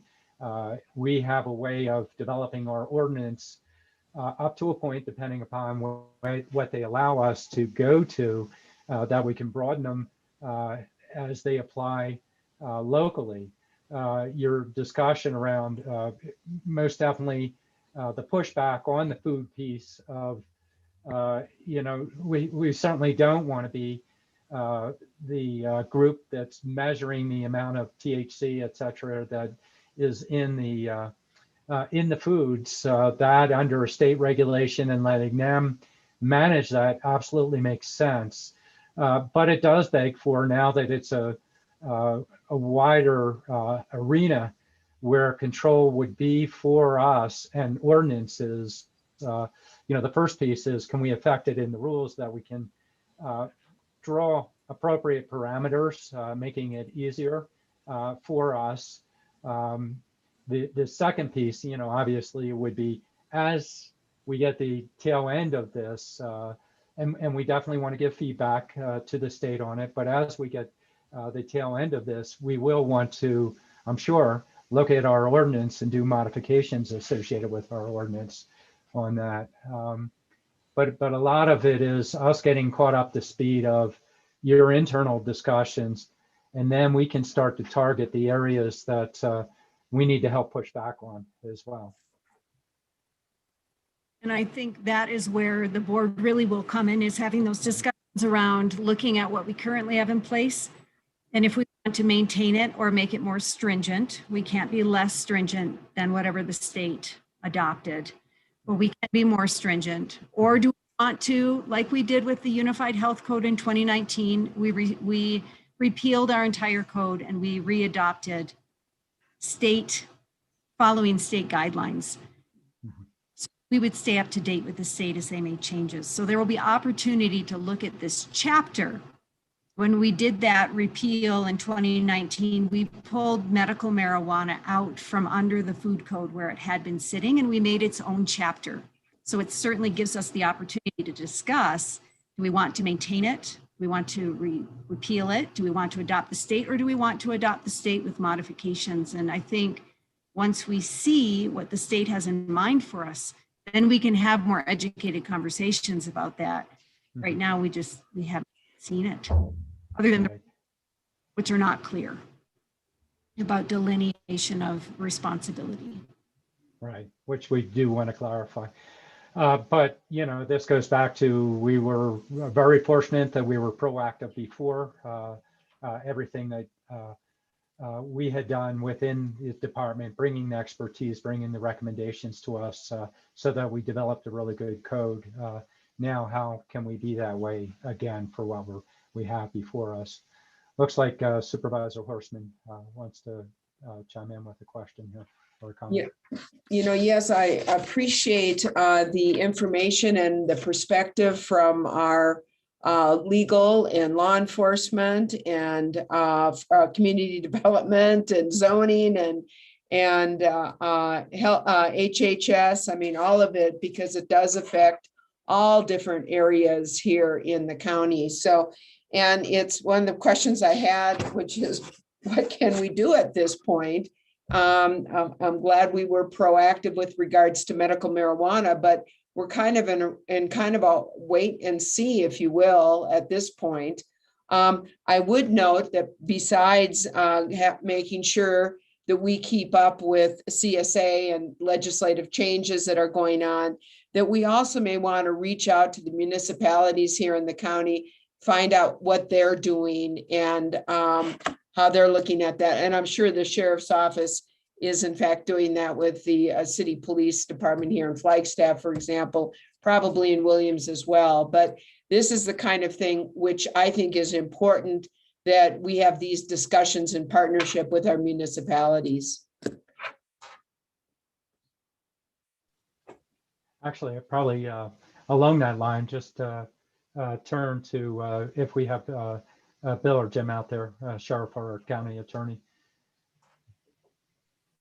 Okay, yeah, this is Jim Driscoll. We've had discussions with the police already. And, you know, there's some things we're looking at, waiting and seeing as well on some of these things. But because, you know, I think we're all in that mode of, we don't want to be the first one out of the box here and create something that's going to cause us problems too. But yeah, we'll be meeting with the other law enforcement agencies around the community and the state, and we'll seek guidance as well in what and how we enforce things as well from probably our law enforcement agencies around the state. Thank you. Mr. Chair, it looks like County Attorney Ring got, he's no longer a panelist, but he's an attendee and he has his hand up, so that he can let him in. Oh, that means, Eric, you need to bring him in there. And we did not kick him out of the. I don't have that magic button. Yeah. Eric, are you working on that? He's rejoining right now. Okay. Oh, okay. Thank you, Eric.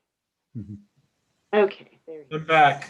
All right. I never really left, but I just wound up out in the chat room. There was just a couple of thoughts for you, Matt, to respond to county attorneys around the state. There's different approaches, actually. I think we are a conscientious county. We want to stay engaged on these issues. There's a couple other colleagues out there in the state that are engaged on the issues. Many are, I would say a majority are taking a wait and see approach. I don't, I understand the wisdom of that. I don't always recommend it. One thing that we are in this county is leaders, and so we need to identify issues early and be able to respond to them. I would have two comments for you. One is, it's really interesting to hear about, and I don't mean this in a negative way, the literal confusion over how to regulate a marketplace like this, who has primary responsibility and its impacts. It goes back to my point that the cartels have none of this headwind.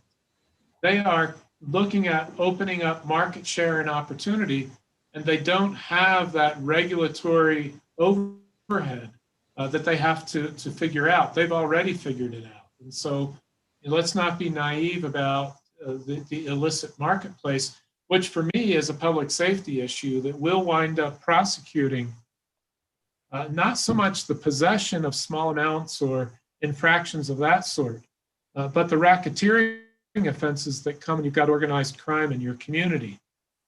So we shouldn't be naive about that. But Mr. Chair, one of the things that we've talked about in terms of budgeting going forward is diversion and deflection. I'm at the legislature right now with a very large bill. It's a one-time expenditure to enhance our diversion courts and create a deflection program. The Prop 207 money for justice enhancement can be a continuous source or a continuous stream of funding to support that program once we create it with these one-time dollars.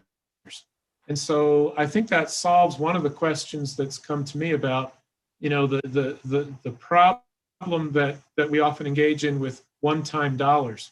We'll have one-time dollars, but we can sustain the effort with the Prop 207 justice enhancement funds. So, if there's a positive in this, I wanted to just draw that to your attention. No, and actually it's also solution-based, which is really good considering the challenges that are unfortunately being thrown before us with this. Implications to just what you're talking about, both you, Bill, and Jim, what your offices will have to address and deal with. So yes, very positive and fits well with our discussions, our interactive discussions, and how can we be leaders? How do we use these opportunities for these? Let me see, I think I have Supervisor Fowler and then I have Supervisor Horstman. Yes, thank you. Thank you, Mr. Chair. So Bill and Jim and Kim, Joanne, everyone here, I'm just wondering, and Jay, you're all different departments, and in one way or another, you're all working on the same issue. I'm just wondering how often you all meet to check in with each other, to say where you're at and what else you need. And for that reason, I'm wondering if we at our county need to organize a group to really oversee our activities and guide us as a board to where to advocate and where we need to nudge something along on our end. That way we're all working together. Because, as we talk about CSA, we talk about ACO, we all belong to these organizations, but they're pretty fragmented there. But here at the county, we should all be, I don't know if you all meet, but maybe that might be a good thing to do, is just form a task force to address this so that there's a flow of information through one group and then being able to decide what's ready to go to the board from there. That's just a question to everyone. Joanne. Sure. Thank you, Chair Ryan and Vice Chair Fowler, we had a kind of an initial meeting prior to Marie's departure in late December. And the goal was to have this discussion with the board, but I actually think that would be an excellent outcome of that discussion today. And I'd be happy to take the lead and pull all of the departments together that are impacted, and we'll create a Prop 207 task force, or we'll form a name, but I think it's an excellent idea. That'd be great. Thank you. All right, let me turn to Supervisor Horstman. Patrice? No, I really was wanting to thank the sheriff and the county attorney for their responses, I guess, to my questions, I guess. So, and I like the idea that Joanne has come up with based on Supervisor Fowler's comments. I think that's a good thing.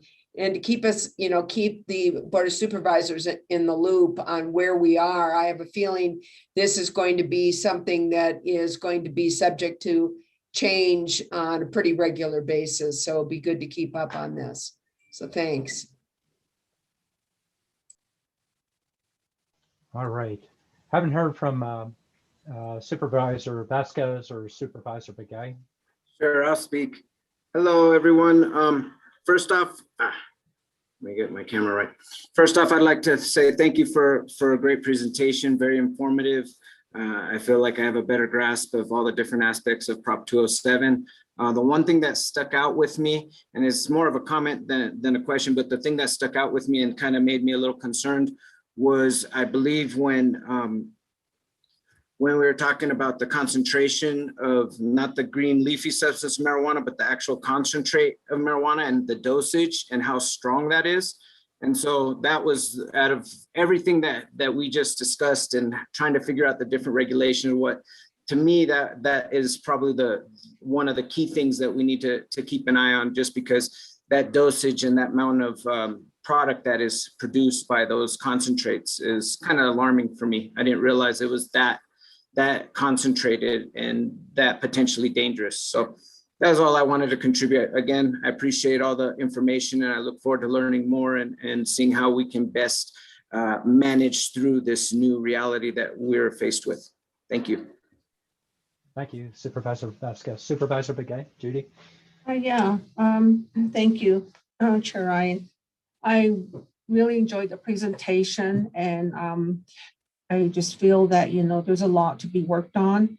And certainly, we do have to have some people come together and discuss these issues, as a whole, especially the programs are affected. And that's something that needs to be done. And also, certainly keep us in the loop, as supervisors. And along the way, we would be informed, and we would also know exactly what's going on.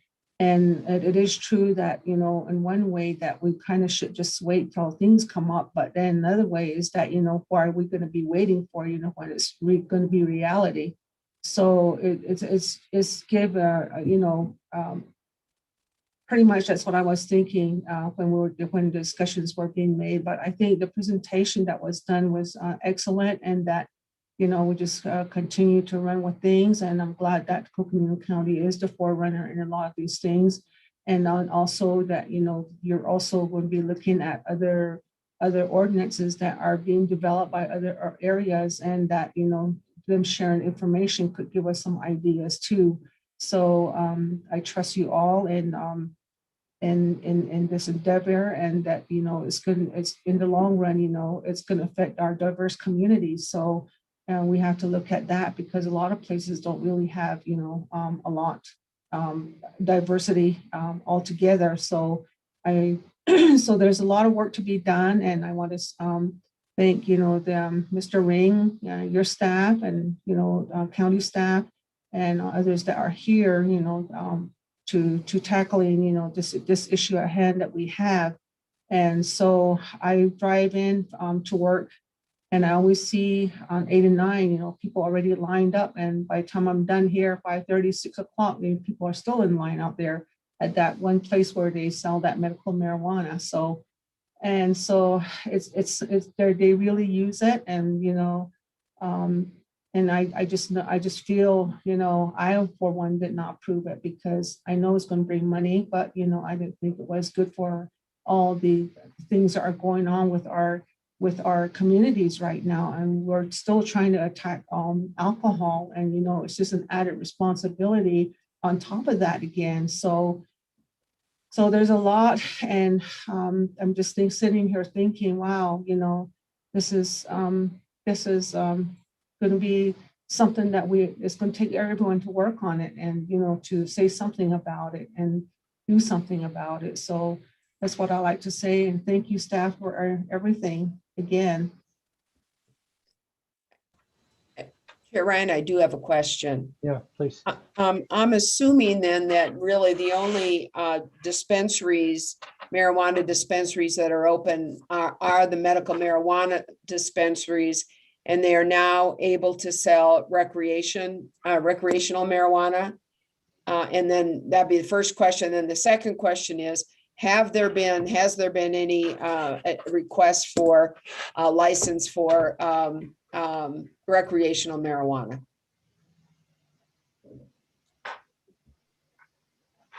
Chair Ryan and Supervisor Horstman, I'll let Kim jump in, but I know that the actual deadline to apply, I believe, is March 9th to the state. So right now, the majority of the dispensaries are the recreational marijuana dispensaries that are now selling recreational marijuana.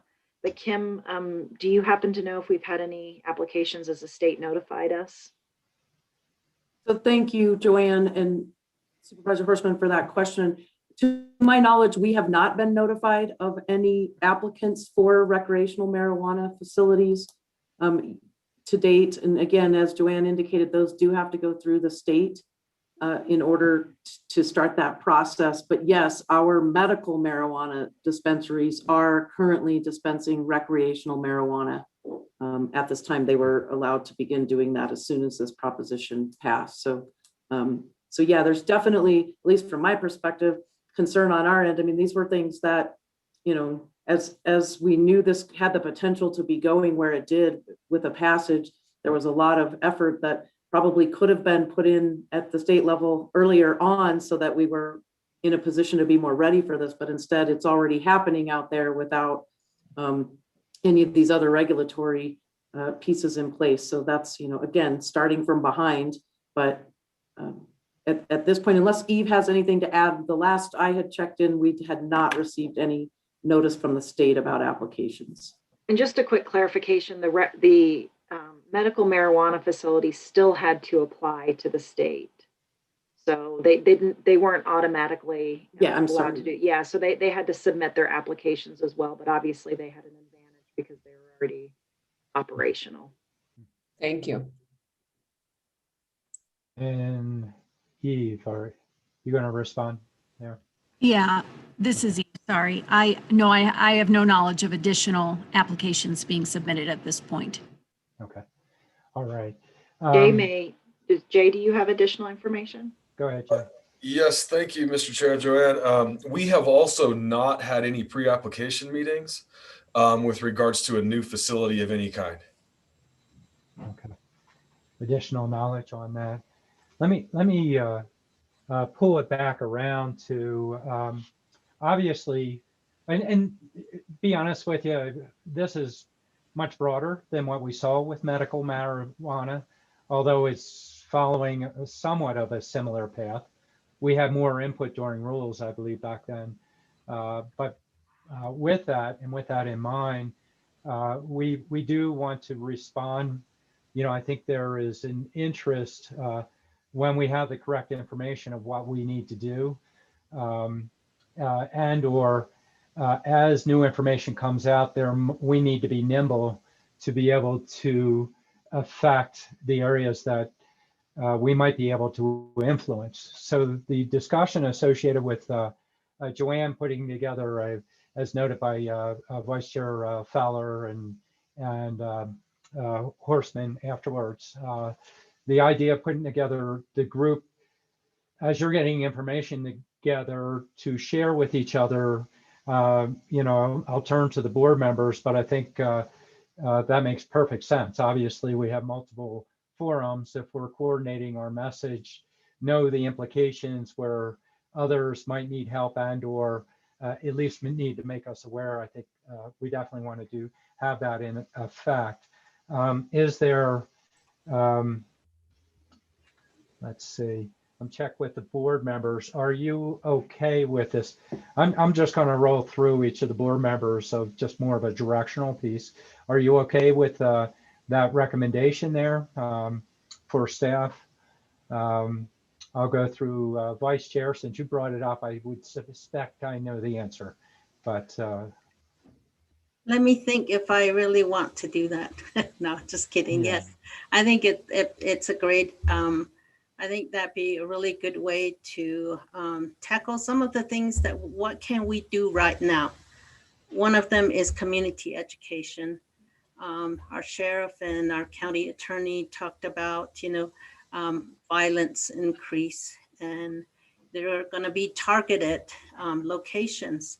So maybe put information together for that, and here's what you do if your business or somebody or your neighborhood is you notice something different, kind of like situational awareness. Start those kinds of training, put a whole program together on that. And then I would say that, the group can really look at the budget too, if and put a budget together, and we turn around and tell the state exactly how much this is going to cost, and what this, and at least inform them, and then try to get some dollars instead of just having an unfunded mandate again. So I think there's some things right now that we can do that's targeted at children, and then to business, to adults, communities, and then we can, there are things that we can do without having to, do these bigger pictures. And once we get those, we'll be ready for those. At least we would have done our own research internally to find out what our capacity is, what our resources, and then who else do we need to bring to the table? Those are all questions that we always have, and you're all so good at it. And I think that's the way to put it together. And then we as a board, advise us where we need to be, where do we need to stand, and what do we need to say. And I mean, we'll be getting regular updates, but it's really good to know if we need to advocate somewhere, and if we need to take some kind of action. I think that group can be our shining light. So thank you. Right. And then I'll roll through. Looks like Supervisor Horseman. Yeah, I think it's a great idea to have an interdepartmental group together here to basically talk about steps going forward, as well as the changes as they get developed down here at the state level. And my guess, there'll be more than one or two lawsuits that come up, and cases that come out as a result of that. I would add, besides the interdepartmental group, which I think is a great idea, to also make sure that includes outreach to our municipal partners, the cities, so that we have a little bit of input and consistency, hopefully, but certainly sharing of information. All right. Before I go on to Supervisor Begay, Joanne, did you want to comment there, or you want to? Chair Ryan and Supervisor Horseman, I was just agreeing, and I actually did not realize this, but the City Council, Flagstaff City Council, actually has a first read on an ordinance tonight. Wow. So Kim and I just communicated, and we'll take a look at it. Yeah, it'd be great. After we watch the meeting. Good. All right. Supervisor Begay, Judy? Yeah, I stated earlier, I think it's very evident that we go ahead and proceed, with the group, and everything that other board members are saying to this point is something that I wish to thank you. All right. And then Supervisor Vasquez. Yes, thank you. I definitely agree that it's a good idea to have an interagency task force or group that investigates this a little more and looks for recommendations. And I'm perfectly comfortable with following up with those recommendations. Thank you. Okay. Joanne, any follow-up on this or? No, Mr. Chair, we will proceed with those recommendations and bring items back to the group as needed. And as I mentioned, the first item will likely be coming back in a few weeks, and that will be our kind of internal HR policies. So thank you for the feedback today, and So it was a great discussion. Just two other pieces. Some of it, just to note that Attorney Bill Ring noted in the chat, Supervisor Vasquez, in the end, it is all about concentration and dosage of the derivatives. For the sake of the board, though, very important, do not, you can read chat, but don't participate in chat so that we're open in our meeting in the discussion. But it's important that these points are brought forward. Similar to notes, and we're in a work session, if we have time, sometimes we'll open it up for public comment. We're in a different realm right now. It's a little bit more difficult to manage with Zoom meetings. Typically, we don't provide public comment during a work session, but the public has an opportunity to see what's being discussed. We're not acting on the measures that we see other than giving direction for the next step in the process. Here, we have a way of gathering a group that can gather information and take recommendations. And this is a great opportunity for the public to know that you have the potential not only to reach out to the board, but also through our health department, through our various offices, sheriff's office, attorney's office, if you have comments. I will note that we have received 2 emails during this meeting from Bernice Carver and Philip Carpenter that we'll have it's kind of hard to review it right now, but we'll have an opportunity to take a look at that. Also refer it over to our departments, encourage you to engage. We've known Bernice for a long time, and Philip for that matter, but we know you will be engaged. We know there are others that have interest out there. Anyway, that you wish to provide comment or assist us as we develop thoughts around what we can do, depending upon which arena, we certainly welcome that and encourage you in that way. And so with that, I think we are doing just fine. Just checking my notes real quick. Okay. Do we have any other follow-up that you need? It sounds like we got everything you need, Joanne, for now. Okay. All right.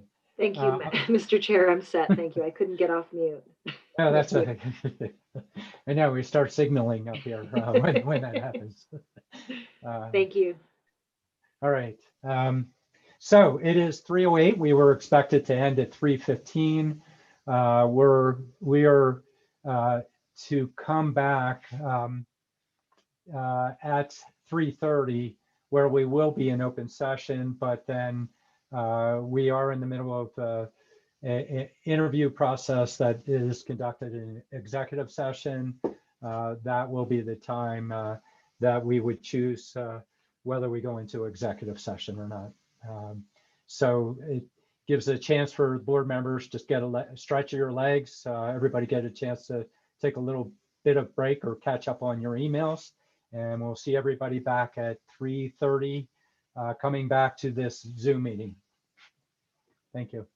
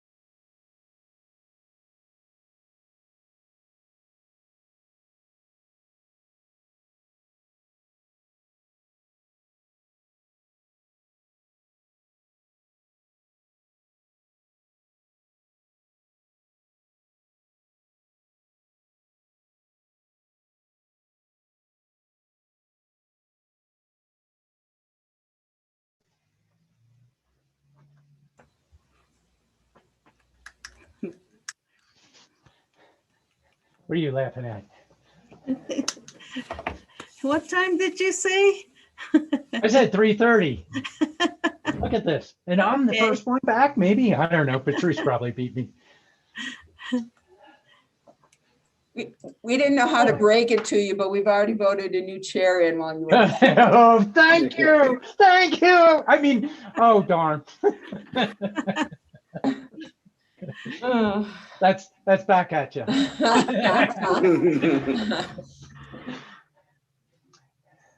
So are we gonna do executive session online, or are we gonna go down and do that in person downstairs? Down in person downstairs. Okay. Oh, I misinformed you. Please. Didn't you read Where my is little everybody? housekeeping thing? Housekeeping thing says walk downstairs. Hi. Who has read what our chair gave us? But you were very good. Nobody responded, which is very good. All right, I'm gonna wait until we looks like we have the full board and we have Lindsay out there and Eric's out there.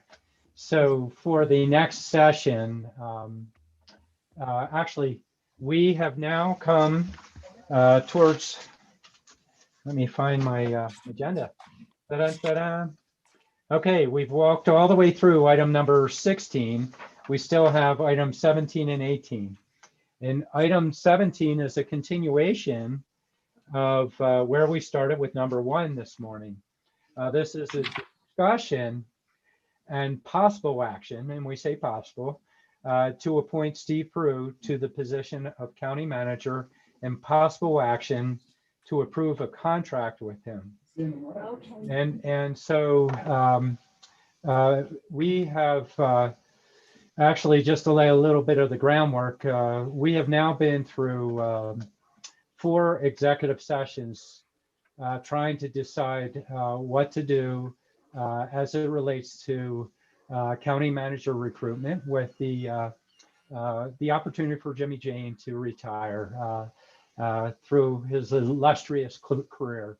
But with that, we did pivot last week and opted to consider another option. And the other option is to interview a former county manager that brings in experience and go through an interview process. We also have had staff and elected officials go through interviews, which lays the groundwork for this executive session. With that, to continue our deliberation, we need to go into executive session. So I would need a motion to do so. I move that we move into executive session to discuss the appointment of Steve Peru to the position of county manager. This is a consideration. So I would, and possible action to approve a contract with him. Which is a possibility. So I have a motion. I need a second. Second. Looks like I have a motion by Vice Chair Fowler, a second by Supervisor Vasquez. All in favor of the motion, vote aye. Aye. Aye. Any opposed? None opposed. Vote is unanimous. So what we need to do, we will come back into open session after the executive session to address item 17, as well as possibly item 18, depending upon our discussions. So at this point, we're stepping out of the Zoom meeting, and we will come back after those discussions.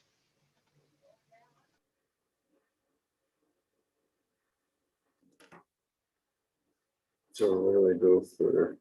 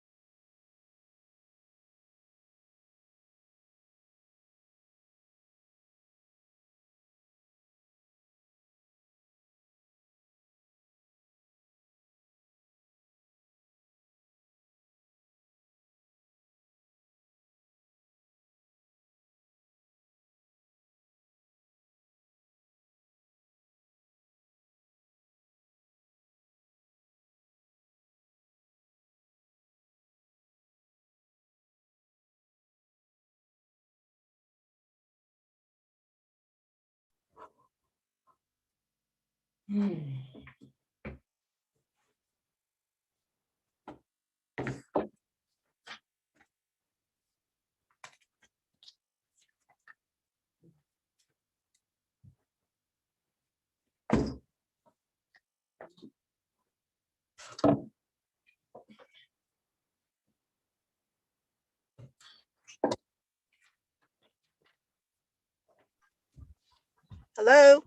Hello.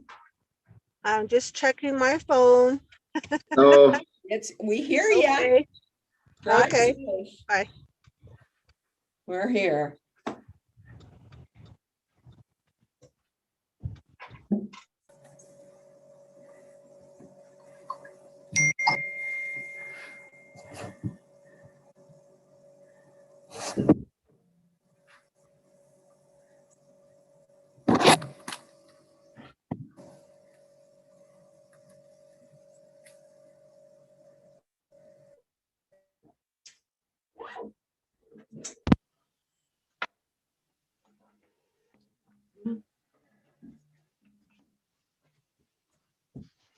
All right.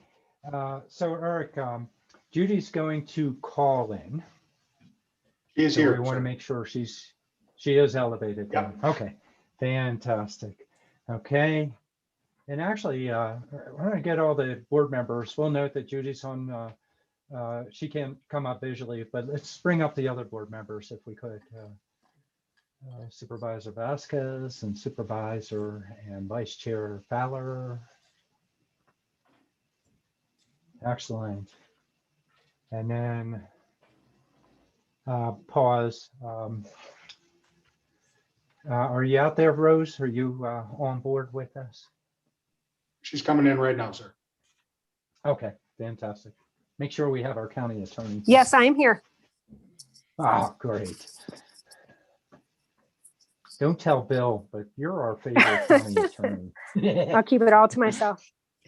Oh, there you go. All right. Good deal. All right, there's Lena popping up visually. Can you pop up visually, Lena?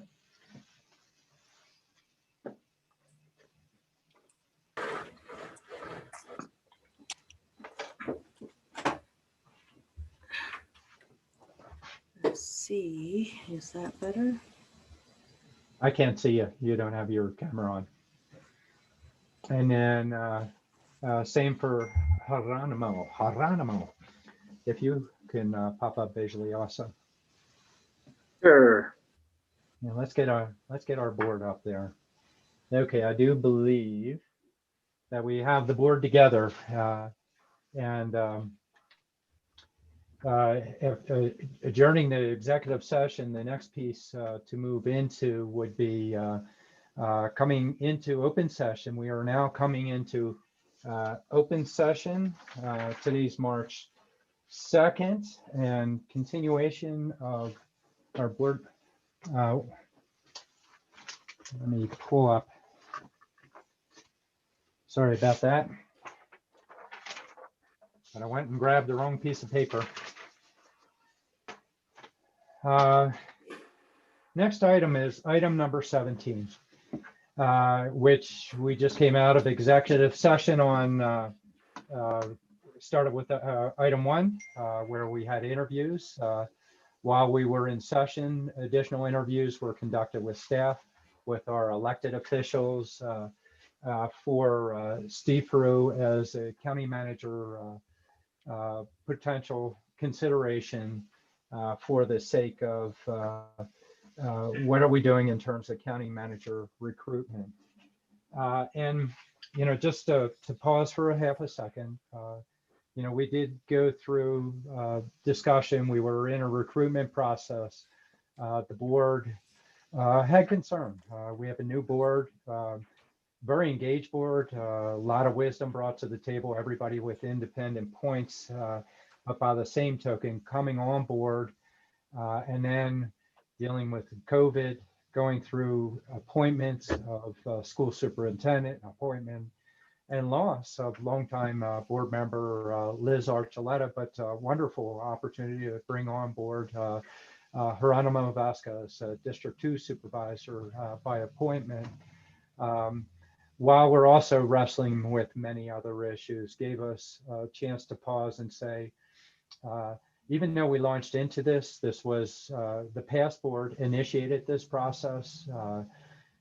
We, as the current board, we're concerned with the process, where we are, and what should we do about that. So we've gone through deliberation of exploring where our concerns were, what our options would be. Had an opportunity to pivot, consider a former county manager as a potential candidate. And with that, that's bringing us present to item number 17, which is a discussion and possible action to appoint Steve Brew to the position of county manager, and a possible action to approve the contract with him. So what I want to do is I want to turn to our board members to outline this, but I'll start by going with I want to go through our newer board members first and allow we from the former board that are now new board members with this new board to comment afterwards. And so let me start off with, I want to start with our youngest and newest board member on this, and then I'll walk my way through it. Supervisor Vasquez. Hello, everyone. I just want to say that I have worked with Mr. Steve Peru beforehand through my work at Killip and some of the nonprofits that he's worked in. And so when his name came up as a candidacy, I was excited. But then through the interview process today and all the discussion, I am even more impressed with the candidate as is. And I'm really excited to be able to work with him moving forward. I think his experience and his connection to the county will serve us immensely in this time during these transition time and all the different subjects that we'll be looking at. So I'm really excited to have the opportunity to work with Mr. Steve Peru. Thank you. All right. I'll turn to Supervisor Begay. It might take a second because she's on the phone.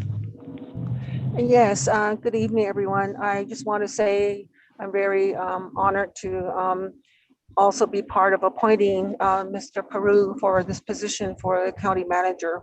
I believe that he has the qualifications and also the experience in helping to run the county for us, and then also with the staff. He's not new to the organization. He has been worked in various capacities within the county. So I have a lot of respect for him, and I do know he is knowledgeable, experienced, and with that, I do support him solely in like appointing him to this position. Thank you. All right, Supervisor Horstman. Yes, good evening, everyone. And I'm glad also that it's before the board here tonight for consideration to appoint Steve Peru to the position of county manager. And, you know, the times, they just brought the alignment of opportunity for us to look at the appointment of Steve Peru, a former county manager, and also it brought into alignment what the county's needs really were at this time, what the challenges that we are facing, and what we need to do to move our county forward. I think Steve Peru, besides his extensive experience here working at the county, almost working his way up various positions within the county, also brought additional experience during this decade that he has left and sought experiences both in the private sector, in public service with CCC, and also with the nonprofit sector with United Way. He gives us the unique ability and opportunity to appoint someone who has the experience as well as sharpen those tools in his toolbox with what he's done during this last decade. He knows the state, he knows the county, he knows many of the county employees, and he knows us. He's the right person at the right time to take us through and to serve the county going forward. And I am very much looking forward to a vote on Steve Peru as the next county manager for Coconino County. All right, Vice Chair Powell. Yes, thank you. We are all, I am very happy that we have someone that grew up here and that has worked its way through the county organization to a county, eventually to a county manager's position. Then he left the county, and I very positive, with a positive experience here, and decided that he was going to work elsewhere. He gained education in all those places that he has worked, which is really going to benefit us. And also, we, in hiring him, we are going to bring someone on that is already familiar with our county, already familiar with our process, already has done a lot of these the policies, some of the departments, and just the way even the budgeting process.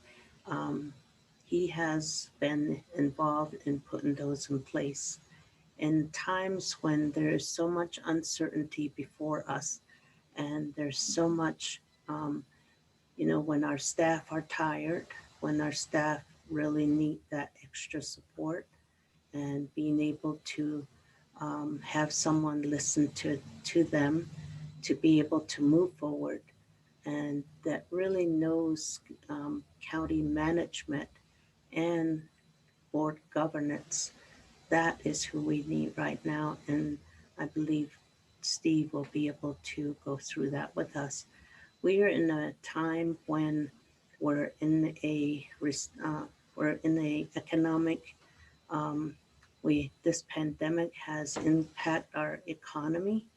It has impacted our families, and it has impacted our staff, and it has impacted all of us, and it really has an impact on our organization. So I am really happy to be able to say that Steve is the right person to come in, and we'll be able to work with him and take us into through these issues, these issues that is before us. We've gone through disasters with him before. The Schultz fire in 2010, a Great Recession in 2007 to we were going out of it in 2009-10, and we were able to stay together and stay whole, and we're able to move through those issues together.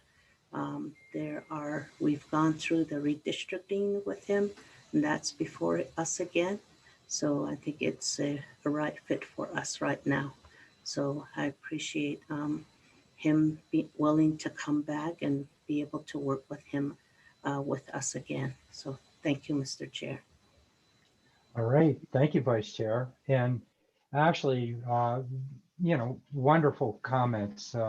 Each board member, we have a new board here. Each board member brings a different perspective. And one of the things that we just did right now is sometimes you have momentum, you have a process rolling along, and it's a good intent. It seems right for everything, but we do have unique circumstances. I would venture to say extraordinary circumstances.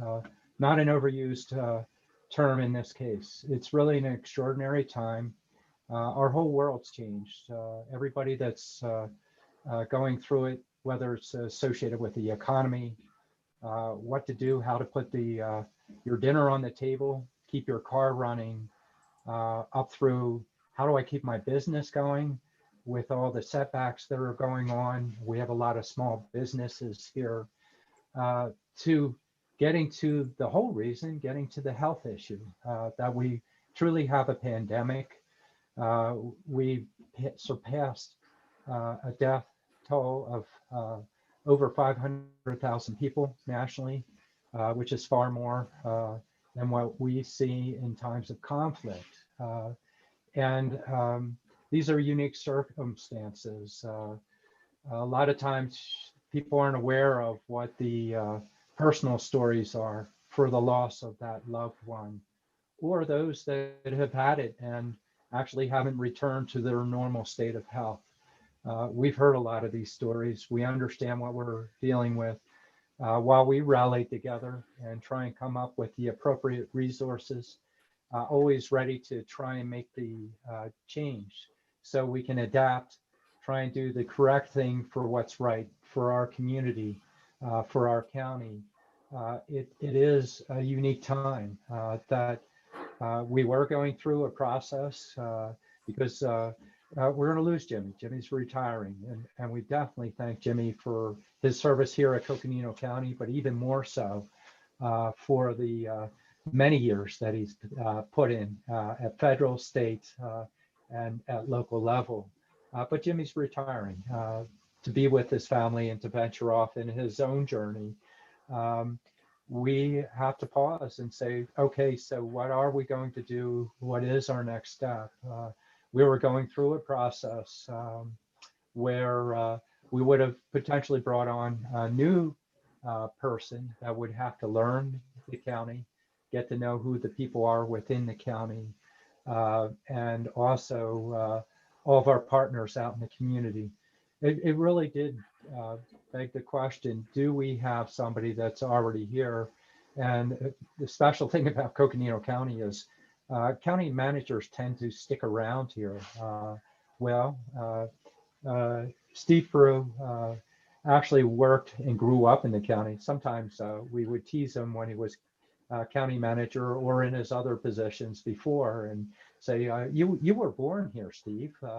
You sure you were of the employable age when you first started with the county? And we would tease him with that. But Steve did truly grow up. A lot of people had heard his story. It'd be nice to venture and talk further, but he worked through social programs up into going out and getting his degree, coming back and working in elections, working as an assistant to the county manager. He was the clerk of the board once upon a time. While I've been on the board during my 24 years, Steve served, I believe it was 3 times as interim county manager, where at that time, when it was time, we didn't go through a recruitment. We actually knew we had the right person here to run the county at that time. And we appointed Steve as county manager, and he served for 6 years as manager. The last piece on that, though, is he did venture off. He had spent 30 years working with the county, went out to the private sector, also back into the public sector, worked in nonprofits, gained additional skills to bring back, and years of wisdom. There's a virtue of that. And so a lot of feedback that we were getting associated with his interviews with others were very positive. Also, in this consideration, while we're pivoting to take a look at him, there have been a lot of comments from community members, often on Facebook and in other forums, just positive in terms of this pivot that the board is deciding. It seems like right now, we hadn't decided, although we had momentum of this is a different choice, but we had to go through this process. Let's make sure we give a chance for internal interviews as well as for this new board to consider Steve. Once you see who he is, I know he is most definitely a great candidate, a really good person that I really would love to have here to help guide us, bring a level of harmony back within the organization, but also understand we've changed since he's left and willing to work internally as well as externally with everybody. So with that said, I believe we're at a point that we do need to consider the appointment of Steve Peru, as well as the contract that we have considered, but we have to activate. So I'll turn to, if you don't mind, I'd like to turn to our newest member of the board. And I'm looking to the new members of the board, if we can, to go through helping us make this next decision. So to Supervisor Geronimo Vasquez, if you would. Thank you, Chairman, and thank you for the honor of making this motion. I'd like to motion that we hire on Steve Peru as our new county manager moving forward. And with that motion, would you also add the to approve the contract? And also to, yes, sorry. And in addition to that motion, I'd also like to motion that we approve the contract that we have discussed with Mr. Peru so that we can have this official and move forward. And I will second that motion to approve the appointment and the contract of Steve Peru. All right, I have a motion in a second. So I'm going to call the question. All in favor of this motion, vote aye. Aye. Aye. We have Supervisor Begay out there. I'm going to give her a chance to come off of mute.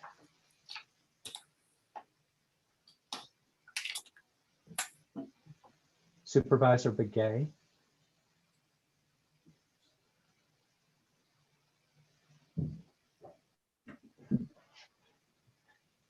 I would bet she's in the past right now.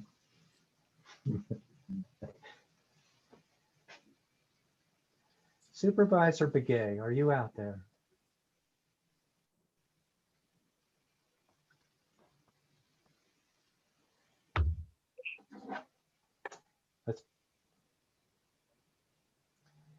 I'm going to delay this just a little minute here, further here. Oopsie daisy.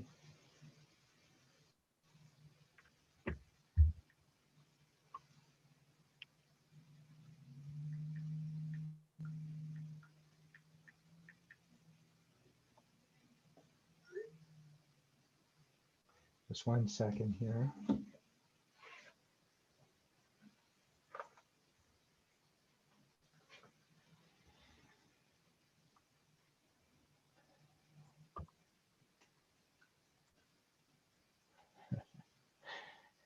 The time of Zoom.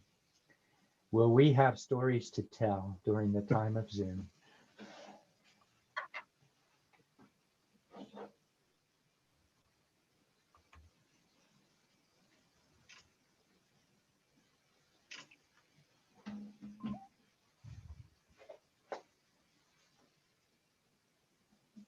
Chairman Rima, I'm not able to get her via a text message at this point, so. Yeah, I tried the same with that. I think we all tried. Yeah, there we go. I am not going to speak on behalf of Supervisor Begay. Her discussion points have been positive discussions associated with County Manager Steve Peru. And so we'll see if we can drag her up and at some point on this unique circumstance because of Zoom. But what I'll do is I'll turn to, we just approved you as county manager with a contract, Steve Peru, but I probably should ask you this question. Would you accept the job as county manager, Mr. Peru? Thank you, Mr. Chairman, members of the board. It's an honor to be with you today and to spend the entire day visiting with county staff, your board members, elected officials, appointed department heads, all the staff here. And so it has truly been like coming home today again for me. And of course, it's with the with great humbleness and honor that I do accept the offer to come back to Coconino County. It's, again, as you indicated, I grew up here. I've held a number of different positions that have provided me a lot of great experiences. And I think for me, and of course our conversations today have really, I think, validated or confirmed to me that working with the team here at Coconino County is very important to me. And so with all of our team members here at Coconino County, you know, I'm truly here to support all of you, and as well as the Board of Supervisors. I also want to acknowledge those individuals that gave me the opportunity when I left Coconino County to continue to explore and to learn new things. You know, my colleagues at W.L. Gore and Associates, the time I was there, I learned so much. It's an amazing organization with an amazing culture, and I truly did benefit from being in the private sector and to be with them the years I was with Gore and Associates. And then going to United Way. You know, I think it provided us and me as well the opportunity to work with a great staff at United Way, but also to confirm how important nonprofits are in our work. And so, you know, we tell the story of imagine our communities without nonprofits, and what would that look like, and what would that feel like? And so it just really shows the importance of the nonprofit sector, and that's really been really key to my knowledge base. And so that time with United was very important. And then of course, right now, my time with Coconino Community College. You know, we are an organization at the college that shares the same corporate boundaries and the same governance districts as the Board of Supervisors. You know, the work of Coconino Community College and under the leadership of Dr. Colleen Smith is crucial to partnering with all of our residents, as well as, of course, our associates and colleagues in Northern Arizona University, of course, as an alum of NAU. That's why I say that. But again, Coconino Community College and the faculty and the staff have provided me the opportunity to learn another set of skills that I bring to this opportunity today. So again, all of the experiences that I've had since leaving the county in 2011 have helped me create skill sets and new skill sets and opportunities to expand my talent. And so I'm very humbled and honored to be with you today. I thank all of those individuals that I've mentioned before, and I just want you to know, and all of the county team, that I'm excited. I'm energized to be here with all of you today. We have some great challenges. You know, COVID has rocked our world, and so supporting the team, our team members, our communities as we navigate COVID is important. Looking at the budget, just based on the fact that COVID had some drastic impacts on the budget, is going to be a big challenge. But we've done it before, and we'll do it again. And again, I just want to appreciate each of you in your respective roles as members of the board, the leadership team, the elected officials, and the team here at Coconino County. So again, I humbly and accept the offer, and I'm excited to continue public service here at Coconino County. Thank you.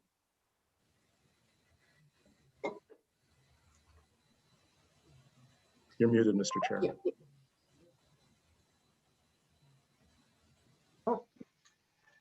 I have a flag that comes up on the screen too. They've muted me. I muted myself on that. And just a note also that you would begin your first day on Monday, April 5th, as noted with the contract as well. Jimmy Jane is retiring. He'll serve as senior advisor, and really look forward to both of you working together on behalf of all the county as well as county staff. And so a lot ahead of us, but I'm just proud of this board. I'm proud of the decision this board made, but really appreciate you stepping forward also, Steve. Thank you very much. And to Dr. Colleen Smith, I owe you big time, Dr. Smith. You've been a wonderful partner. Really appreciate your understanding and understand your loss also. If there's any way that we can help, please let us know on that. Okay, I'll check one more time. Do we have Supervisor Judy Begay here? And part of what's happening is Supervisor Begay is trying to get back to Tuba City concerned with the safety issues on the road. And she's probably in the gap over the hill where she has no reception on that. I'm not getting Supervisor Begay, so I'll move off of item number 16 and move into item number 17.